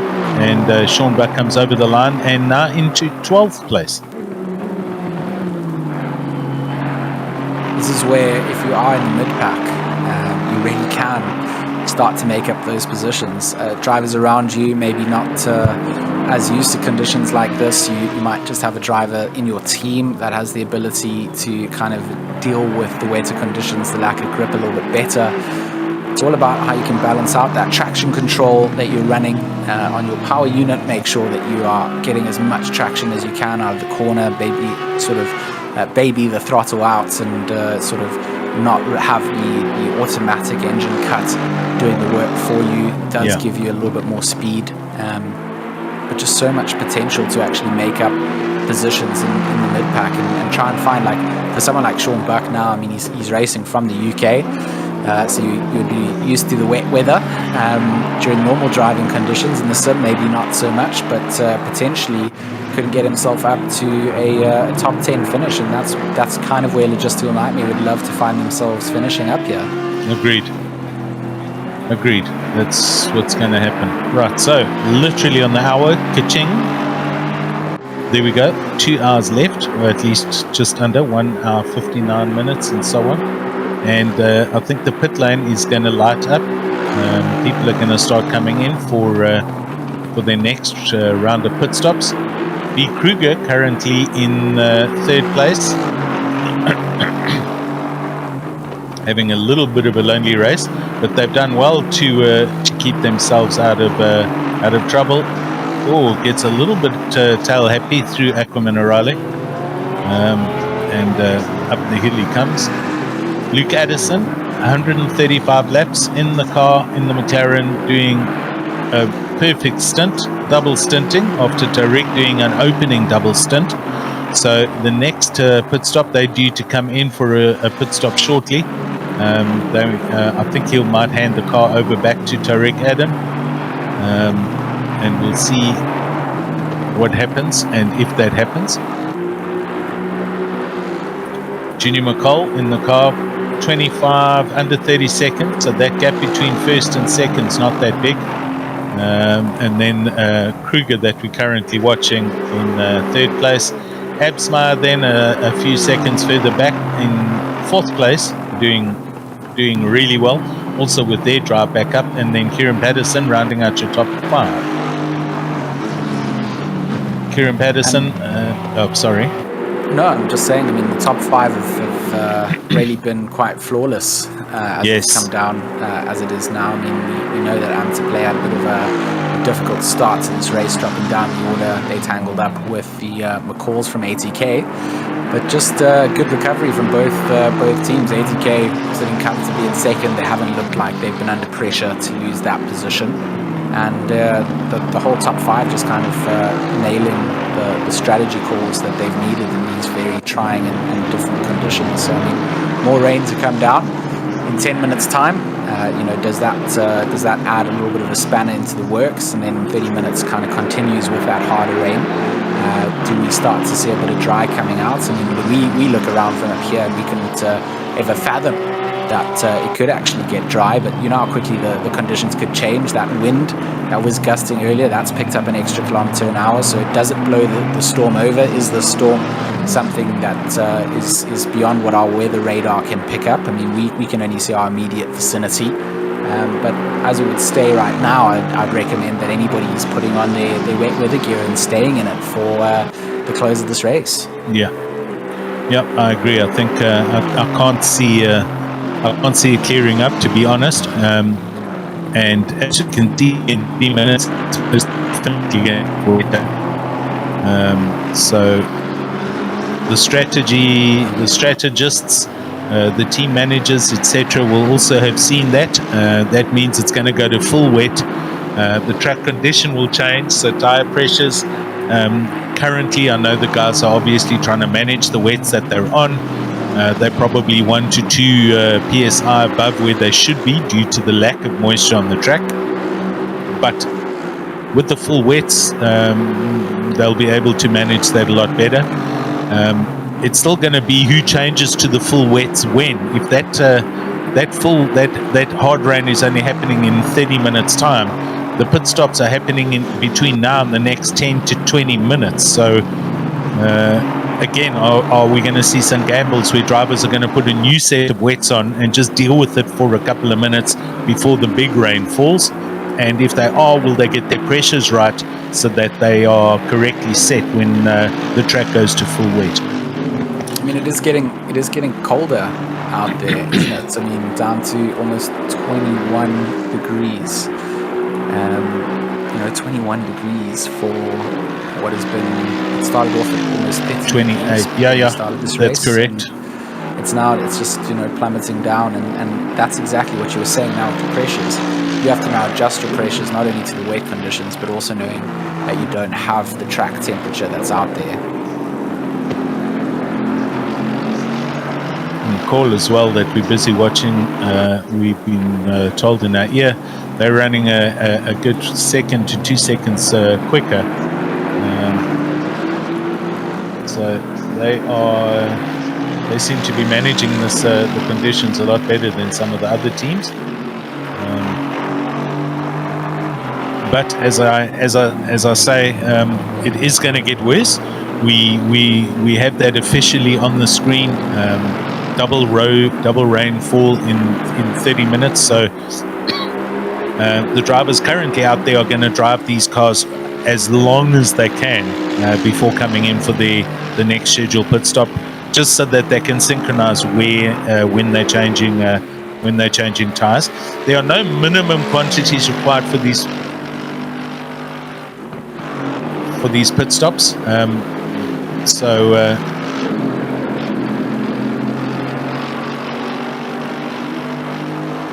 I'm just getting some messages in my ear. So that last lap, that was 7 seconds quicker than the leaders.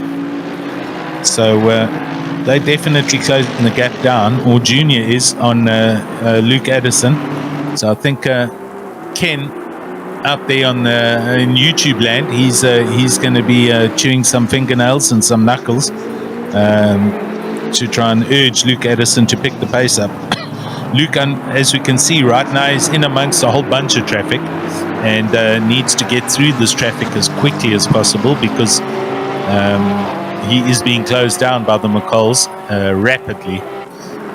Gap at 25 seconds, as we see on the screen. And I don't know what the condition are of the tires on this McLaren, but Luke's obviously done a great job. Oh, Kruger just ahead of him, so that's third place. Luke Addison coming up to lap B. Kruger in third place. And that's also not going to be an easy position to take, although he will be being shown some blue flags, as we can see. So this move, this will put Kruger down another lap. Absmeyer still in fourth, and Kieran Patterson still rounding out your top five. And I know we keep on hopping on about this, but this is what the conditions are doing. The weather is getting, it is going to turn. It's going to get wetter, and we'll have to see how the teams manage this now, going into the last 2 hours. I mean, that's the quite incredible thing that this GTWR Academy team has actually managed to do, is just how much of the field they have managed to get themselves past, and now on the back end of the car sitting in the third place in the podium. I mean, that's a feat in itself, and it's not down to different pit strategies that they've been running that have timed them out, but it's just insane. I think producer going to line us up with a bit of a replay as well, just as to what happened with Luke Addison's timing. Yep. So sit tight. He has managed to find something for us. So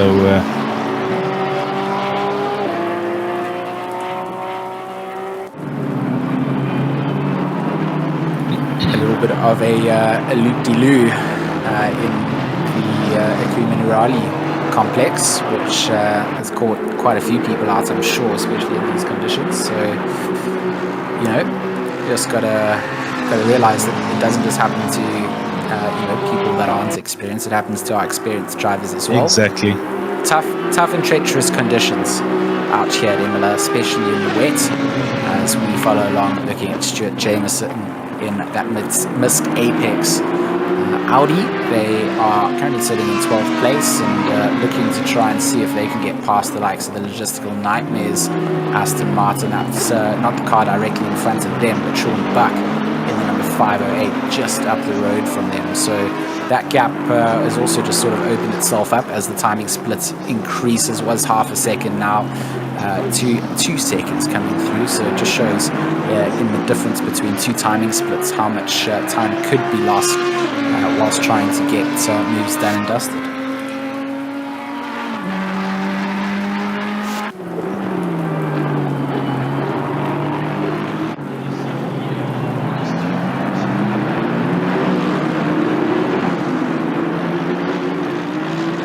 Place in the Ferrari, and Van der Merwe just ahead of him in the Aston Martin.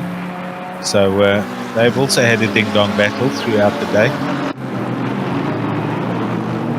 and a whole lot of traffic just up ahead of Van der Merwe. So they've got to negotiate traffic while this gap closes between these two drivers.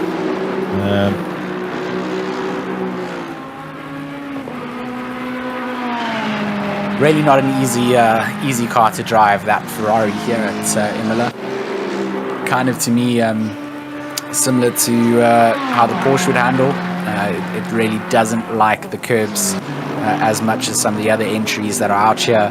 The rain comes in, it's quite treacherous. Got to be very, very careful about how much of those curbs you are using. You just can't carry the same apex speed through, and got to rely a lot on the downforce. So you probably sacrifice the top end. Maybe not as much as you would in the Porsche, but it is a difficult car to try and get around the circuit. Agreed. It just doesn't seem to like going over the curbs and stuff as much as the front engine cars, the Mercedes and the Bentleys. But those are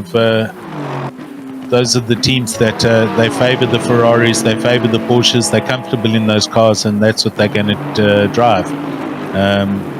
Here's Steve Koenig for Team Heat Together, and to Blanche, this is position 23rd and 24th place. Steve Koenig, our other fellow commentator, getting very racy in the Bentley, side by side. I mean, get on with the overtake. Don't go around all the corners side by side. Just losing some time coming out. So Koenig maybe trying to see if he can get a little bit of a cutback coming through. Ooh, to Blanche, very squibbly on the exit. Does he have the top end to hold off the Bentley from Koenig? Koenig not really putting up a huge fight in that move coming through, and now kind of getting caught up in the wake of what to Blanche is kicking up in front. But I do love that livery, that stock standard ACC livery. He really is holding Koenig up, especially to a Equiminurali. Koenig looking like he does have some pace to be able to make these moves.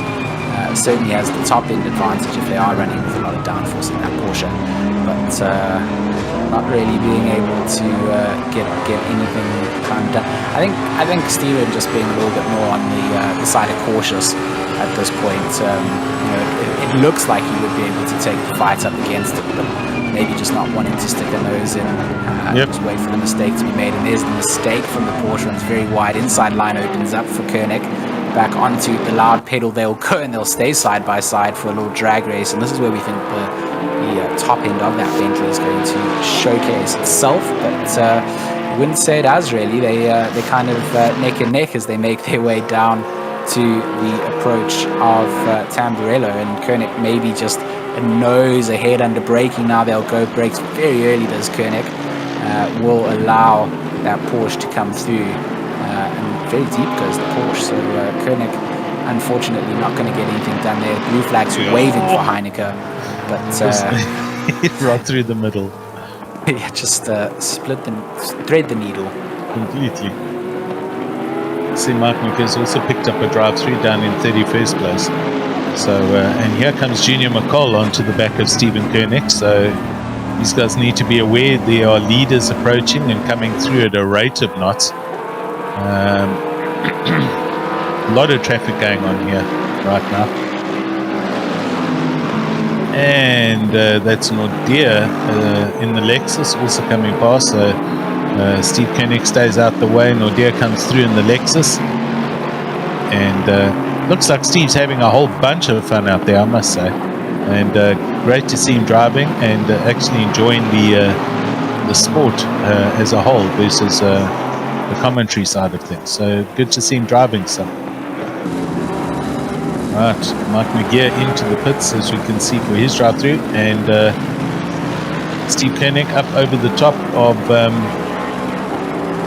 the third chicane as they head down from Barrianta Alta towards Rabatza again. Just want to have a look at some of the leader positions again. So we've gone through this pit window. 1 hour 45 minutes left. This is Dutoy coming past Koenig.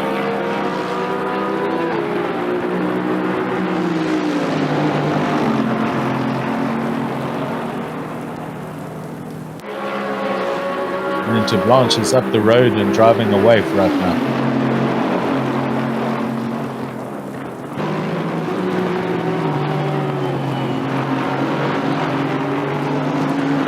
Hour and 44 to go. Weather conditions not easing themselves up. The Raceface.Pro Steady State Endurance C Series round 3 here at Imola has certainly given us a good mixture of good racing. I mean, we wanted the racing to be good on the circuit. We certainly didn't expect the weather conditions to come down into the rain. I did my rain dance in preparation, but it's so good to be able to see that drivers being tested to their absolute limits. Koenig still chasing down on Blanche. A couple of car lengths now behind, so you almost feel like where he was in that position to strike earlier on, he needed to strike whilst that iron was hot. But now falling off a little bit on that pace. They are going to obviously come across various back markers in front of them and have to yield to faster cars behind them. But if he is going to try and get that done and dusted, you kind of want to do that now. You don't want to waste time racing against the driver on circuit. If you've got the ability to pass them now, you're kind of setting yourself up. You've got a couple of laps to get that done. Otherwise, you're just going to fall into the habits of just following along blindly behind them. You've got your own lines, your own braking points, and where you've got the advantage, you want to take it. Yeah, try and cement the overtake, get it done and dusted. I mean, they're having fun and they're dicing, but as you see, Tariq is going into the pits in the Ferrari from 21st place. But this is good dicing going on for down the field, 23rd, 24th place at the moment. And they does send one up the inside, does Steve Koenig, and again they stay side by side versus him accelerating through the chicane. He does get it done now, and hopefully that pass sticks.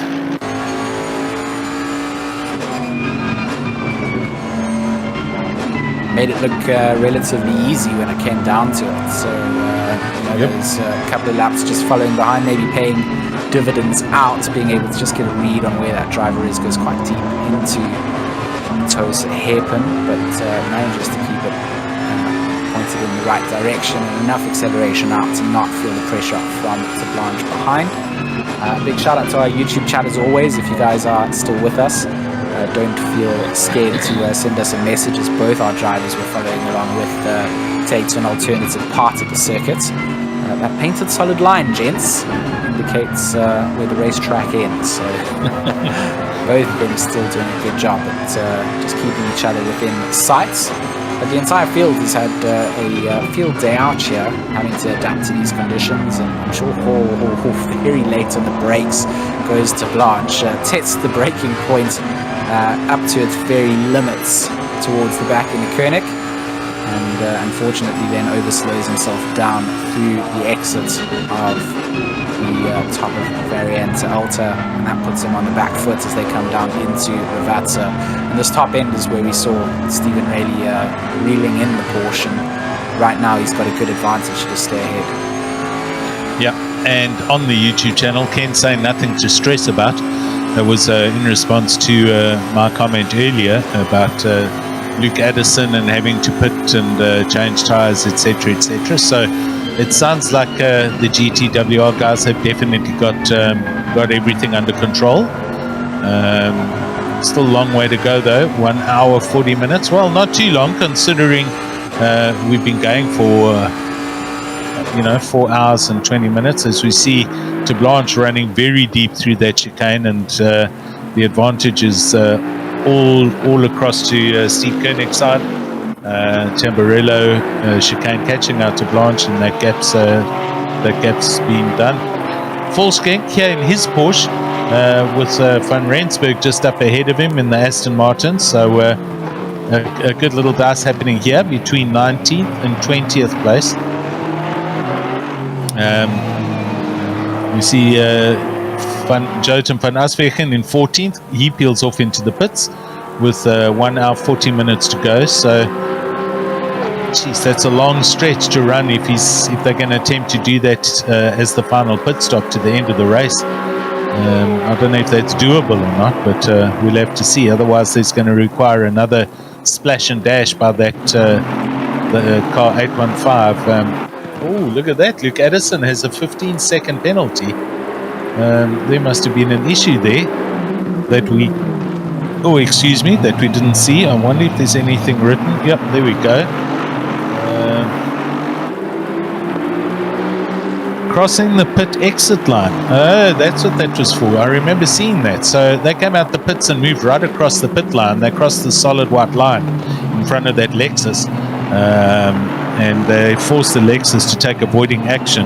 So they got a 15-second penalty for that. I did find that strange when it happened, but nonetheless, I don't think that 15 seconds going to hurt Luke at the moment, because they are...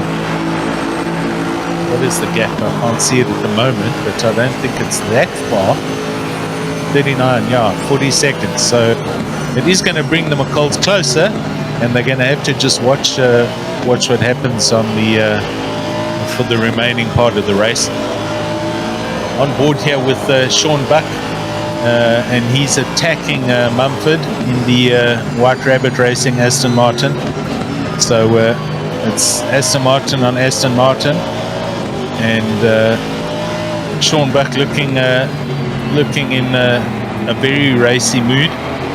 He's going to want to try and get by this Aston, and that'll put him in the top 10, which is a good result and good drive so far.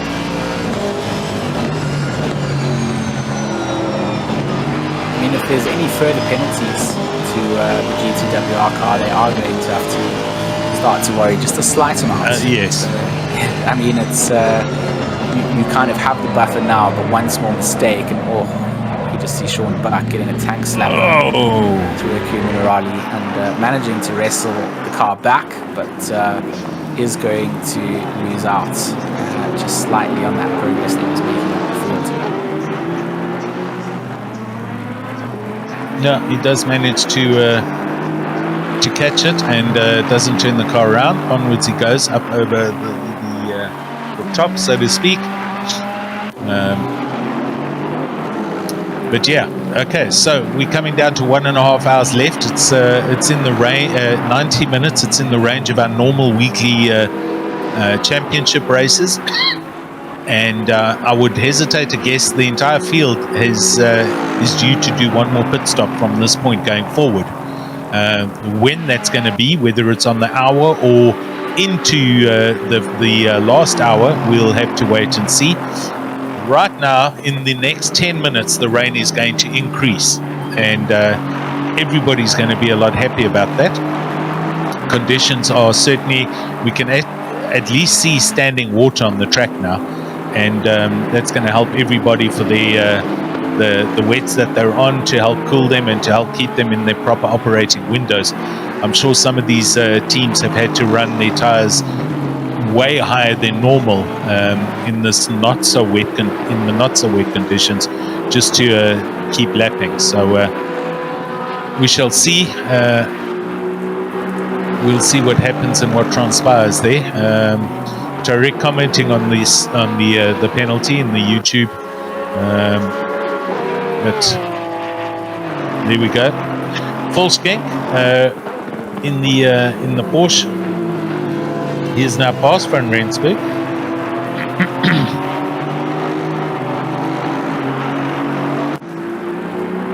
So they're making up positions as we see them come towards us into the Villeneuve chicane. Also having a good race.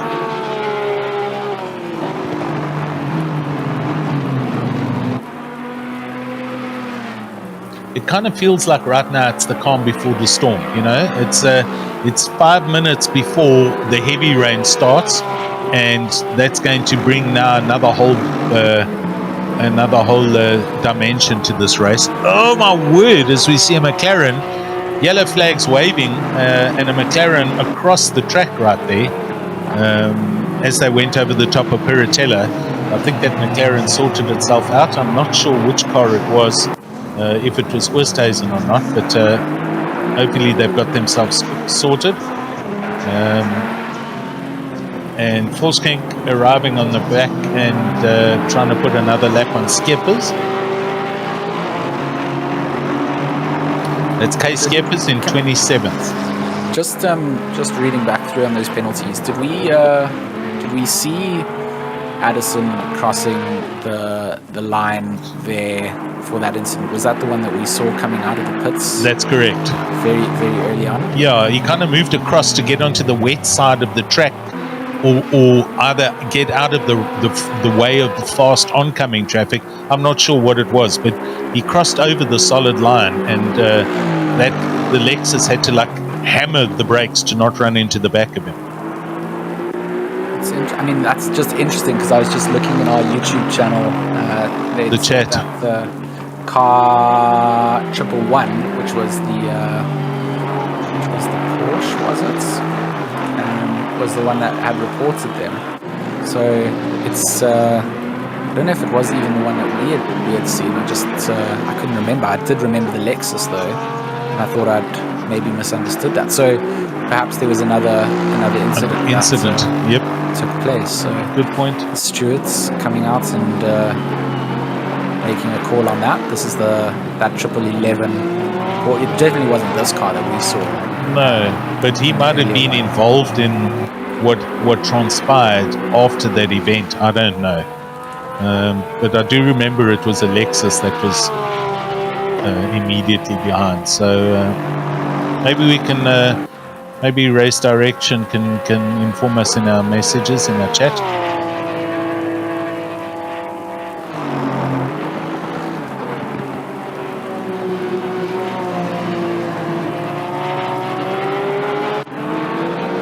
Right, Van Rensburg in the Aston Martin here. This isn't for position with Skeppers. So a little bit of weaving. Oh, hard hammering under the brakes. Has to take avoiding action not to run in the back of that Lexus. Does miss it, in fact, but misses half the corner as well, and comes back on the track behind Skeppers. Kind of moving around all over the place, so I'm not too sure what's going on here. Skippers goes to the left, and Van Rensburg, Skippers getting shown the blue flag. So Van Rensburg goes past on the right-hand side, and the Lexus again now moves back in behind the Aston Martin as they come through Tamburello. And on they go. You can actually see now small spray coming off the back of the tires of the car. So this is it. This is like the last 5 minutes before this rain starts to increase exponentially, and we'll then see the final pit stop start happening as they close into within the next half an hour, I'm sure. This is that storm that we've seen in the distance, kind of blowing its way over here. Yes, and it looks like it's just not stopping at any point, just getting heavier and heavier. Does the thunder and lightning come out eventually? We don't know, but certainly implying the weather gods here that they want this track circuit to be wet, and wet it will be. So very interesting to see. I wish we could just keep a track on how many laps each tire set has done. That kind of telemetry just isn't really available to what we're doing here, but it would be so nice even if we had some alternates in some graphics that could just show how many laps a tire set has done and things like that, which would just be so nice to add to the broadcast. Would be.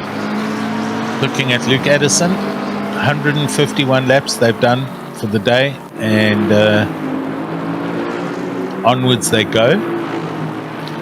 Had a relatively clean race. Let's be honest. Managed to pull away from the field, although the challenges were there or thereabouts, the McColls, etc., for the early part of the race. But Team GTWR. They've essentially led from the start of the race and fallen back into the leading position after each pit stop. Luke Addison currently driving the car. They did get a little 15-second penalty, which has been issued due to them crossing the pit lane exit and going over the solid line, which was explicitly listed by race control in the driver's briefing. You are not to cross the white line. So it happened, and that's a rule that was broken. Irrespective, it's done, but they're carrying a little bit of a 15-second penalty. Gap between them and the challenge in second place car of ATK Academy is bigger than 15 seconds, so that keeps the GTWR car does stay in the lead at the moment, but they need to keep their nose clean for the remainder of this race. B. Kruger, as I say that, Addison comes into the pits with 1.5 hours left. I don't know if it's possible to run this from here to the end of the race, so that possibly means that there could be another splash and dash required before the end of the race. McCall coming through in the ATK Academy Mercedes, and are they going to pit now? And they're going to, or they're going to try and manage track position, go through. I would probably say they're going to go through. They are. So this is going to put the McColls into the lead for the first time in this race. And they are obviously on a complete different strategy. I would expect, based on what we've seen, Junior will bring the car in on the hour or there or thereabouts for the final stint. And he'll probably stay in the car unless he puts his big brother Morgan, or Morgan gets in the car. So I think we're still in for a good race towards the end of this race, with the weather getting heavier, and that is now happening now. As we can see, we have double rows of raindrops, so the weather is picking up as we speak, and the track is getting wetter. Luke Addison still in the pits. That penalty has been cleared. He's rolling now, as we can see. So long pit stop. They broomed it. They probably put new boots on it and adjusted the pressures, and they've cleared a 15-second penalty. Now he comes out the pits and mustn't cross that solid line, and that was the line that was crossed earlier that we saw. So that's what the penalty was probably for. Just got to be wary of what you do at this stage now. Yes. Like you mentioned earlier on, we're in that stint time, 90 minutes. We're used to driving in those sort of time limit frames. The amount of work that you have to get done when things do close in becomes a lot harder to achieve, and you just got to really make sure that you're putting yourself in the right place at the right time. So with Tariq back in the car, phenomenal opening stint coming out from the young gentleman, and looking now to taking that position back off the McCalls when they go in to serve their pit stop. But just gotta be careful not to infringe on anything, not to pick up any drive-throughs. For track limits at this phase, if you do only have one or two limits remaining, you just don't want to find yourself getting punished in that way, because you've kind of lost a little bit of that advantage you've had thanks to the stewards penalising the crossing of the penalty line, or the exit line, should I say. You can call it the penalty line, as it was, we can. As it has come down to that now. But the same goes to the McCalls. They've had to race from a difficult position in the mid-pack of the top 10 and make their way back through. See Kruger's gone into the pits. They've come out back in 4th place. B King is now in the car. So that pit stop has happened. Absmeyer goes up into 3rd place, and that gap 35 seconds. Sure.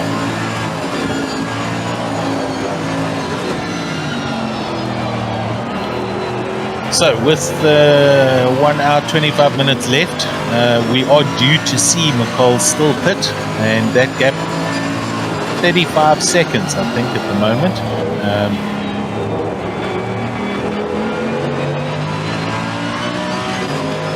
Has come down from 49 or 50 seconds. So Tariq Adam driving like a man possessed right now in that car, and he's going to seriously try and remove the entire pit stop out of the window. There's Mr. Absmeyer into the pits from 3rd now, so as expected, most of the top runners are all coming in now to fill up. I'm not sure if these cars are capable of running an hour and a half on one tank, which is going to put a whole lot of flurrying and scurrying into the pits in the last 15 or 20 minutes, but let's wait and see. So this will be some more position changes here. We can see the gaps between King and Patterson at 8 seconds, and King was a good couple of seconds off the back of Absmeyer. So position changes happening thick and fast right now. Junior McCall with the wet coming in. Yes, a couple of the teams also going to be gambling on what their fuel consumption is going to be now. Maybe not as aggressive on the wet fuel mapping. So extending the time that you can drive out there if it is going to stay wet the entire time. So there's quite a lot that I think they're probably looking at the moment. It's going to be a push. It's going to be a rush to the line. I'm just keen to see if we do get a little fight for 1st and 2nd on irons. I wonder if our viewers can help here, JC and anybody else on the YouTube channel. Are these guys capable of running to the end of the race if they pit now? As we've just seen, King pitted,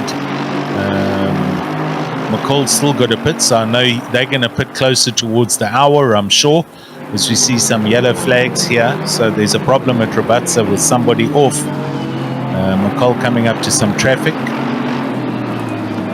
and the yellow flags are cleared. So can Kleb, etc., and King, and there we go. Here comes Junior McCall.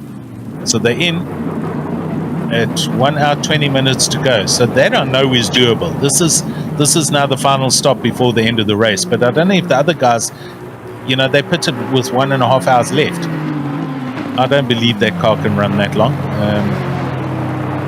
Tariq Adam going over the top. So now we want to see the changeover happen. This is is McCall going to change tyres, or are they just going to put fuel and try and do the gamble and stay, keep track position? I'm not sure. Maybe they don't need to change tyres. Maybe the tyres are okay. I doubt it. Tariq Adam exits Rabatza. He is behind Kleb. Kleb in 5th place, so they're coming along the start-finish line now. McCall still in the pits. They haven't moved yet. And they go through, so Tariq Adam goes back into the lead. And Etienne Kleb just backs off. Etienne Kleb in 5th place, so he lets them go on. So Tariq Adam back into the lead. Looking at it from that view, that track is not as wet as it should be, but it's certainly going to get wetter. And McCall's out the pits, so they went in and came out in 2nd place. The gap between King and Patterson, 6.9 seconds, and Kleb to Patterson, 4.9 seconds. So 3rd, 4th, and 5th. I tell you what, I don't know who's going to be in 3rd place in this race. It's super close, with Patterson still having to do their final pit stop. So, yeah, I don't know if those guys who pitted before, King and Kleb, etc., and Jason Absmeyer, can run all the way to the end of the race. That's what my question is. Yeah, I think it is going to be a tough call. Guys on YouTube are saying it's going to be tough, but it might be doable, says Devon Ellis. Ian Strachan, I would assume using the right mapping, you could finish with pitting now. Robert Wentworth saying it's going to be super close. I don't know. Seriously, it's going to be interesting. The end of this race is going to be super, super close. That's for sure.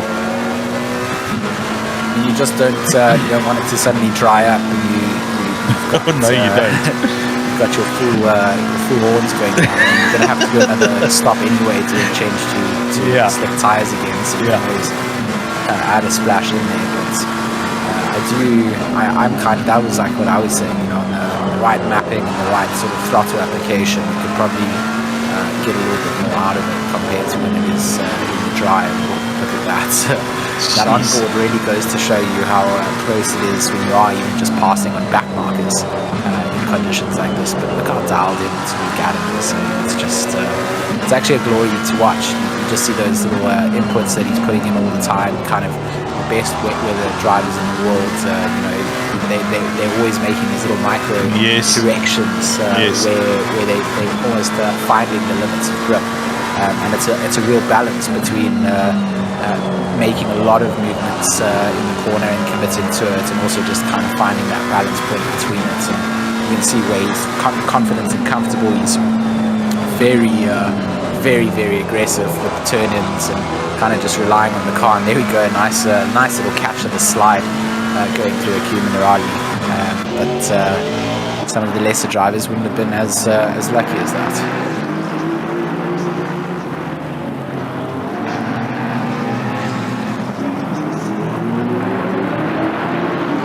Currently here with Kieran Patterson, who's struggling to get through some lap traffic. There up the road, he's had a problem. So Etienne Kleb has gone past Kieran Patterson. I think he had a little bit of a moment somewhere. So hopefully he didn't hurt the car. I think it was a Q Minerali as well, where he kind of found a little bit of the wall again. Okay. Hopefully not a lot of damage done to the car. No. Again, that's what we're not hoping for on these teams and drivers. Hawkins just moves out of the way for Patterson to come back through, and still very much. I'm getting kind of flashbacks now to Bathurst with Patterson chasing down on Kleb. Exactly. If you guys did tune in for that race, you'll remember what a race down to the very last lap it was, where Kieran was, to be fair, robbed of his position. Having that car parked right on the entry up the cutting, and there was just nothing he could have done to avoid that. But let's see if we can get a replay of what happened.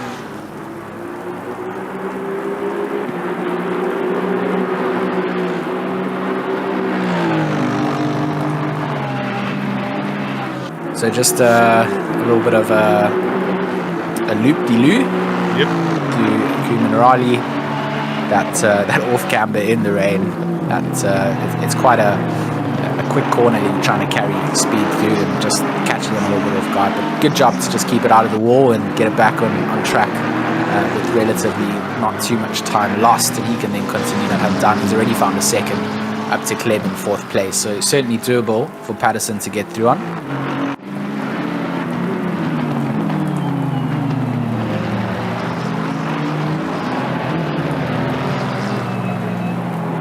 Tariq Adam also arriving on some traffic now, as we can see just ahead of him. Jason Luck catching that car. And we switch back to Van der Merwe going over the top.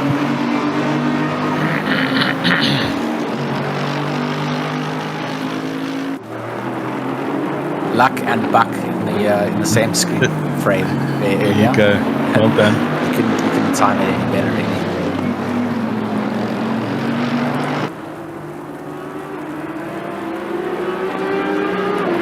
Van der Merwe, he's trying to catch up to the likes of Jameson, just half a second up the road there. So very much doable. Got some lap traffic to work with as well.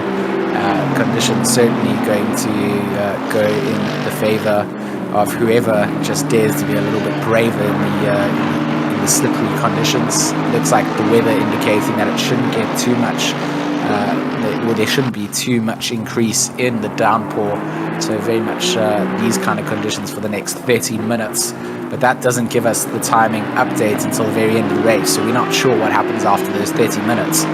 But it certainly is, it is raining cats and dogs outside. It is, definitely.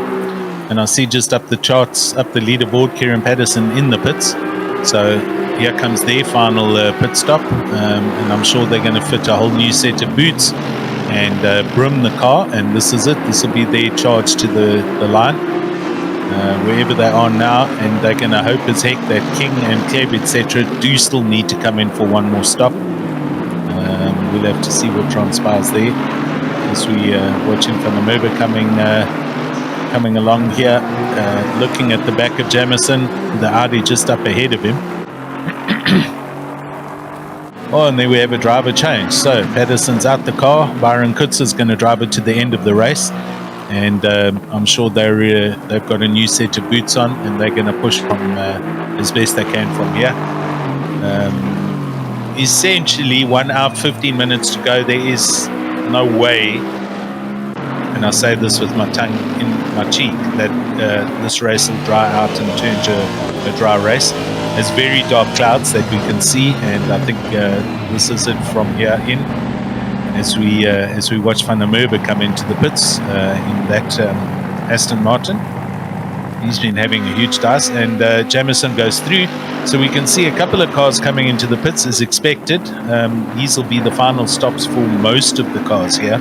But I think some of them who maybe pitted earlier just before the rain started have bumped themselves out of their normal pitting sequence, and I'm convinced they're going to have to do splashes and dashes just before the end of the race. But we'll see what happens when we get there.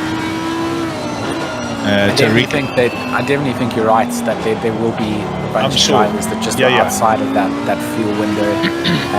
For drivers to kind of make it to the end on the outside of those limits, right? It will have had to be communicated from the onset to say, listen, we're filling the car up now. From here on out, needs to be driving on a much more conservative engine mapping. You need to lift and coast in certain places as well. And that's all to try and buy the time of eliminating having to go in for that splash and dash. If you don't do that from when you're trying to start out, especially outside those limits, it is going to be a lot tougher.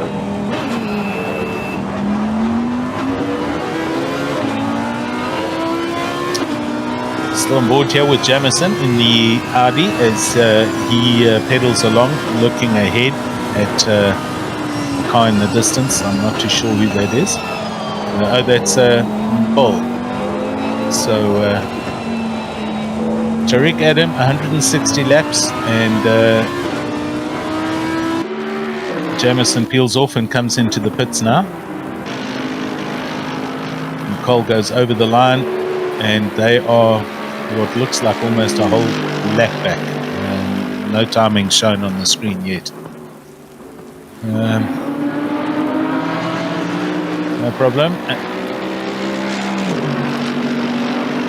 Okay, so the gap to the leader at 31 seconds. So Tariq needs to keep it as clean as he can, and Morgan is going to be hammering as fast as he can and try and slice through the traffic like a knife through butter to close that gap down. It's certainly not over with 1 hour 12 minutes to go. Traffic in the wrong places, maybe a turnaround or a little bit of an incident, and a positional change just as quickly. Haneke comes into the pits from his 5th place, which will now allow Kutzer to go back into 5th, and that's them as far as pit stops go, I know for a fact. Ahead of them, the Klebs and the Kings and even the McCalls, I'm going to say, I'm not too sure if they've got enough in the car to go all the way to the end. So we shall see. Now there's a gap, 31.8 seconds. Adams to Tariq Adam to Morgan McCall. And then 3rd place King and Etienne Kleb 2 laps down from the leaders, but 15 seconds off the back. And then Byron Kutzer in 5th place, and we'll see that gap eventually. So I think it's still all to play for the final podium positions. 3rd place, it's certainly not done and dusted. And the weather is the track is now officially wet, as we can see, with a track temperature of 19 degrees. So these guys will have all had to readjust their wet weather pressures. As Byron Kutzer, we're on board with him, and he's arriving on the back of Tariqa. And this is going to be an overtake to take place. But from this point to the end of the race, you want as little, if not none, or no problems to happen. You don't want any dramas with any other cars, etc., etc. You want to try and have your cleanest run all the way in, and that'll afford you to get the best possible position for the end of this race. So you see Byron now pulling in behind Tariqa down the main straight, and now moves across to the right. Tariqa goes to the left, and Hall not too far back. He's 8 seconds off the back of Byron Kutzer in 6th place. But I think Hall, etc., they still need to do a pit, as we're looking off the back and see Wilson coming through there as well. So there's still pit stops needed all the way through.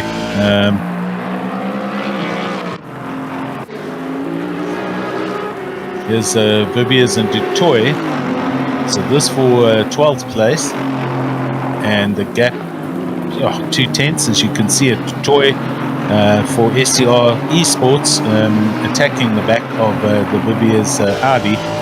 And just up ahead, it's Peterson, the Bentley, and there's a whole train of cars further up that they're all arriving on or at.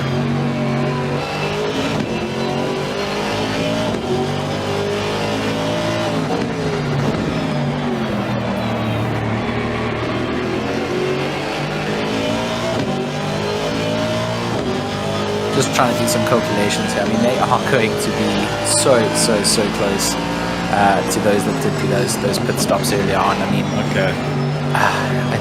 I think there might be a couple of splash and dashes as you predicted, but for a lot of these drivers, I mean, it's hard to see what sort of engine mapping and fuel consumption they're using. They've got that kind of telemetry.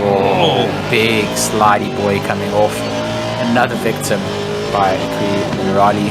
And we kind of preempted that, didn't we, Adam? Yeah, we did. This part of the track is going to be something of a monster to try and navigate during the race. There were 3 cars off at Aqua Minerale right there. So Etienne Kleb flew through, and Dutoy and Peterson in the Bentley and the Ferrari were off track, at least in the Aston and the Bentley.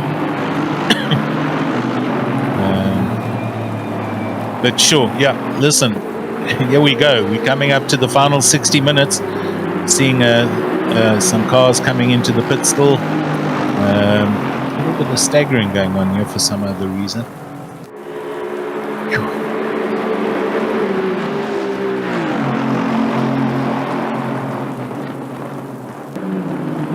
Kleb, who's just gone past these guys. I'll tell you what, Peterson is pushing just as hard as he can in the Bentley, and he's actually hanging on to the back of Etienne Kleb.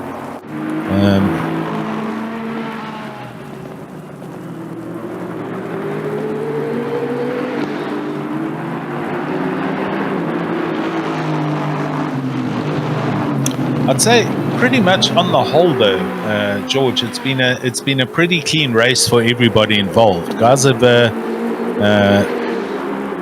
been behaving, and there's been very little real issue. Okay, we did see a couple of penalties being handed out, but not a lot of them if you consider it's a 6-hour race. I think if there's been 10 to 15 penalties across the entire field for the entire 5 hours, it's a lot. No, it's been pretty well behaved, and the stewards have managed to deal with the sort of odd incident that they've had to deal with. But for the majority of the drivers, it's been pretty clean, and it's very infrequent that you say that in conditions where it does start to rain. That's normally where things start to get a little bit scrappy as well. And I know it hasn't rained since the start, but I just think there's been a lot of prep going into the event for this, and people just doing what they can to make sure they keep their noses clean. They don't want to be penalised. They don't want to put themselves back, unnecessarily. And it just goes to show how much time and effort. Whoa, Swat! That was two wheels. That was two wheels that almost flipped on its roof, to be fair. Yesterday. And that's not even for position. I don't know what was going on there. So Vivia's got away with murder there, because Swat was like in the air and flying behind him.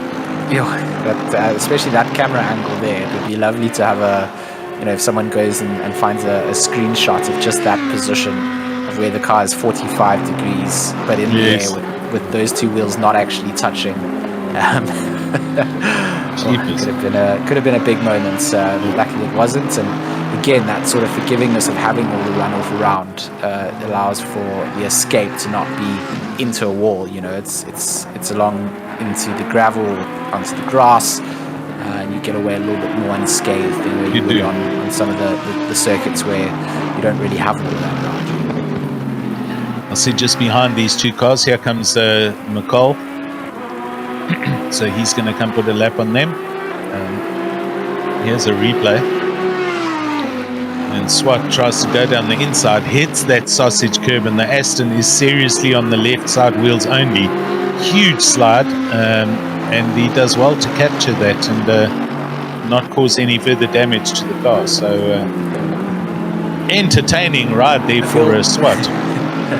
I feel in the live parts it was like more monumental. It was just like whoa, and exactly. And it's like okay, it was just a little, it wasn't close to flipping over, but it's all the commentary relief that we needed.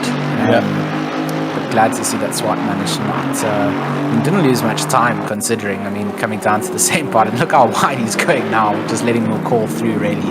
But doesn't want to go near those sausage curbs again. Ruan Fiss on the YouTube also saying going to be interesting to see what happens towards the end of this race. I've got to agree, I have no idea. I'm not sure if the top five, the only one I really know, and that's because I'm managing to watch the other stream, is Byron Kutza and the PWSR car. They have pitted, and I think they're done for the rest of the race, but and I think Tariq Adam and company are done for their heat. So as we just see McCall coming up to here's Tariq Adam now over the top, and back to McCall coming past Fabias, and Swat trying to follow him through, and Swat goes squeezes through on the inside of Viviers, and that's not a pass for position. I think he's just unlapping himself. Anyway, so yeah, McCall through the Tosa hairpin, and off they go up the hill. and we're almost at 60 minutes and counting. So 5 hours have literally flown by. It's been an entertaining race, going from full dry to not full wet, but wet. And it looks like this is what it looks like it's going to be until the end of the race, which is good enough.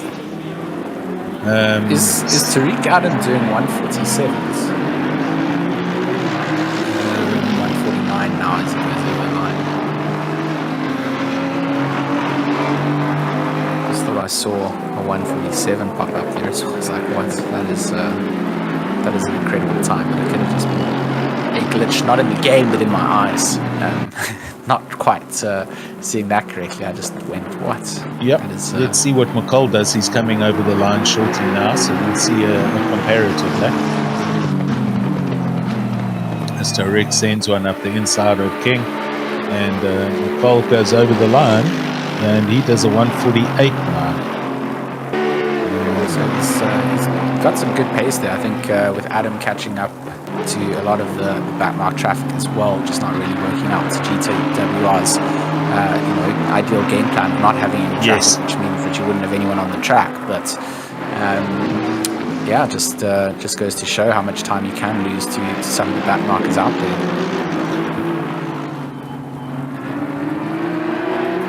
Janssen van Vieren here in the pink and orange Aston, attacking Viviers in the Audi.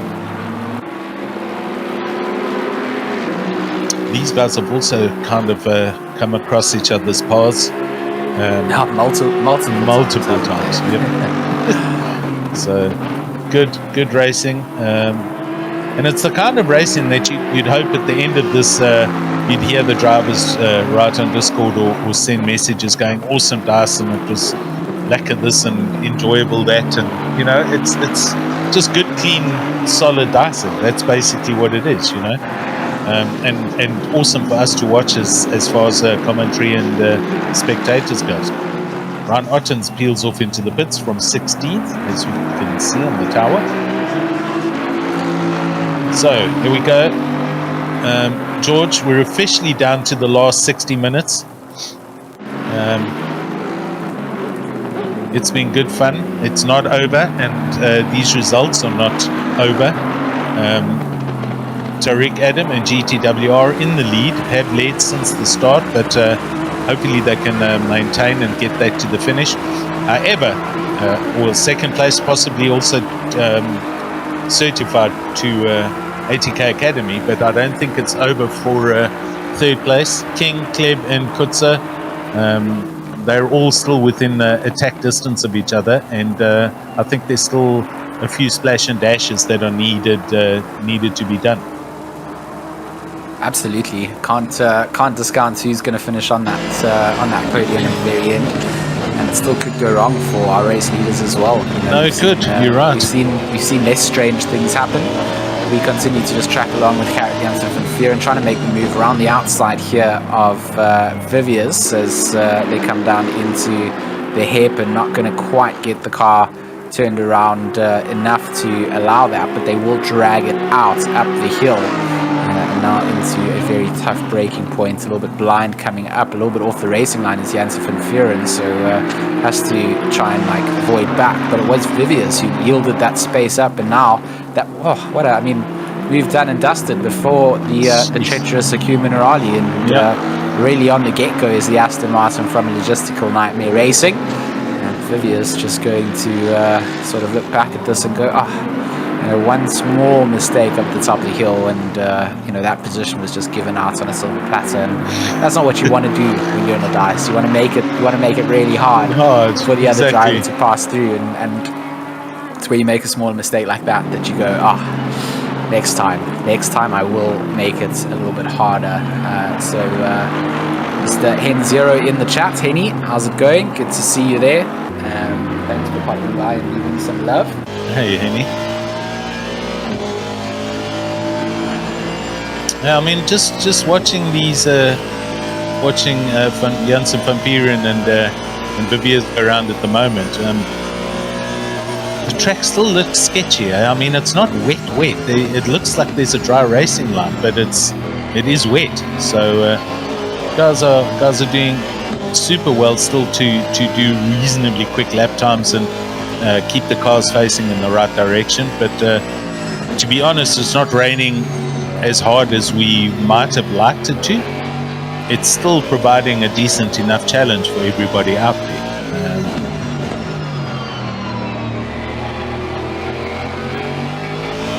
And it's it's kind of stagnated at one condition now. Yes. Where it's not getting wetter or drier.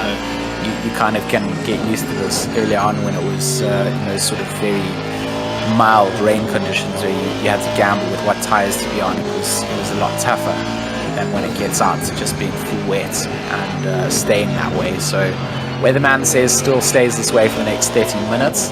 Which means we only have 27 minutes of unaccounted for weather patterns, and it certainly isn't going to just dry up in that amount of time. So we might have a bit of a wet flight home as well when we wrap up this race. So I'm glad you brought your spare poncho for me to borrow.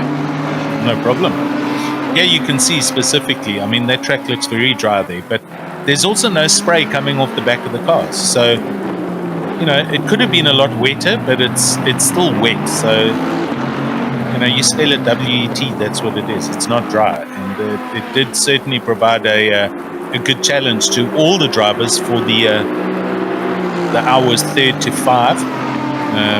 And in the last hour, this is it. And it looks like it's going to stay like this to the end of the race. So everyone's on wets, and hopefully they've all done the adjustments to get the pressures right. Track temp down at 19 from starting temps at 28 earlier. All in all, a very good day's racing and awesome realistic weather conditions had by everyone. That certainly provided a challenge for the drivers. Indeed, has not failed to deliver at all. I really like the fact that McCalls have kept that heat and that pressure up on where their position is. They've continued to fight away and certainly looking good to find themselves on the podium if any mistakes are made by our race leaders. It's only 36 seconds that Morgan needs to find to catch up to them. So a lot of pressure then still being kept out on the leaders who have been very dominant. We would be liars to not say that they haven't. But still within those boundaries of knowing, if you do make a big mistake or you pick up a drive-through penalty now, that 36 seconds disappears. Yeah, definitely. You still got to stay on top of your game, keep the focus going. You can't relax at all, because one little moment of relaxation and you're going to put 2 tires or 2 wheels on the grass. Car gets sideways, whatever may happen. Cheers to that 30-second gap. And listen, let's also be let's give respect where it's due. These guys have been now going for 5 hours, and the gap is only 30 seconds apart after 5 hours worth of racing. So all in all, it's been an awesome day's racing, and looking forward to seeing how it ends in the next 55 minutes, give or take. Yeah, and there's still drivers throughout the field that have smaller gaps between them. Sub 10 seconds, still very much doable. A couple of 5-second gaps, even 16 seconds in a field like this after 5 hours behind the car in front. You've still got some opportunity to make up, and in these kind of conditions, when that fatigue starts to build up and the drivers have kind of come to the end of the mental limit, you've got to spot those sort of opportunities and take them. But just a great performance from everybody in the field. Hammering the laps in now, pretty much clockwork. Devon on the YouTube saying we need a rematch of Alton Park in the rain.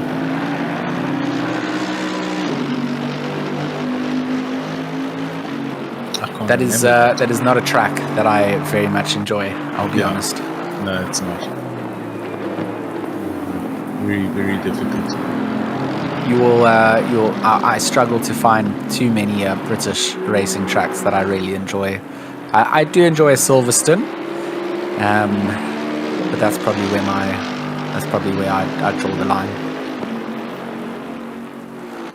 Probably have my passport removed for saying that out loud on a live stream, but I can't lie to my friends.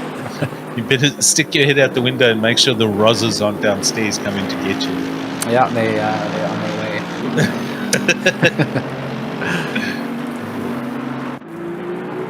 But honestly, I mean, look at Brands Hatch. Just look at it. I think you're a Brands Hatch fan, aren't you, Alan? Yeah, it's not a bad track. I mean, it's not awesome, but it's not bad. It's a good technical track. I mean, a lot of the British tracks carry a lot of heritage and history with them. You know, they've been around for years. This is, you know, an old airfield since the Second World War, etc. So, yes. But yeah, some of them are pretty dull. What I always say, there's a reason that it was an airfield and not a racetrack. So yeah, good one. I like that. Right.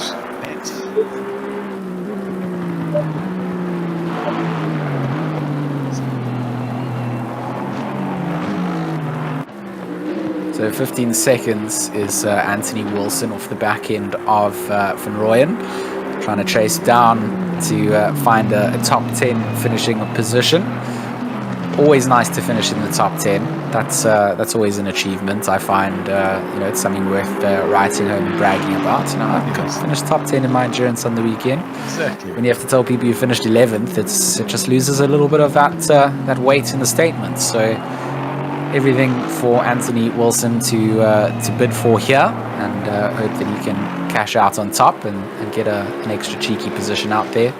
But certainly not undoable. Or is it now 3 laps that he's behind? I get confused sometimes at these timing splits that come up. Yeah, me too. Yeah, it's hard to understand what we're looking at sometimes. I'm just looking at the gaps up ahead there. Etienne Kleb, 9.5 seconds. I don't know if that's between him and King or Kutzer and him.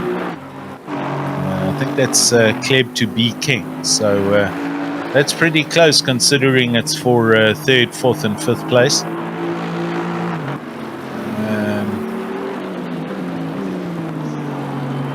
As we're watching Wilson go around here on his own, I think we need to move the camera to one of these other bracing positions.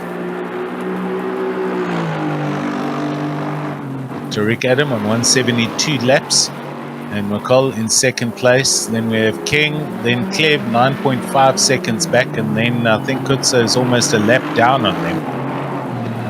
So I think Kleb is closing in, or is within attack distance on the back of Bernard King. It's looking that way. I mean, certainly putting themselves in the right position, and we just we hope that there's still some last minute pit stops that have to come through and shape up the front end of the order. If they've all managed to do it on a SAPI of fuel, it will be less exciting than if some people still have to come in for a bit of a splash and dash before the end. So I put on my rain trousers for the rain to come down. Now I'm putting on my pit stop pants to make sure that hopefully we get a little bit of a mix-up before the very end. But what a great race it's been so far. Imola has delivered. It's not normal when you come to Italy that you hope for the rain to come down, but I certainly have been very much happy with it. And of course, we got to snack on some real good authentic Italian pizza pasta during our lunchtime. So not all a bad day out at Imola. Enzero on YouTube. Alton is love. Alton is life. Devin Ellis doesn't exactly agree too much with that. I think Enzero must go and wash his mouth out with soapy water. And then you'll put a dab of mustard on it while you're about it. Yeah. Just I can't agree with the Alton statements that come down. That track is just another story. I mean, back on the tracks, for instance, like tracks with character in the UK, Cadwell Park is an exceptionally good fun track, but you can't run these kind of cars on that track. It's like a Killarney circuit. That's what I feel like about Alton Park and Brands Hatch. You know, it was great when cars were a lot smaller and the racing could allow for some side-by-side racing. But with these big, beefy GT3s nowadays, the circuits that are older and don't allow for those overtakes, just not really worth it for me. So shippers on pulling and trying to get that move done. Going to be on the dirty part of the circuit and picking up some rain and under braking. Going to over. I mean, that is a brilliant read coming out from shippers in that Lexus. That's exactly what you want to do. Force his pulling to make the mistake and then just cleanly sweeps through to take the position. What a brilliant bit of driving coming in there. That is what you would put into the Wikipedia definition of applying pressure. And a good bit of mind games, and the resultant a clean pass. Kevin Skippers and Lexus definitely making the pass stick, and Pullen ruining that late braking opportunity and missing the first chicane completely. But while these guys are having a dice and a little fight, a tete-a-tete, just behind them arrives Etienne Kleb at speed and wishes to get through as quickly as he can. Pullen lifts and pulls out of his move through Aqua Minerale, and Kleb is now looking at the back of Skippers as they come to Variante Alta up the hill. And down to just on 45 minutes left of this race. So if we are going to see any stop and goes, let's see them happen soon.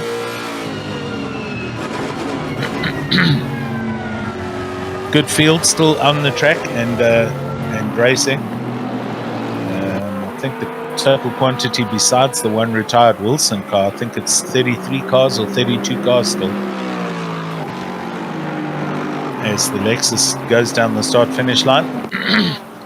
And Etienne Kleb chasing, goes over the line. Who's this? This is King in the Aston Martin, so he's in 4th place.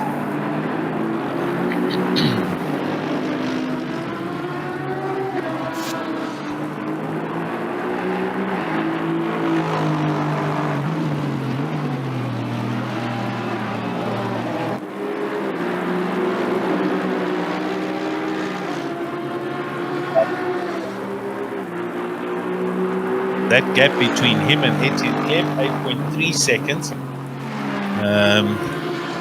That's still not over, with 45 minutes to go. So I'm convinced we're still yet to see either one or both of these cars come in for a pit stop. But that timing tower shows Byron Kutzer 2 laps back. I don't know if that's off the back of Etienne Kleb or off the leader. So that's not going to help them to improve.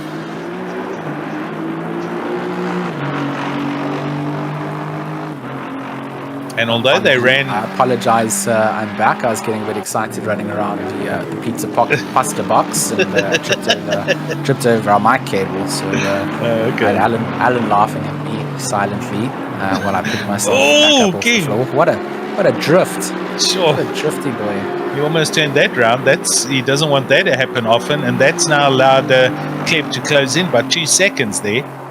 And that was all on his own, to be honest. So it goes to show you can't afford to let your concentration slip up at all. And now he's right on the back of a bunch of traffic. This is also now going to help slow him up a little bit, I'm sure. So Etienne Kleb in 4th place, pushing like he's never pushed before to try and close up on this, and there he is in the background. So he's literally the equivalent of that second straight apart. King's going to know he's coming as King does a send up the inside of Tarika's Ferrari. Through Toaster Hairpin, goes past Francis, who's still out there in that turquoise and pink Aston Martin.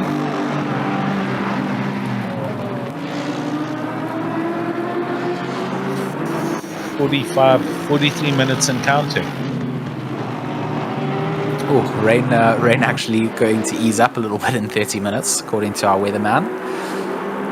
Not that it easing up now is going to make much of a difference for the close in the race. It's still at 15 minutes with still rain coming down, and we saw that it does take a little while for the track to get wet, but it also takes a little while for it to dry up too. So with these older circuits, they also aren't built the same way as modern circuits, where they've sort of built in with the drainage in mind. So for a lot of these circuits, even if they've been sort of revamped up, it's not always something that they do first on the cards. It's also not a place that too much rain actually takes place. Circuits that generally have more rainfall during the seasons would probably have more focus on that. So can expect for it to not get too dry out here, and drivers stay out on the wet tires. But it's all down to that fuel management now, and to see who is still going to have to come in and top up those tanks, and who's going to pretty much finish on fumes. Cole just biding his time behind Van Rooyen, and now manages to get the pass done.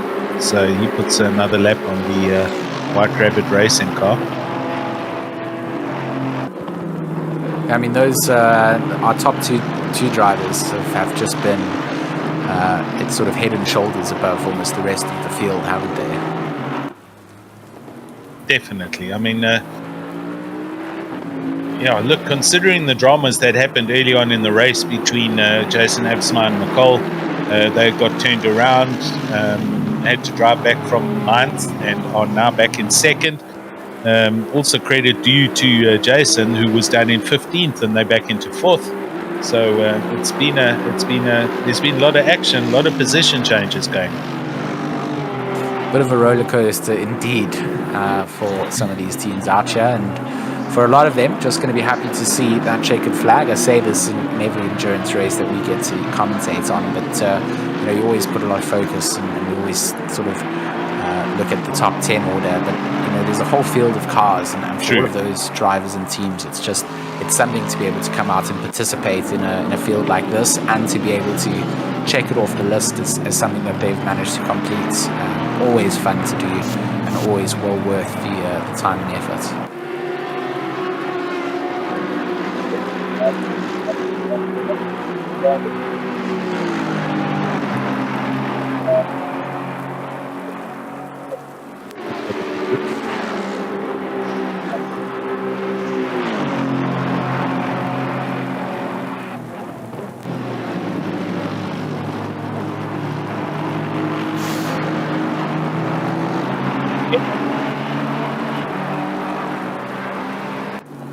So it's Alan's turn to actually trip over the cables running around the box, and it serves him right for laughing at me earlier. You got yourself plugged back in there, Alan? Oh, there we go. Can you hear me? Yeah. How was your trip?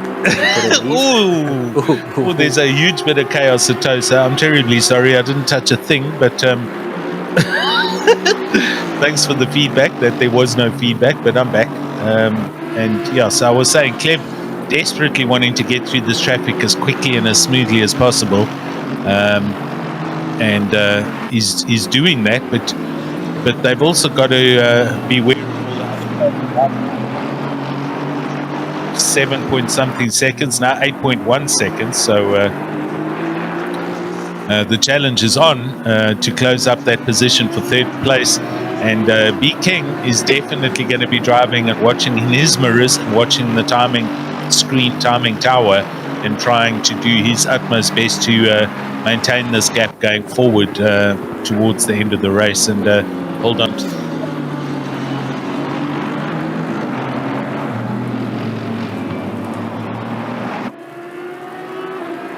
I mean, I can't wait to see it. It's 38 minutes. We certainly have something brewing up here. If Kleb can catch up to King and give a bit of a dice towards the end of the race, and that be the battle for third place, I will certainly leave here with a big smile on my face. So still yet to see them in shot of one another just yet, but really hoping here that we do start to see that kind of a battle boiling down. And it just goes to show it's not over till it's over. And if both Kleb and McCall finish on the podium after finding themselves down towards the bottom of the order. What a better, there couldn't be a better, should I say, example of why you need to just stay in it, even though the start of the race hasn't gone your way. True. We've just seen Etienne Kleb go past the Lamborghini there of Budnik. And it's so imperative in these last dying moments of this race to make the passes as cleanly as possible and as quickly as possible, so that you don't get held up and you don't lose any possible time on the guys that you're chasing. He's unfortunately going backwards here as far as lap time goes to King. They were 7-something seconds apart. It's on its way up towards 9 seconds now. So Etienne Kleb struggling, but they are in fourth place. I don't know, do they have enough to get to the end of the race as they arrive and go down the inside of Viviers' Audi, and off they go. We'll have to wait and see.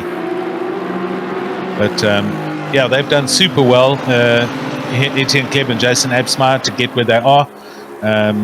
Certainly had a very, very dodgy and sketchy beginning of this of the race. 10 to 15 minutes, 2 or 3 big contact Viviers, wow, talk about taking avoiding action through that first chicane, not to run into the back of Etienne Kleb's Aston Martin, and he just hammered into the sand trap on the right hand side there. It was that was very close to being a huge problem for Etienne Kleb and Jason Absmeyer.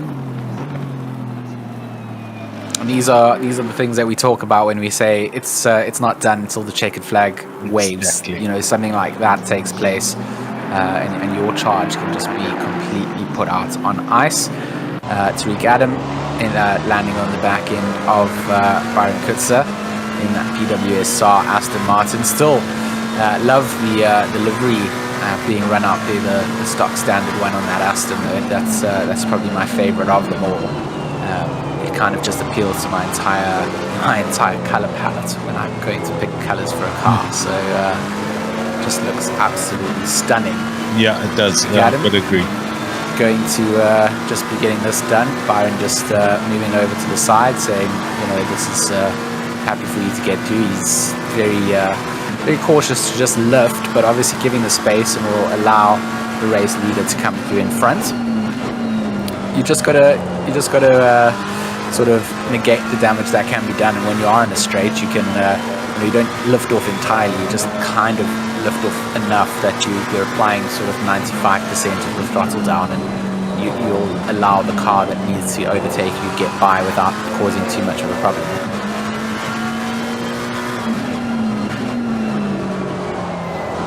Tariq, looking out from the cockpit car, as we can see here, that track is not as wet again as it could have or should have been, but it's still a challenging prospect for the drivers. He has to basically just drive for the next 35 minutes as cleanly and as organized as possible and not get involved or caught up in anyone else's dramas to bring this home in first place. And that'll basically be a flag to flag for the GTWR car. Both him and Luke Addison done a superb job. And I know we're kind of talking like it's done, but it's not done. There's still 35 minutes to go, and anything can happen. But it looks that way. It looks like it's completed and done, McCall in second place and still going as hard as they can. That gap is certainly not over. 40 seconds as we see at the moment. So should Tariq have a little bit of a moment somewhere, maybe spin the car or get involved in someone else's drama and get turned around, it could certainly put a curveball in their court. They've just gone past Byron Kutzer for PWSR in 5th place, so they put them another lap down. Etienne Kleb, I see his gap to Bernard King back down to 7.2 or 7.3 seconds. So everyone's 7.5 seconds. There it is. Oh my word! And that Bentley was almost across the track. Byron does a great job, and did you see that Tariq Adam just missed that Bentley? So it's one of those situations. That's Jason Gray, our sailor, trying to steer his yacht around the wet Imola track. But a bit ironic that he was in the YouTube chat asking if this is Jason Absmeyer's first time driving during that difficult stint in the beginning, and karma dealing itself a good dish out to Jason there, and yeah, have my full house. And unfortunately for Jason Gray, we caught that on stream, and then we get to give him a bit of nonsense for it, since that's the nature of, if you call someone out and then you loop-de-loo it yourself, sorry boss. But yeah, I mean, it's definitely been a long race for a lot of these drivers out here. And for the teams, they'll be happy to see that we're almost at that 30 minutes to go mark. Do they have enough fuel in the tank? Do they have enough rubber on those rims? We'll have to wait and find out for sure. The Raceface.Pro Steady State Endurance Series coming to the closing stages here for round 3 at Imola. And what a race it has been, from dry to wet, and plenty of action. I'll still throw back to that 7-car train that we got to follow along for what felt like a good hour or so during this sort of opening phases of the race. Just so incredible to get to see the driving going down. And from there, we've just had battles throughout the field of various teams catching up to one another and giving each other a good bit of racing out on the circuit. Definitely. So 30 minutes, we're down to it. It's the last half an hour. 5.5 hours have gone by. The Steady State Endurance Series. Hope you guys have enjoyed it. We've had a lot of fun here. There's been some entertaining moments. There's been some exciting dices and overtakes. A couple of incidents. It's the whole package that brings together endurance racing. But it definitely isn't over until the fat lady sings, and we're looking for her at the moment. But Tariq Adam over the top of Variante Alta, and still looking good, getting a little bit of spray kicking up off the wheels. So the rain conditions are as good as they can be. However, it does say it's going to be coming to an end in 30 minutes, as is the race coming to an end. So it's all about seeing who has in fact got enough go juice in the tank to get that car to the finish line, and are there any of these teams that need to or might be forced to do a splash and dash in the dying moments of this race just to get their car to the finish line. I'm convinced that somebody still needs to put in a bit more fuel. I think some guys pitted a little bit too early at the 1.5 hour left mark, and I don't believe they can make it to the end. But I have been mistaken before. Let's see what happens. Tariq Adam slicing his way through the field. Etienne Kleb, 7.5 seconds now. So again, back on the attack, no traffic around him, and going hammer and tongs to try and close down the gap to B King. And they're not that far up the road from them. And this for the last position on the podium. This is for 3rd place. And we'll see out of these guys who might still need to go in and put in a bit of fuel. Marcus Stein. Aston of Etienne Kleb, just seeing it coming around the corner there, looking a little bit bumped and bashed on the front. Yeah, very. And on the side. No, I'm with you. The whole front of that car is very second-hand. And the left side of it, the side we can't see now, has got a whole lot of scrapes and rubs on it. So, yeah, they've had an incident or two.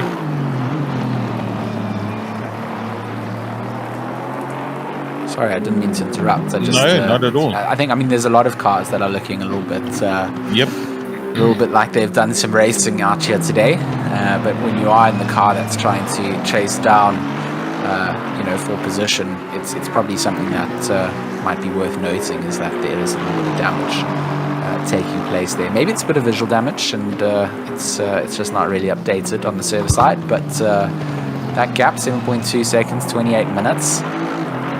Possible to... It's not impossible. To it in. Yeah. Yep. I mean, they were further out, so they went back to 8.7, 8.8 a few laps ago, maybe a couple of laps. So Etienne definitely the quicker car, or excuse me, B King is remapping their Aston and is being forced to try and do a fuel save to get the car to the end of the race. So there's a couple of equations here that we aren't sure of, and we're going to have to wait and see closer to the end of the race what actually transpires. And I mean, if we are expecting that splash and dash to take place, it's probably within the next 10 minutes or so, isn't it? Well, you know, I'd like to, if I know we've got it, I don't know though, you know, George, I mean, if it was me, I'd want to get it over and done with so that I've got enough time to actually chase somebody if we do fall behind. But, you know, if it's the likes of King, oh, look at that Kleb's gap now down to 6 seconds. So he took a second off that gap in one lap. I'll tell you what, something's going on. King is in a pile of drama, always in a lot of traffic. Okay, we're watching him right now, but the gap between him and Kleb, that's ambiguous. That's more. It's 1.2 seconds that's just come off this it could have been down to Mumford, but I don't think so. I think King's just taking strain here. But to answer you, you know, maybe they leave it until literally the last lap, the one before the checkered flag, and just come in, put in 2 liters, put in 3 liters to get 1 lap done and come out and go. I suppose their strategists will decide on that based on what the gap is in between the cars ahead and behind them. But right now, a stop and go, if it had to happen now, they're going to lose this position. So it wouldn't make any difference whether they did it now, whether they did it at the end of the race. And another sort of just theorycraft question coming out is maybe just maybe what the likes of King is doing is really just they've cranked down their mapping as far down as it can go, and perhaps doing a lot more lifting and coasting to perhaps make it to the end without stopping, whilst perhaps Kleb and Absmeyer are more on the hunt, thinking that you know, King might still have to go into the pits and they might still have to go into the pits. So got you. It could be one of many scenarios. Really. It could be. I mean, it's now in the 5 seconds. It's down to 5.9. It was 8 just now, like literally 4 or 5 laps ago. So Kleb is going. I mean, okay, it depends on where the track is when we see the delta, but they're trying and they're going as flat out as they can. But that goes back to me saying, is King and company, are they possibly running a different fuel map purely to reduce the consumption, purely to extend the runtime of what they've got in the tank? Are they that tight, or are they managing the time? This is my opinion. It's your opinion. It's everyone's different opinions. You know, we don't know. We aren't in contact with a team member or the team itself, so we can only surmise what's actually going on here. But it's going to put up for an interesting result come the end of this race. And I mean, there's no actual API that can actually pull each team's fuel levels, and I suppose that's to stop people being able to join as a spectator on one of the PCs and see what other people are running. So as spectators, we don't really get that option either. No. But I suspect that they don't give that kind of information out to stop people gaining an unfair advantage knowing what other people have. But you know, if we had something like that on the back end, where we knew exactly sort of what levels of fuel, how many liters are left, yes, it would be a much easier way to make that call. So I mean, you can see sort of traction control settings and ABS settings. That's pretty much standard from the in-cockpit views, but everything else, it will never actually give you the actual accurate data that they're seeing. So I got you. Again, We need AWS to power us some F1 type telemetry. But even there, I mean, they don't know what fuel is going into other cars. They do have the option of being able to listen to those team radios, though, and hear what other teams and drivers are planning, whether they feigning for a pit stop and pretending that they're going to come in to pull the other pit crew out, and that kind of mind game level. But from us, it's purely just knowing that a lot of these teams went in a very difficult sort of spot to try and see if they could maximize the positions that they could get out here. And they've stayed longer going out, and when they did have to come into the pits, it was like, well, this is outside of the general window where you would be able to run in the dry, but now it's wet. How much of a difference is that going to make?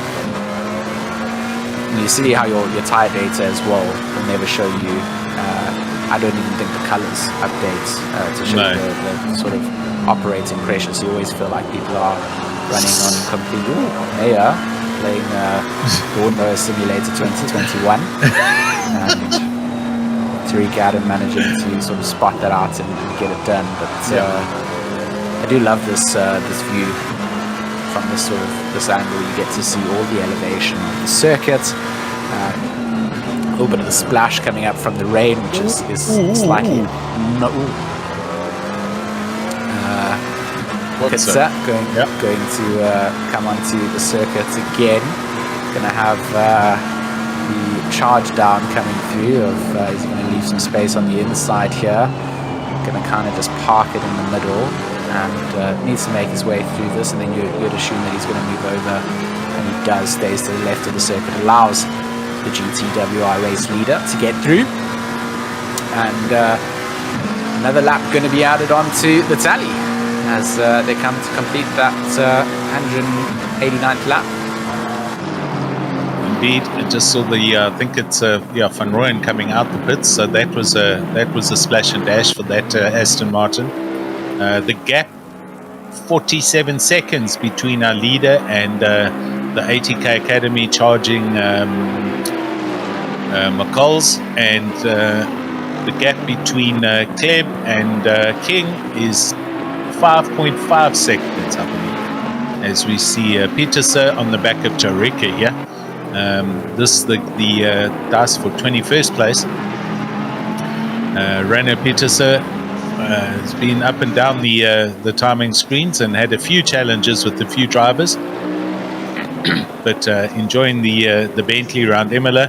And Tarika hammers the Ferrari over the curve very badly, and that slows him down, and Peterson just cruises past in the Bentley, with Skeppers just ahead in that Lexus. So that position's done. See, look here, here's Mulder in the pits, here's Mayer in the pits. Okay, Mayer I think might have had contact, but these are the stop and goes that I'm convinced a lot of people have to put in because they didn't have enough fuel.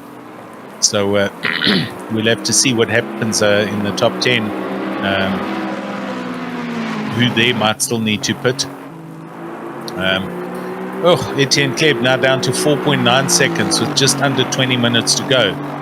Gee, King, I tell you what, he's seeing this happen on his timing screen. He's probably,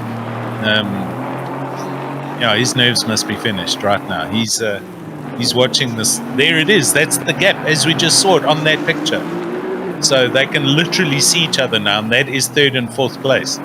We'll see it coming down now, down the hill. There you go. I mean, that is certainly getting close now. Do they have pit stop strategy still to play with at this phase? Are they set for the rest of the race? Who actually knows? Who knows? 5 seconds, that gap. I mean, there's Kleb in the distance, you can see him. So King's managed to clear Van Rooyen pretty quickly. But Kleb must be going flat out to try and close this gap down. Gap down back to 5.2 seconds now. But I mean, King must just do one or two little bad moves through a chicane or hit a sausage curve the wrong way, and that's goodbye 2 seconds. Do that twice, and the next thing they nose to tail with 10 minutes to go. You know, this race is still on. As King is now arriving on the back of Jason Gray in the Bentley. And here's Etienne coming up the hill, and that gap now gone out to 5.7 seconds. So it's kind of waning. It comes and goes. I'm sure it depends on whether they arrive on traffic or not. And Van Rooyen might have been just ahead of King earlier, and that's why that gap closed down to 4.9 seconds, but now it's stretching out a little bit again. It's all to play for with just on 17 minutes to go. It's so close, and that gap, I mean, we've been waiting to see the two cars in the same shot for a little while as they've been coming down. 8 seconds just wasn't enough, but as they've gotten into that 5 second sort of range, there are certain angles where we do start to see the two of them just getting closer and closer together. 17 minutes, if you're at this stage and you're worried about fuel and you're running low already, you would only start to think that people need to make that splash and dash a little bit earlier on, just to see where they're going to come out, as opposed to leaving it to the last minute where mistakes can still happen. You can miss your pit box, etc., etc. But 10 minutes is the mark for the rain to sort of ease itself up. So that means 6 minutes in slightly less rainy conditions. That really does rev up the engines for a little bit of a closer push between drivers. It won't be enough to change the track conditions before the very end, and it is going to be a tough, close call.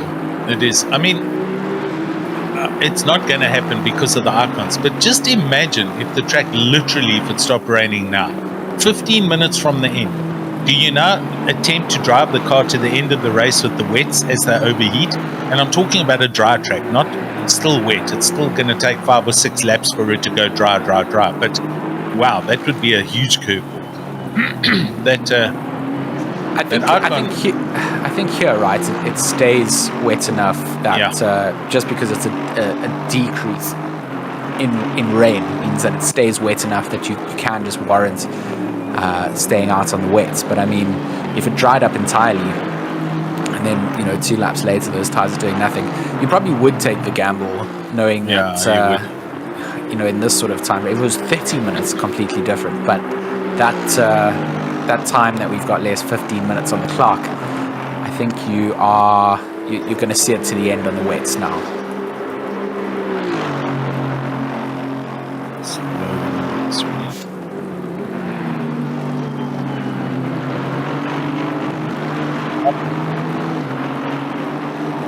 That's left of racing. Here's King, there's Van Rooyen, there's Kleb. I mean, the anxiety from both teams, one looking backwards and one looking forwards. Can you just imagine? These guys are sweating. I mean, great finish, great result. It boils down to a similar result like we had at Mount Bathurst, with Kieran Patterson closing in on Etienne and getting past him on the last lap. Could this happen here? Is Kleb going to do the turnaround and close in on King and maybe get past them on the last lap? It's all to play for right now. And I mean, it feels like Kleb needs to get a bit of a move on. I agree. To close down the gap a little bit more each lap. Just stagnant. From sort of, from an analytics point of view, you'd kind of go, well, he needs to do a little bit more. Yes. But 5.2 seconds, 13, or let's call it 14 minutes left of the race. Little mistake coming out from King, out of Variante Alta. And those kind of small little mistakes, they can add up to lose you a lot more time. So let's just see how that timing progresses. But it feels like Kleb needs to get a little bit more of a move on. But they could both just be full-on fuel saving at this point. They could be. Or even Kleb could be going flat sticks. That could be his complete pace. So just jumping down back to Tarika and Peterson, still having a dice here. 21st and 22nd, Ferrari versus Bentley. See Kevin, at least Skip is down at the bottom in his Lexus with the 10-second penalty for some contact. This the closest dice on the track at the moment, so we're just following these guys, but we'll keep our eyes peeled on all the other positions. I mean, this is the nature of endurance racing. You know, the gap build-up does generate in between each and all the positions, but every now and then you do get a pocket of cars and there's some good close action going on. This right now is the closest on the track, as you can see. Many of the other cars, 40 seconds, 20 seconds, a couple of laps apart. So good to see coming down into the dying moments of this race. Guys are still pushing hard to try and take one small position away and make the overtake stick. Just got to push it. You're right at that level here. We look at this Bentley. I mean, this is the straight line speed that we talked about. Tariq going to sit on the inside of the setup. A little bit of a squeeze coming down into the braking zone. Peterson thinks better of it at this point, knows that there's still a couple of laps to get this done. That Bentley much better over the curbs, slightly better in the wet as well. It is in the ballpark for Peterson to make this move at some point, and just has to keep this pressure on. There we go. Ooh. There's the mistake, and there it is. Tarsier makes the mistake, steps off, and that very, very grueling battle gets put on ice as the kitty litter comes into play, and it slows you down so much. You lose so much speed. Exactly. One tire off, and that's enough to allow your rival through. So not a wide circuit by any means. There's very little, in a lot of tracks you get a lot of runoff spaces, which can still be concreted and asphalted. This time around here, you put a tire off, and you can find yourself in a lot of trouble. Okay, I think Tariq Adam is now doing time management. That gap is now 27 seconds. About 3 or 4 laps ago, it wasn't that long. I told you the gap was around 50 seconds. It's halved. So something else going on here. Morgan McCall is in first place. They've passed them. Never mind 20 seconds. You try and find that if you can, Mr. Producer. But here we go. Morgan McCall into first. So Tariq Adam has had such a moment somewhere around this track, and they have literally lost 50-something seconds. Was that a pit stop? I didn't see that. Could have been coming in for fuel. If you guys in the chat were following on to what happened there, let us know. It was a pit. Wow. So that was a splash and dash. Jeez, so here's another whole curveball for the win between McCall and Tariq Adam. GTWR versus ATK Academy with just under 10 minutes to go, ladies and gents. How's that for a turn up for the books? And King's in the pits. I told you. and Kleb. Look behind. And Kleb's in. 3rd and 4th are both in. Jeez, here it's happening. I told you, George. Yeah, you were right. They didn't have enough to go to the end, and they've had to make that call to come down and do it. They have. So does that mean Mr. McCall needs to go in for a pit stop? Yeah, I don't know. I think they pitted closer to the hour. They were the last of the pitters, and I think they've got enough. I was hoping that this is going to help PWSR, but I think Byron and them, they're over a lap back behind King and Kleb, so I don't think it's going to help them to catch up. But this is all still to play for now, as is the position for 3rd place. So 2 complete races just immediately happened for us here in the dying moments of this race. Sure, exciting. Yeah, so close. And Tariq Adam all over the back of Morgan right now, having to go very defensive, if anything, right now is Morgan McCall. He's got so much pressure coming out.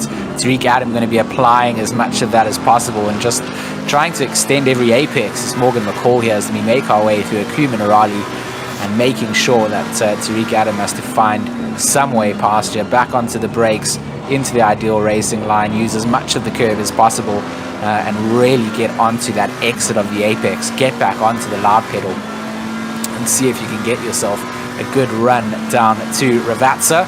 Yep. Call comes out on top of that, and into the braking zone they go, not going to open up that inside line through the double apex, and then into the inside apex, and a very big extension once again out of Ravazza 2.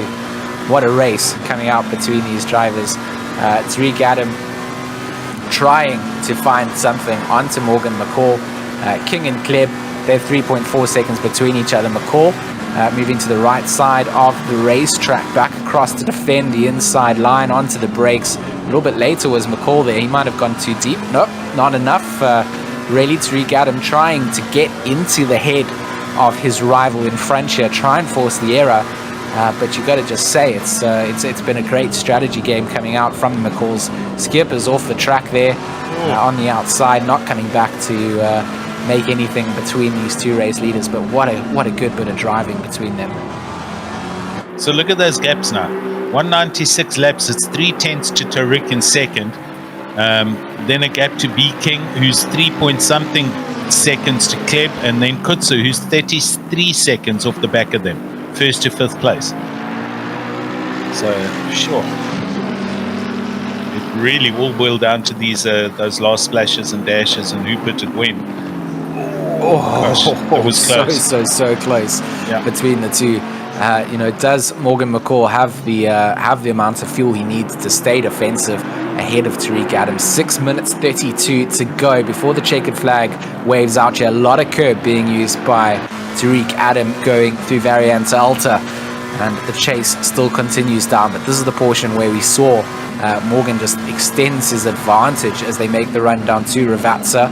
Onto the brakes a little bit later goes Tariq Adam. He needs to stay in the slipstream of the powerful AMG ahead, and that's a much better exit coming out from Tariq Adam, almost having to back off of it. He carried so much speed through Ravazza too, and he is in the slipstream here. Is it going to be enough to get him a little bit closer or even alongside? A great drive coming out from both of these cars and keeping themselves in this, and just look how defensive Morgan is staying. He's not allowing Tariq a breathing spot to get alongside, not allowing him to get any sort of sense into Tamburello, and the train continues between the two of them. Who will yield first? I mean, they're coming up onto back markers as well. Is that going to pay some dividends? A little bit later on the brakes, a little bit of a missed braking point, and this could be the opening opportunity as they come down into the braking zone, and around the outside Tariq Adam has to go the long way around, not going to be able to get the cutback, but into the slipstream, and Morgan just trying to stay defensive. Inside will Tariq Adam go? Not going to be allowed to go there as Morgan puts the car in the way of that McLaren, and the two of them just dicing it out here. Sure. Just sub 5 minutes, literally 360 seconds left of this. It's about 2 laps and some change, and it's all to play for first and for third place, and hopefully this doesn't end in tears for somebody. But Morgan McCall is ahead and has every right to position that Mercedes right in the middle of the track, because it is for the win. Tariq Adam, it's a vertical, in fact it's past vertical, it's such a steep cliff face, and hopefully there's no external circumstances that change what happens here. Oh, they get so close to each, and that Bentley's around, but nobody gets involved, and that's all it can point down to be. Should somebody have a moment ahead of these guys, as what happened at Bathurst, that'll change the whole picture of this result. But the gap also looking at King and Kleb. Yeah, no, I mean, Tariq is trying to find a way through here, and I mean, he is all over the back end of this Merc here. Now, going to switch it up to the inside as they make their way down to Villeneuve. Who's going to break a little bit later? Tariq Adam can't go across there. He sees that Morgan is going to come back across the racing line there, does the right thing for self-preservation and has to back off out of it. But look at Morgan. He is forcing Tariq all over this racing circuit and forcing him to go in places he does not want to. Backmarker staying well out of the way of this one. And Tariq Adam again going to have a look up the inside. Now he's going to be on the outside at the top of the hill. Does he get a little bit of a cutback? Morgan going a little bit wider, but Tariq Adam just can't get the rotation through to get the inside cutback. And down the hill they go. Akeem Narali, is this going to be where we see the move being made? Not quite just yet, because Morgan McCall has more in that bag to deal back. And up the hill they go once again. Varianta Alta side by side. And Morgan going to place his car right on the inside of that. But Tariq Adam with a great drive out, going to come into the back of Morgan McCall. And Morgan all over this racetrack at the moment. Side by side once again, they go down into the braking zone. Morgan wants the inside line as they come down to Ravazza. And he's going to brake a little bit too late. Off the track he goes. And that's going to allow the McLaren to get back through. And Tariq Adam gets the move done. Pressure is going to be applied. And the explosion comes down. Morgan McCall a little bit late in the break. He's going to the pits anyway. He's into the pits. Is this going to change things up any further? He couldn't hold on for long. So close. Tariq Adam obviously just getting the move done before having to go into the pits of Morgan McCall, and that's always a feather in the cap. But Morgan was making that really, really difficult out here.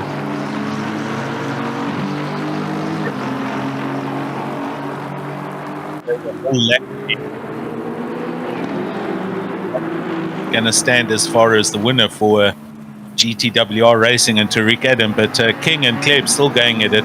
They're only 3 seconds apart, and that's also not over, but 1 minute 39 seconds and counting. Here we go. Bernard King, and they've got a slow marker in between them. So Etienne Kleb, he's doing everything he can, but he can't close in on Bernard. Oh, McCall's got a drive-through for speeding in the pit lane. And this is what we talked about, leaving it last minute and then getting a little bit too hasty on the exits, and that's going to be Morgan. That's going to be Morgan punished out for it. And PWSR in the pits. Stop and go last minute.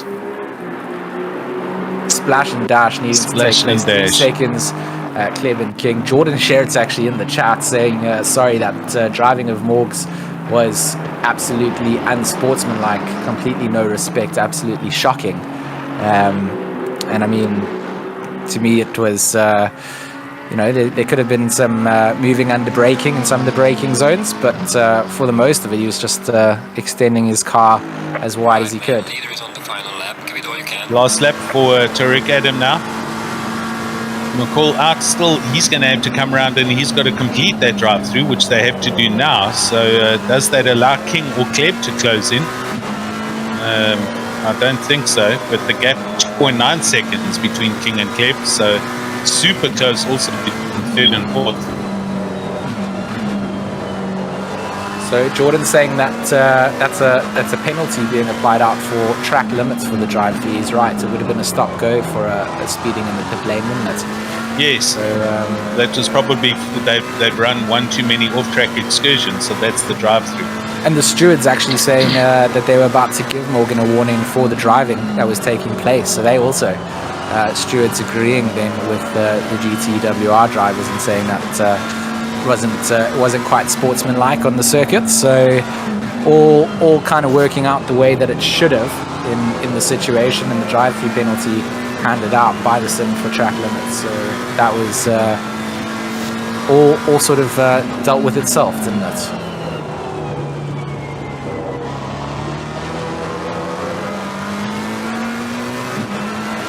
Kleb can't seem to catch up to King here. Race time ticked out on board with Tariq Adam as he makes it through to Ravazza for the final time. And this will be our race winner, of course, the number 33 GTWR McLaren. And so well thought out, and from the very start to the very end, flag to flag. Well done, guys. And very good job coming out. Tariq Adams takes home the victory for the GTWR Academy, the number 33. Well deserved between Tariq Adam and Luke Addison, doing their fellow race driver Jordan Sherritt very proud. He's finished up with his 24-hour, but left the car in capable hands for the rest of this race. So very Let's good job. see the other positions, Mr. Producer. Third, fourth. Yes, there's it. That's third and fourth. B King over the line, and there's Kleb just behind him, 2.8 seconds back. After 6 hours, how close did this race finish? Gee whiz. It was some fantastic racing and some awesome strategies being played out in the pit. But top 5, there we go. Adam, McCall, King, Kleb, and Kutza. Awesome race. I thoroughly enjoyed that. That was and the stop and goes, we pretty much nailed it, George. I mean, they all had to literally come in and put in a few liters at the end there.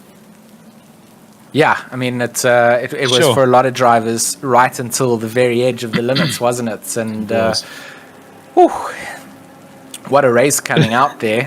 Stewards almost getting out their penalty books, but not needing to do so. I mean, if Morgan and Tariq had gone like that to the end without Morgan having to go into the pits, I think we would have seen some sort of a ruling coming out there as well. I mean, there are certain standards that you have to drive at, and if you break those, you are in breach of contract of what the racing rules are. So glad to see that wasn't the case, and just a real game of strategy coming out to all the race drivers here today. So I mean, where did the McCalls already leave the server here?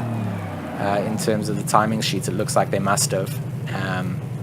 But what a race for everybody. A big shout out to, of course, Steady State for doing all of the bits and pieces behind the scene. Ashley's had to one-man show this. Normally there's a whole team of people. So big shout out to Ashley for getting all that done. And obviously a big lot of love to everybody out in the YouTube chat as well, joining in and being a part of this, leaving us some lovely comments, and of course leaving a little cheeky like on the stream. It's free, so we encourage you to do so, but always nice to get some exposure out there and a follow on the channel. So a big shout out to you guys, and then of course to you, Alan. Thank you so much for another great Sunday's worth of racing. Another one. Thank you, DJ buddy. Khaled, let's go.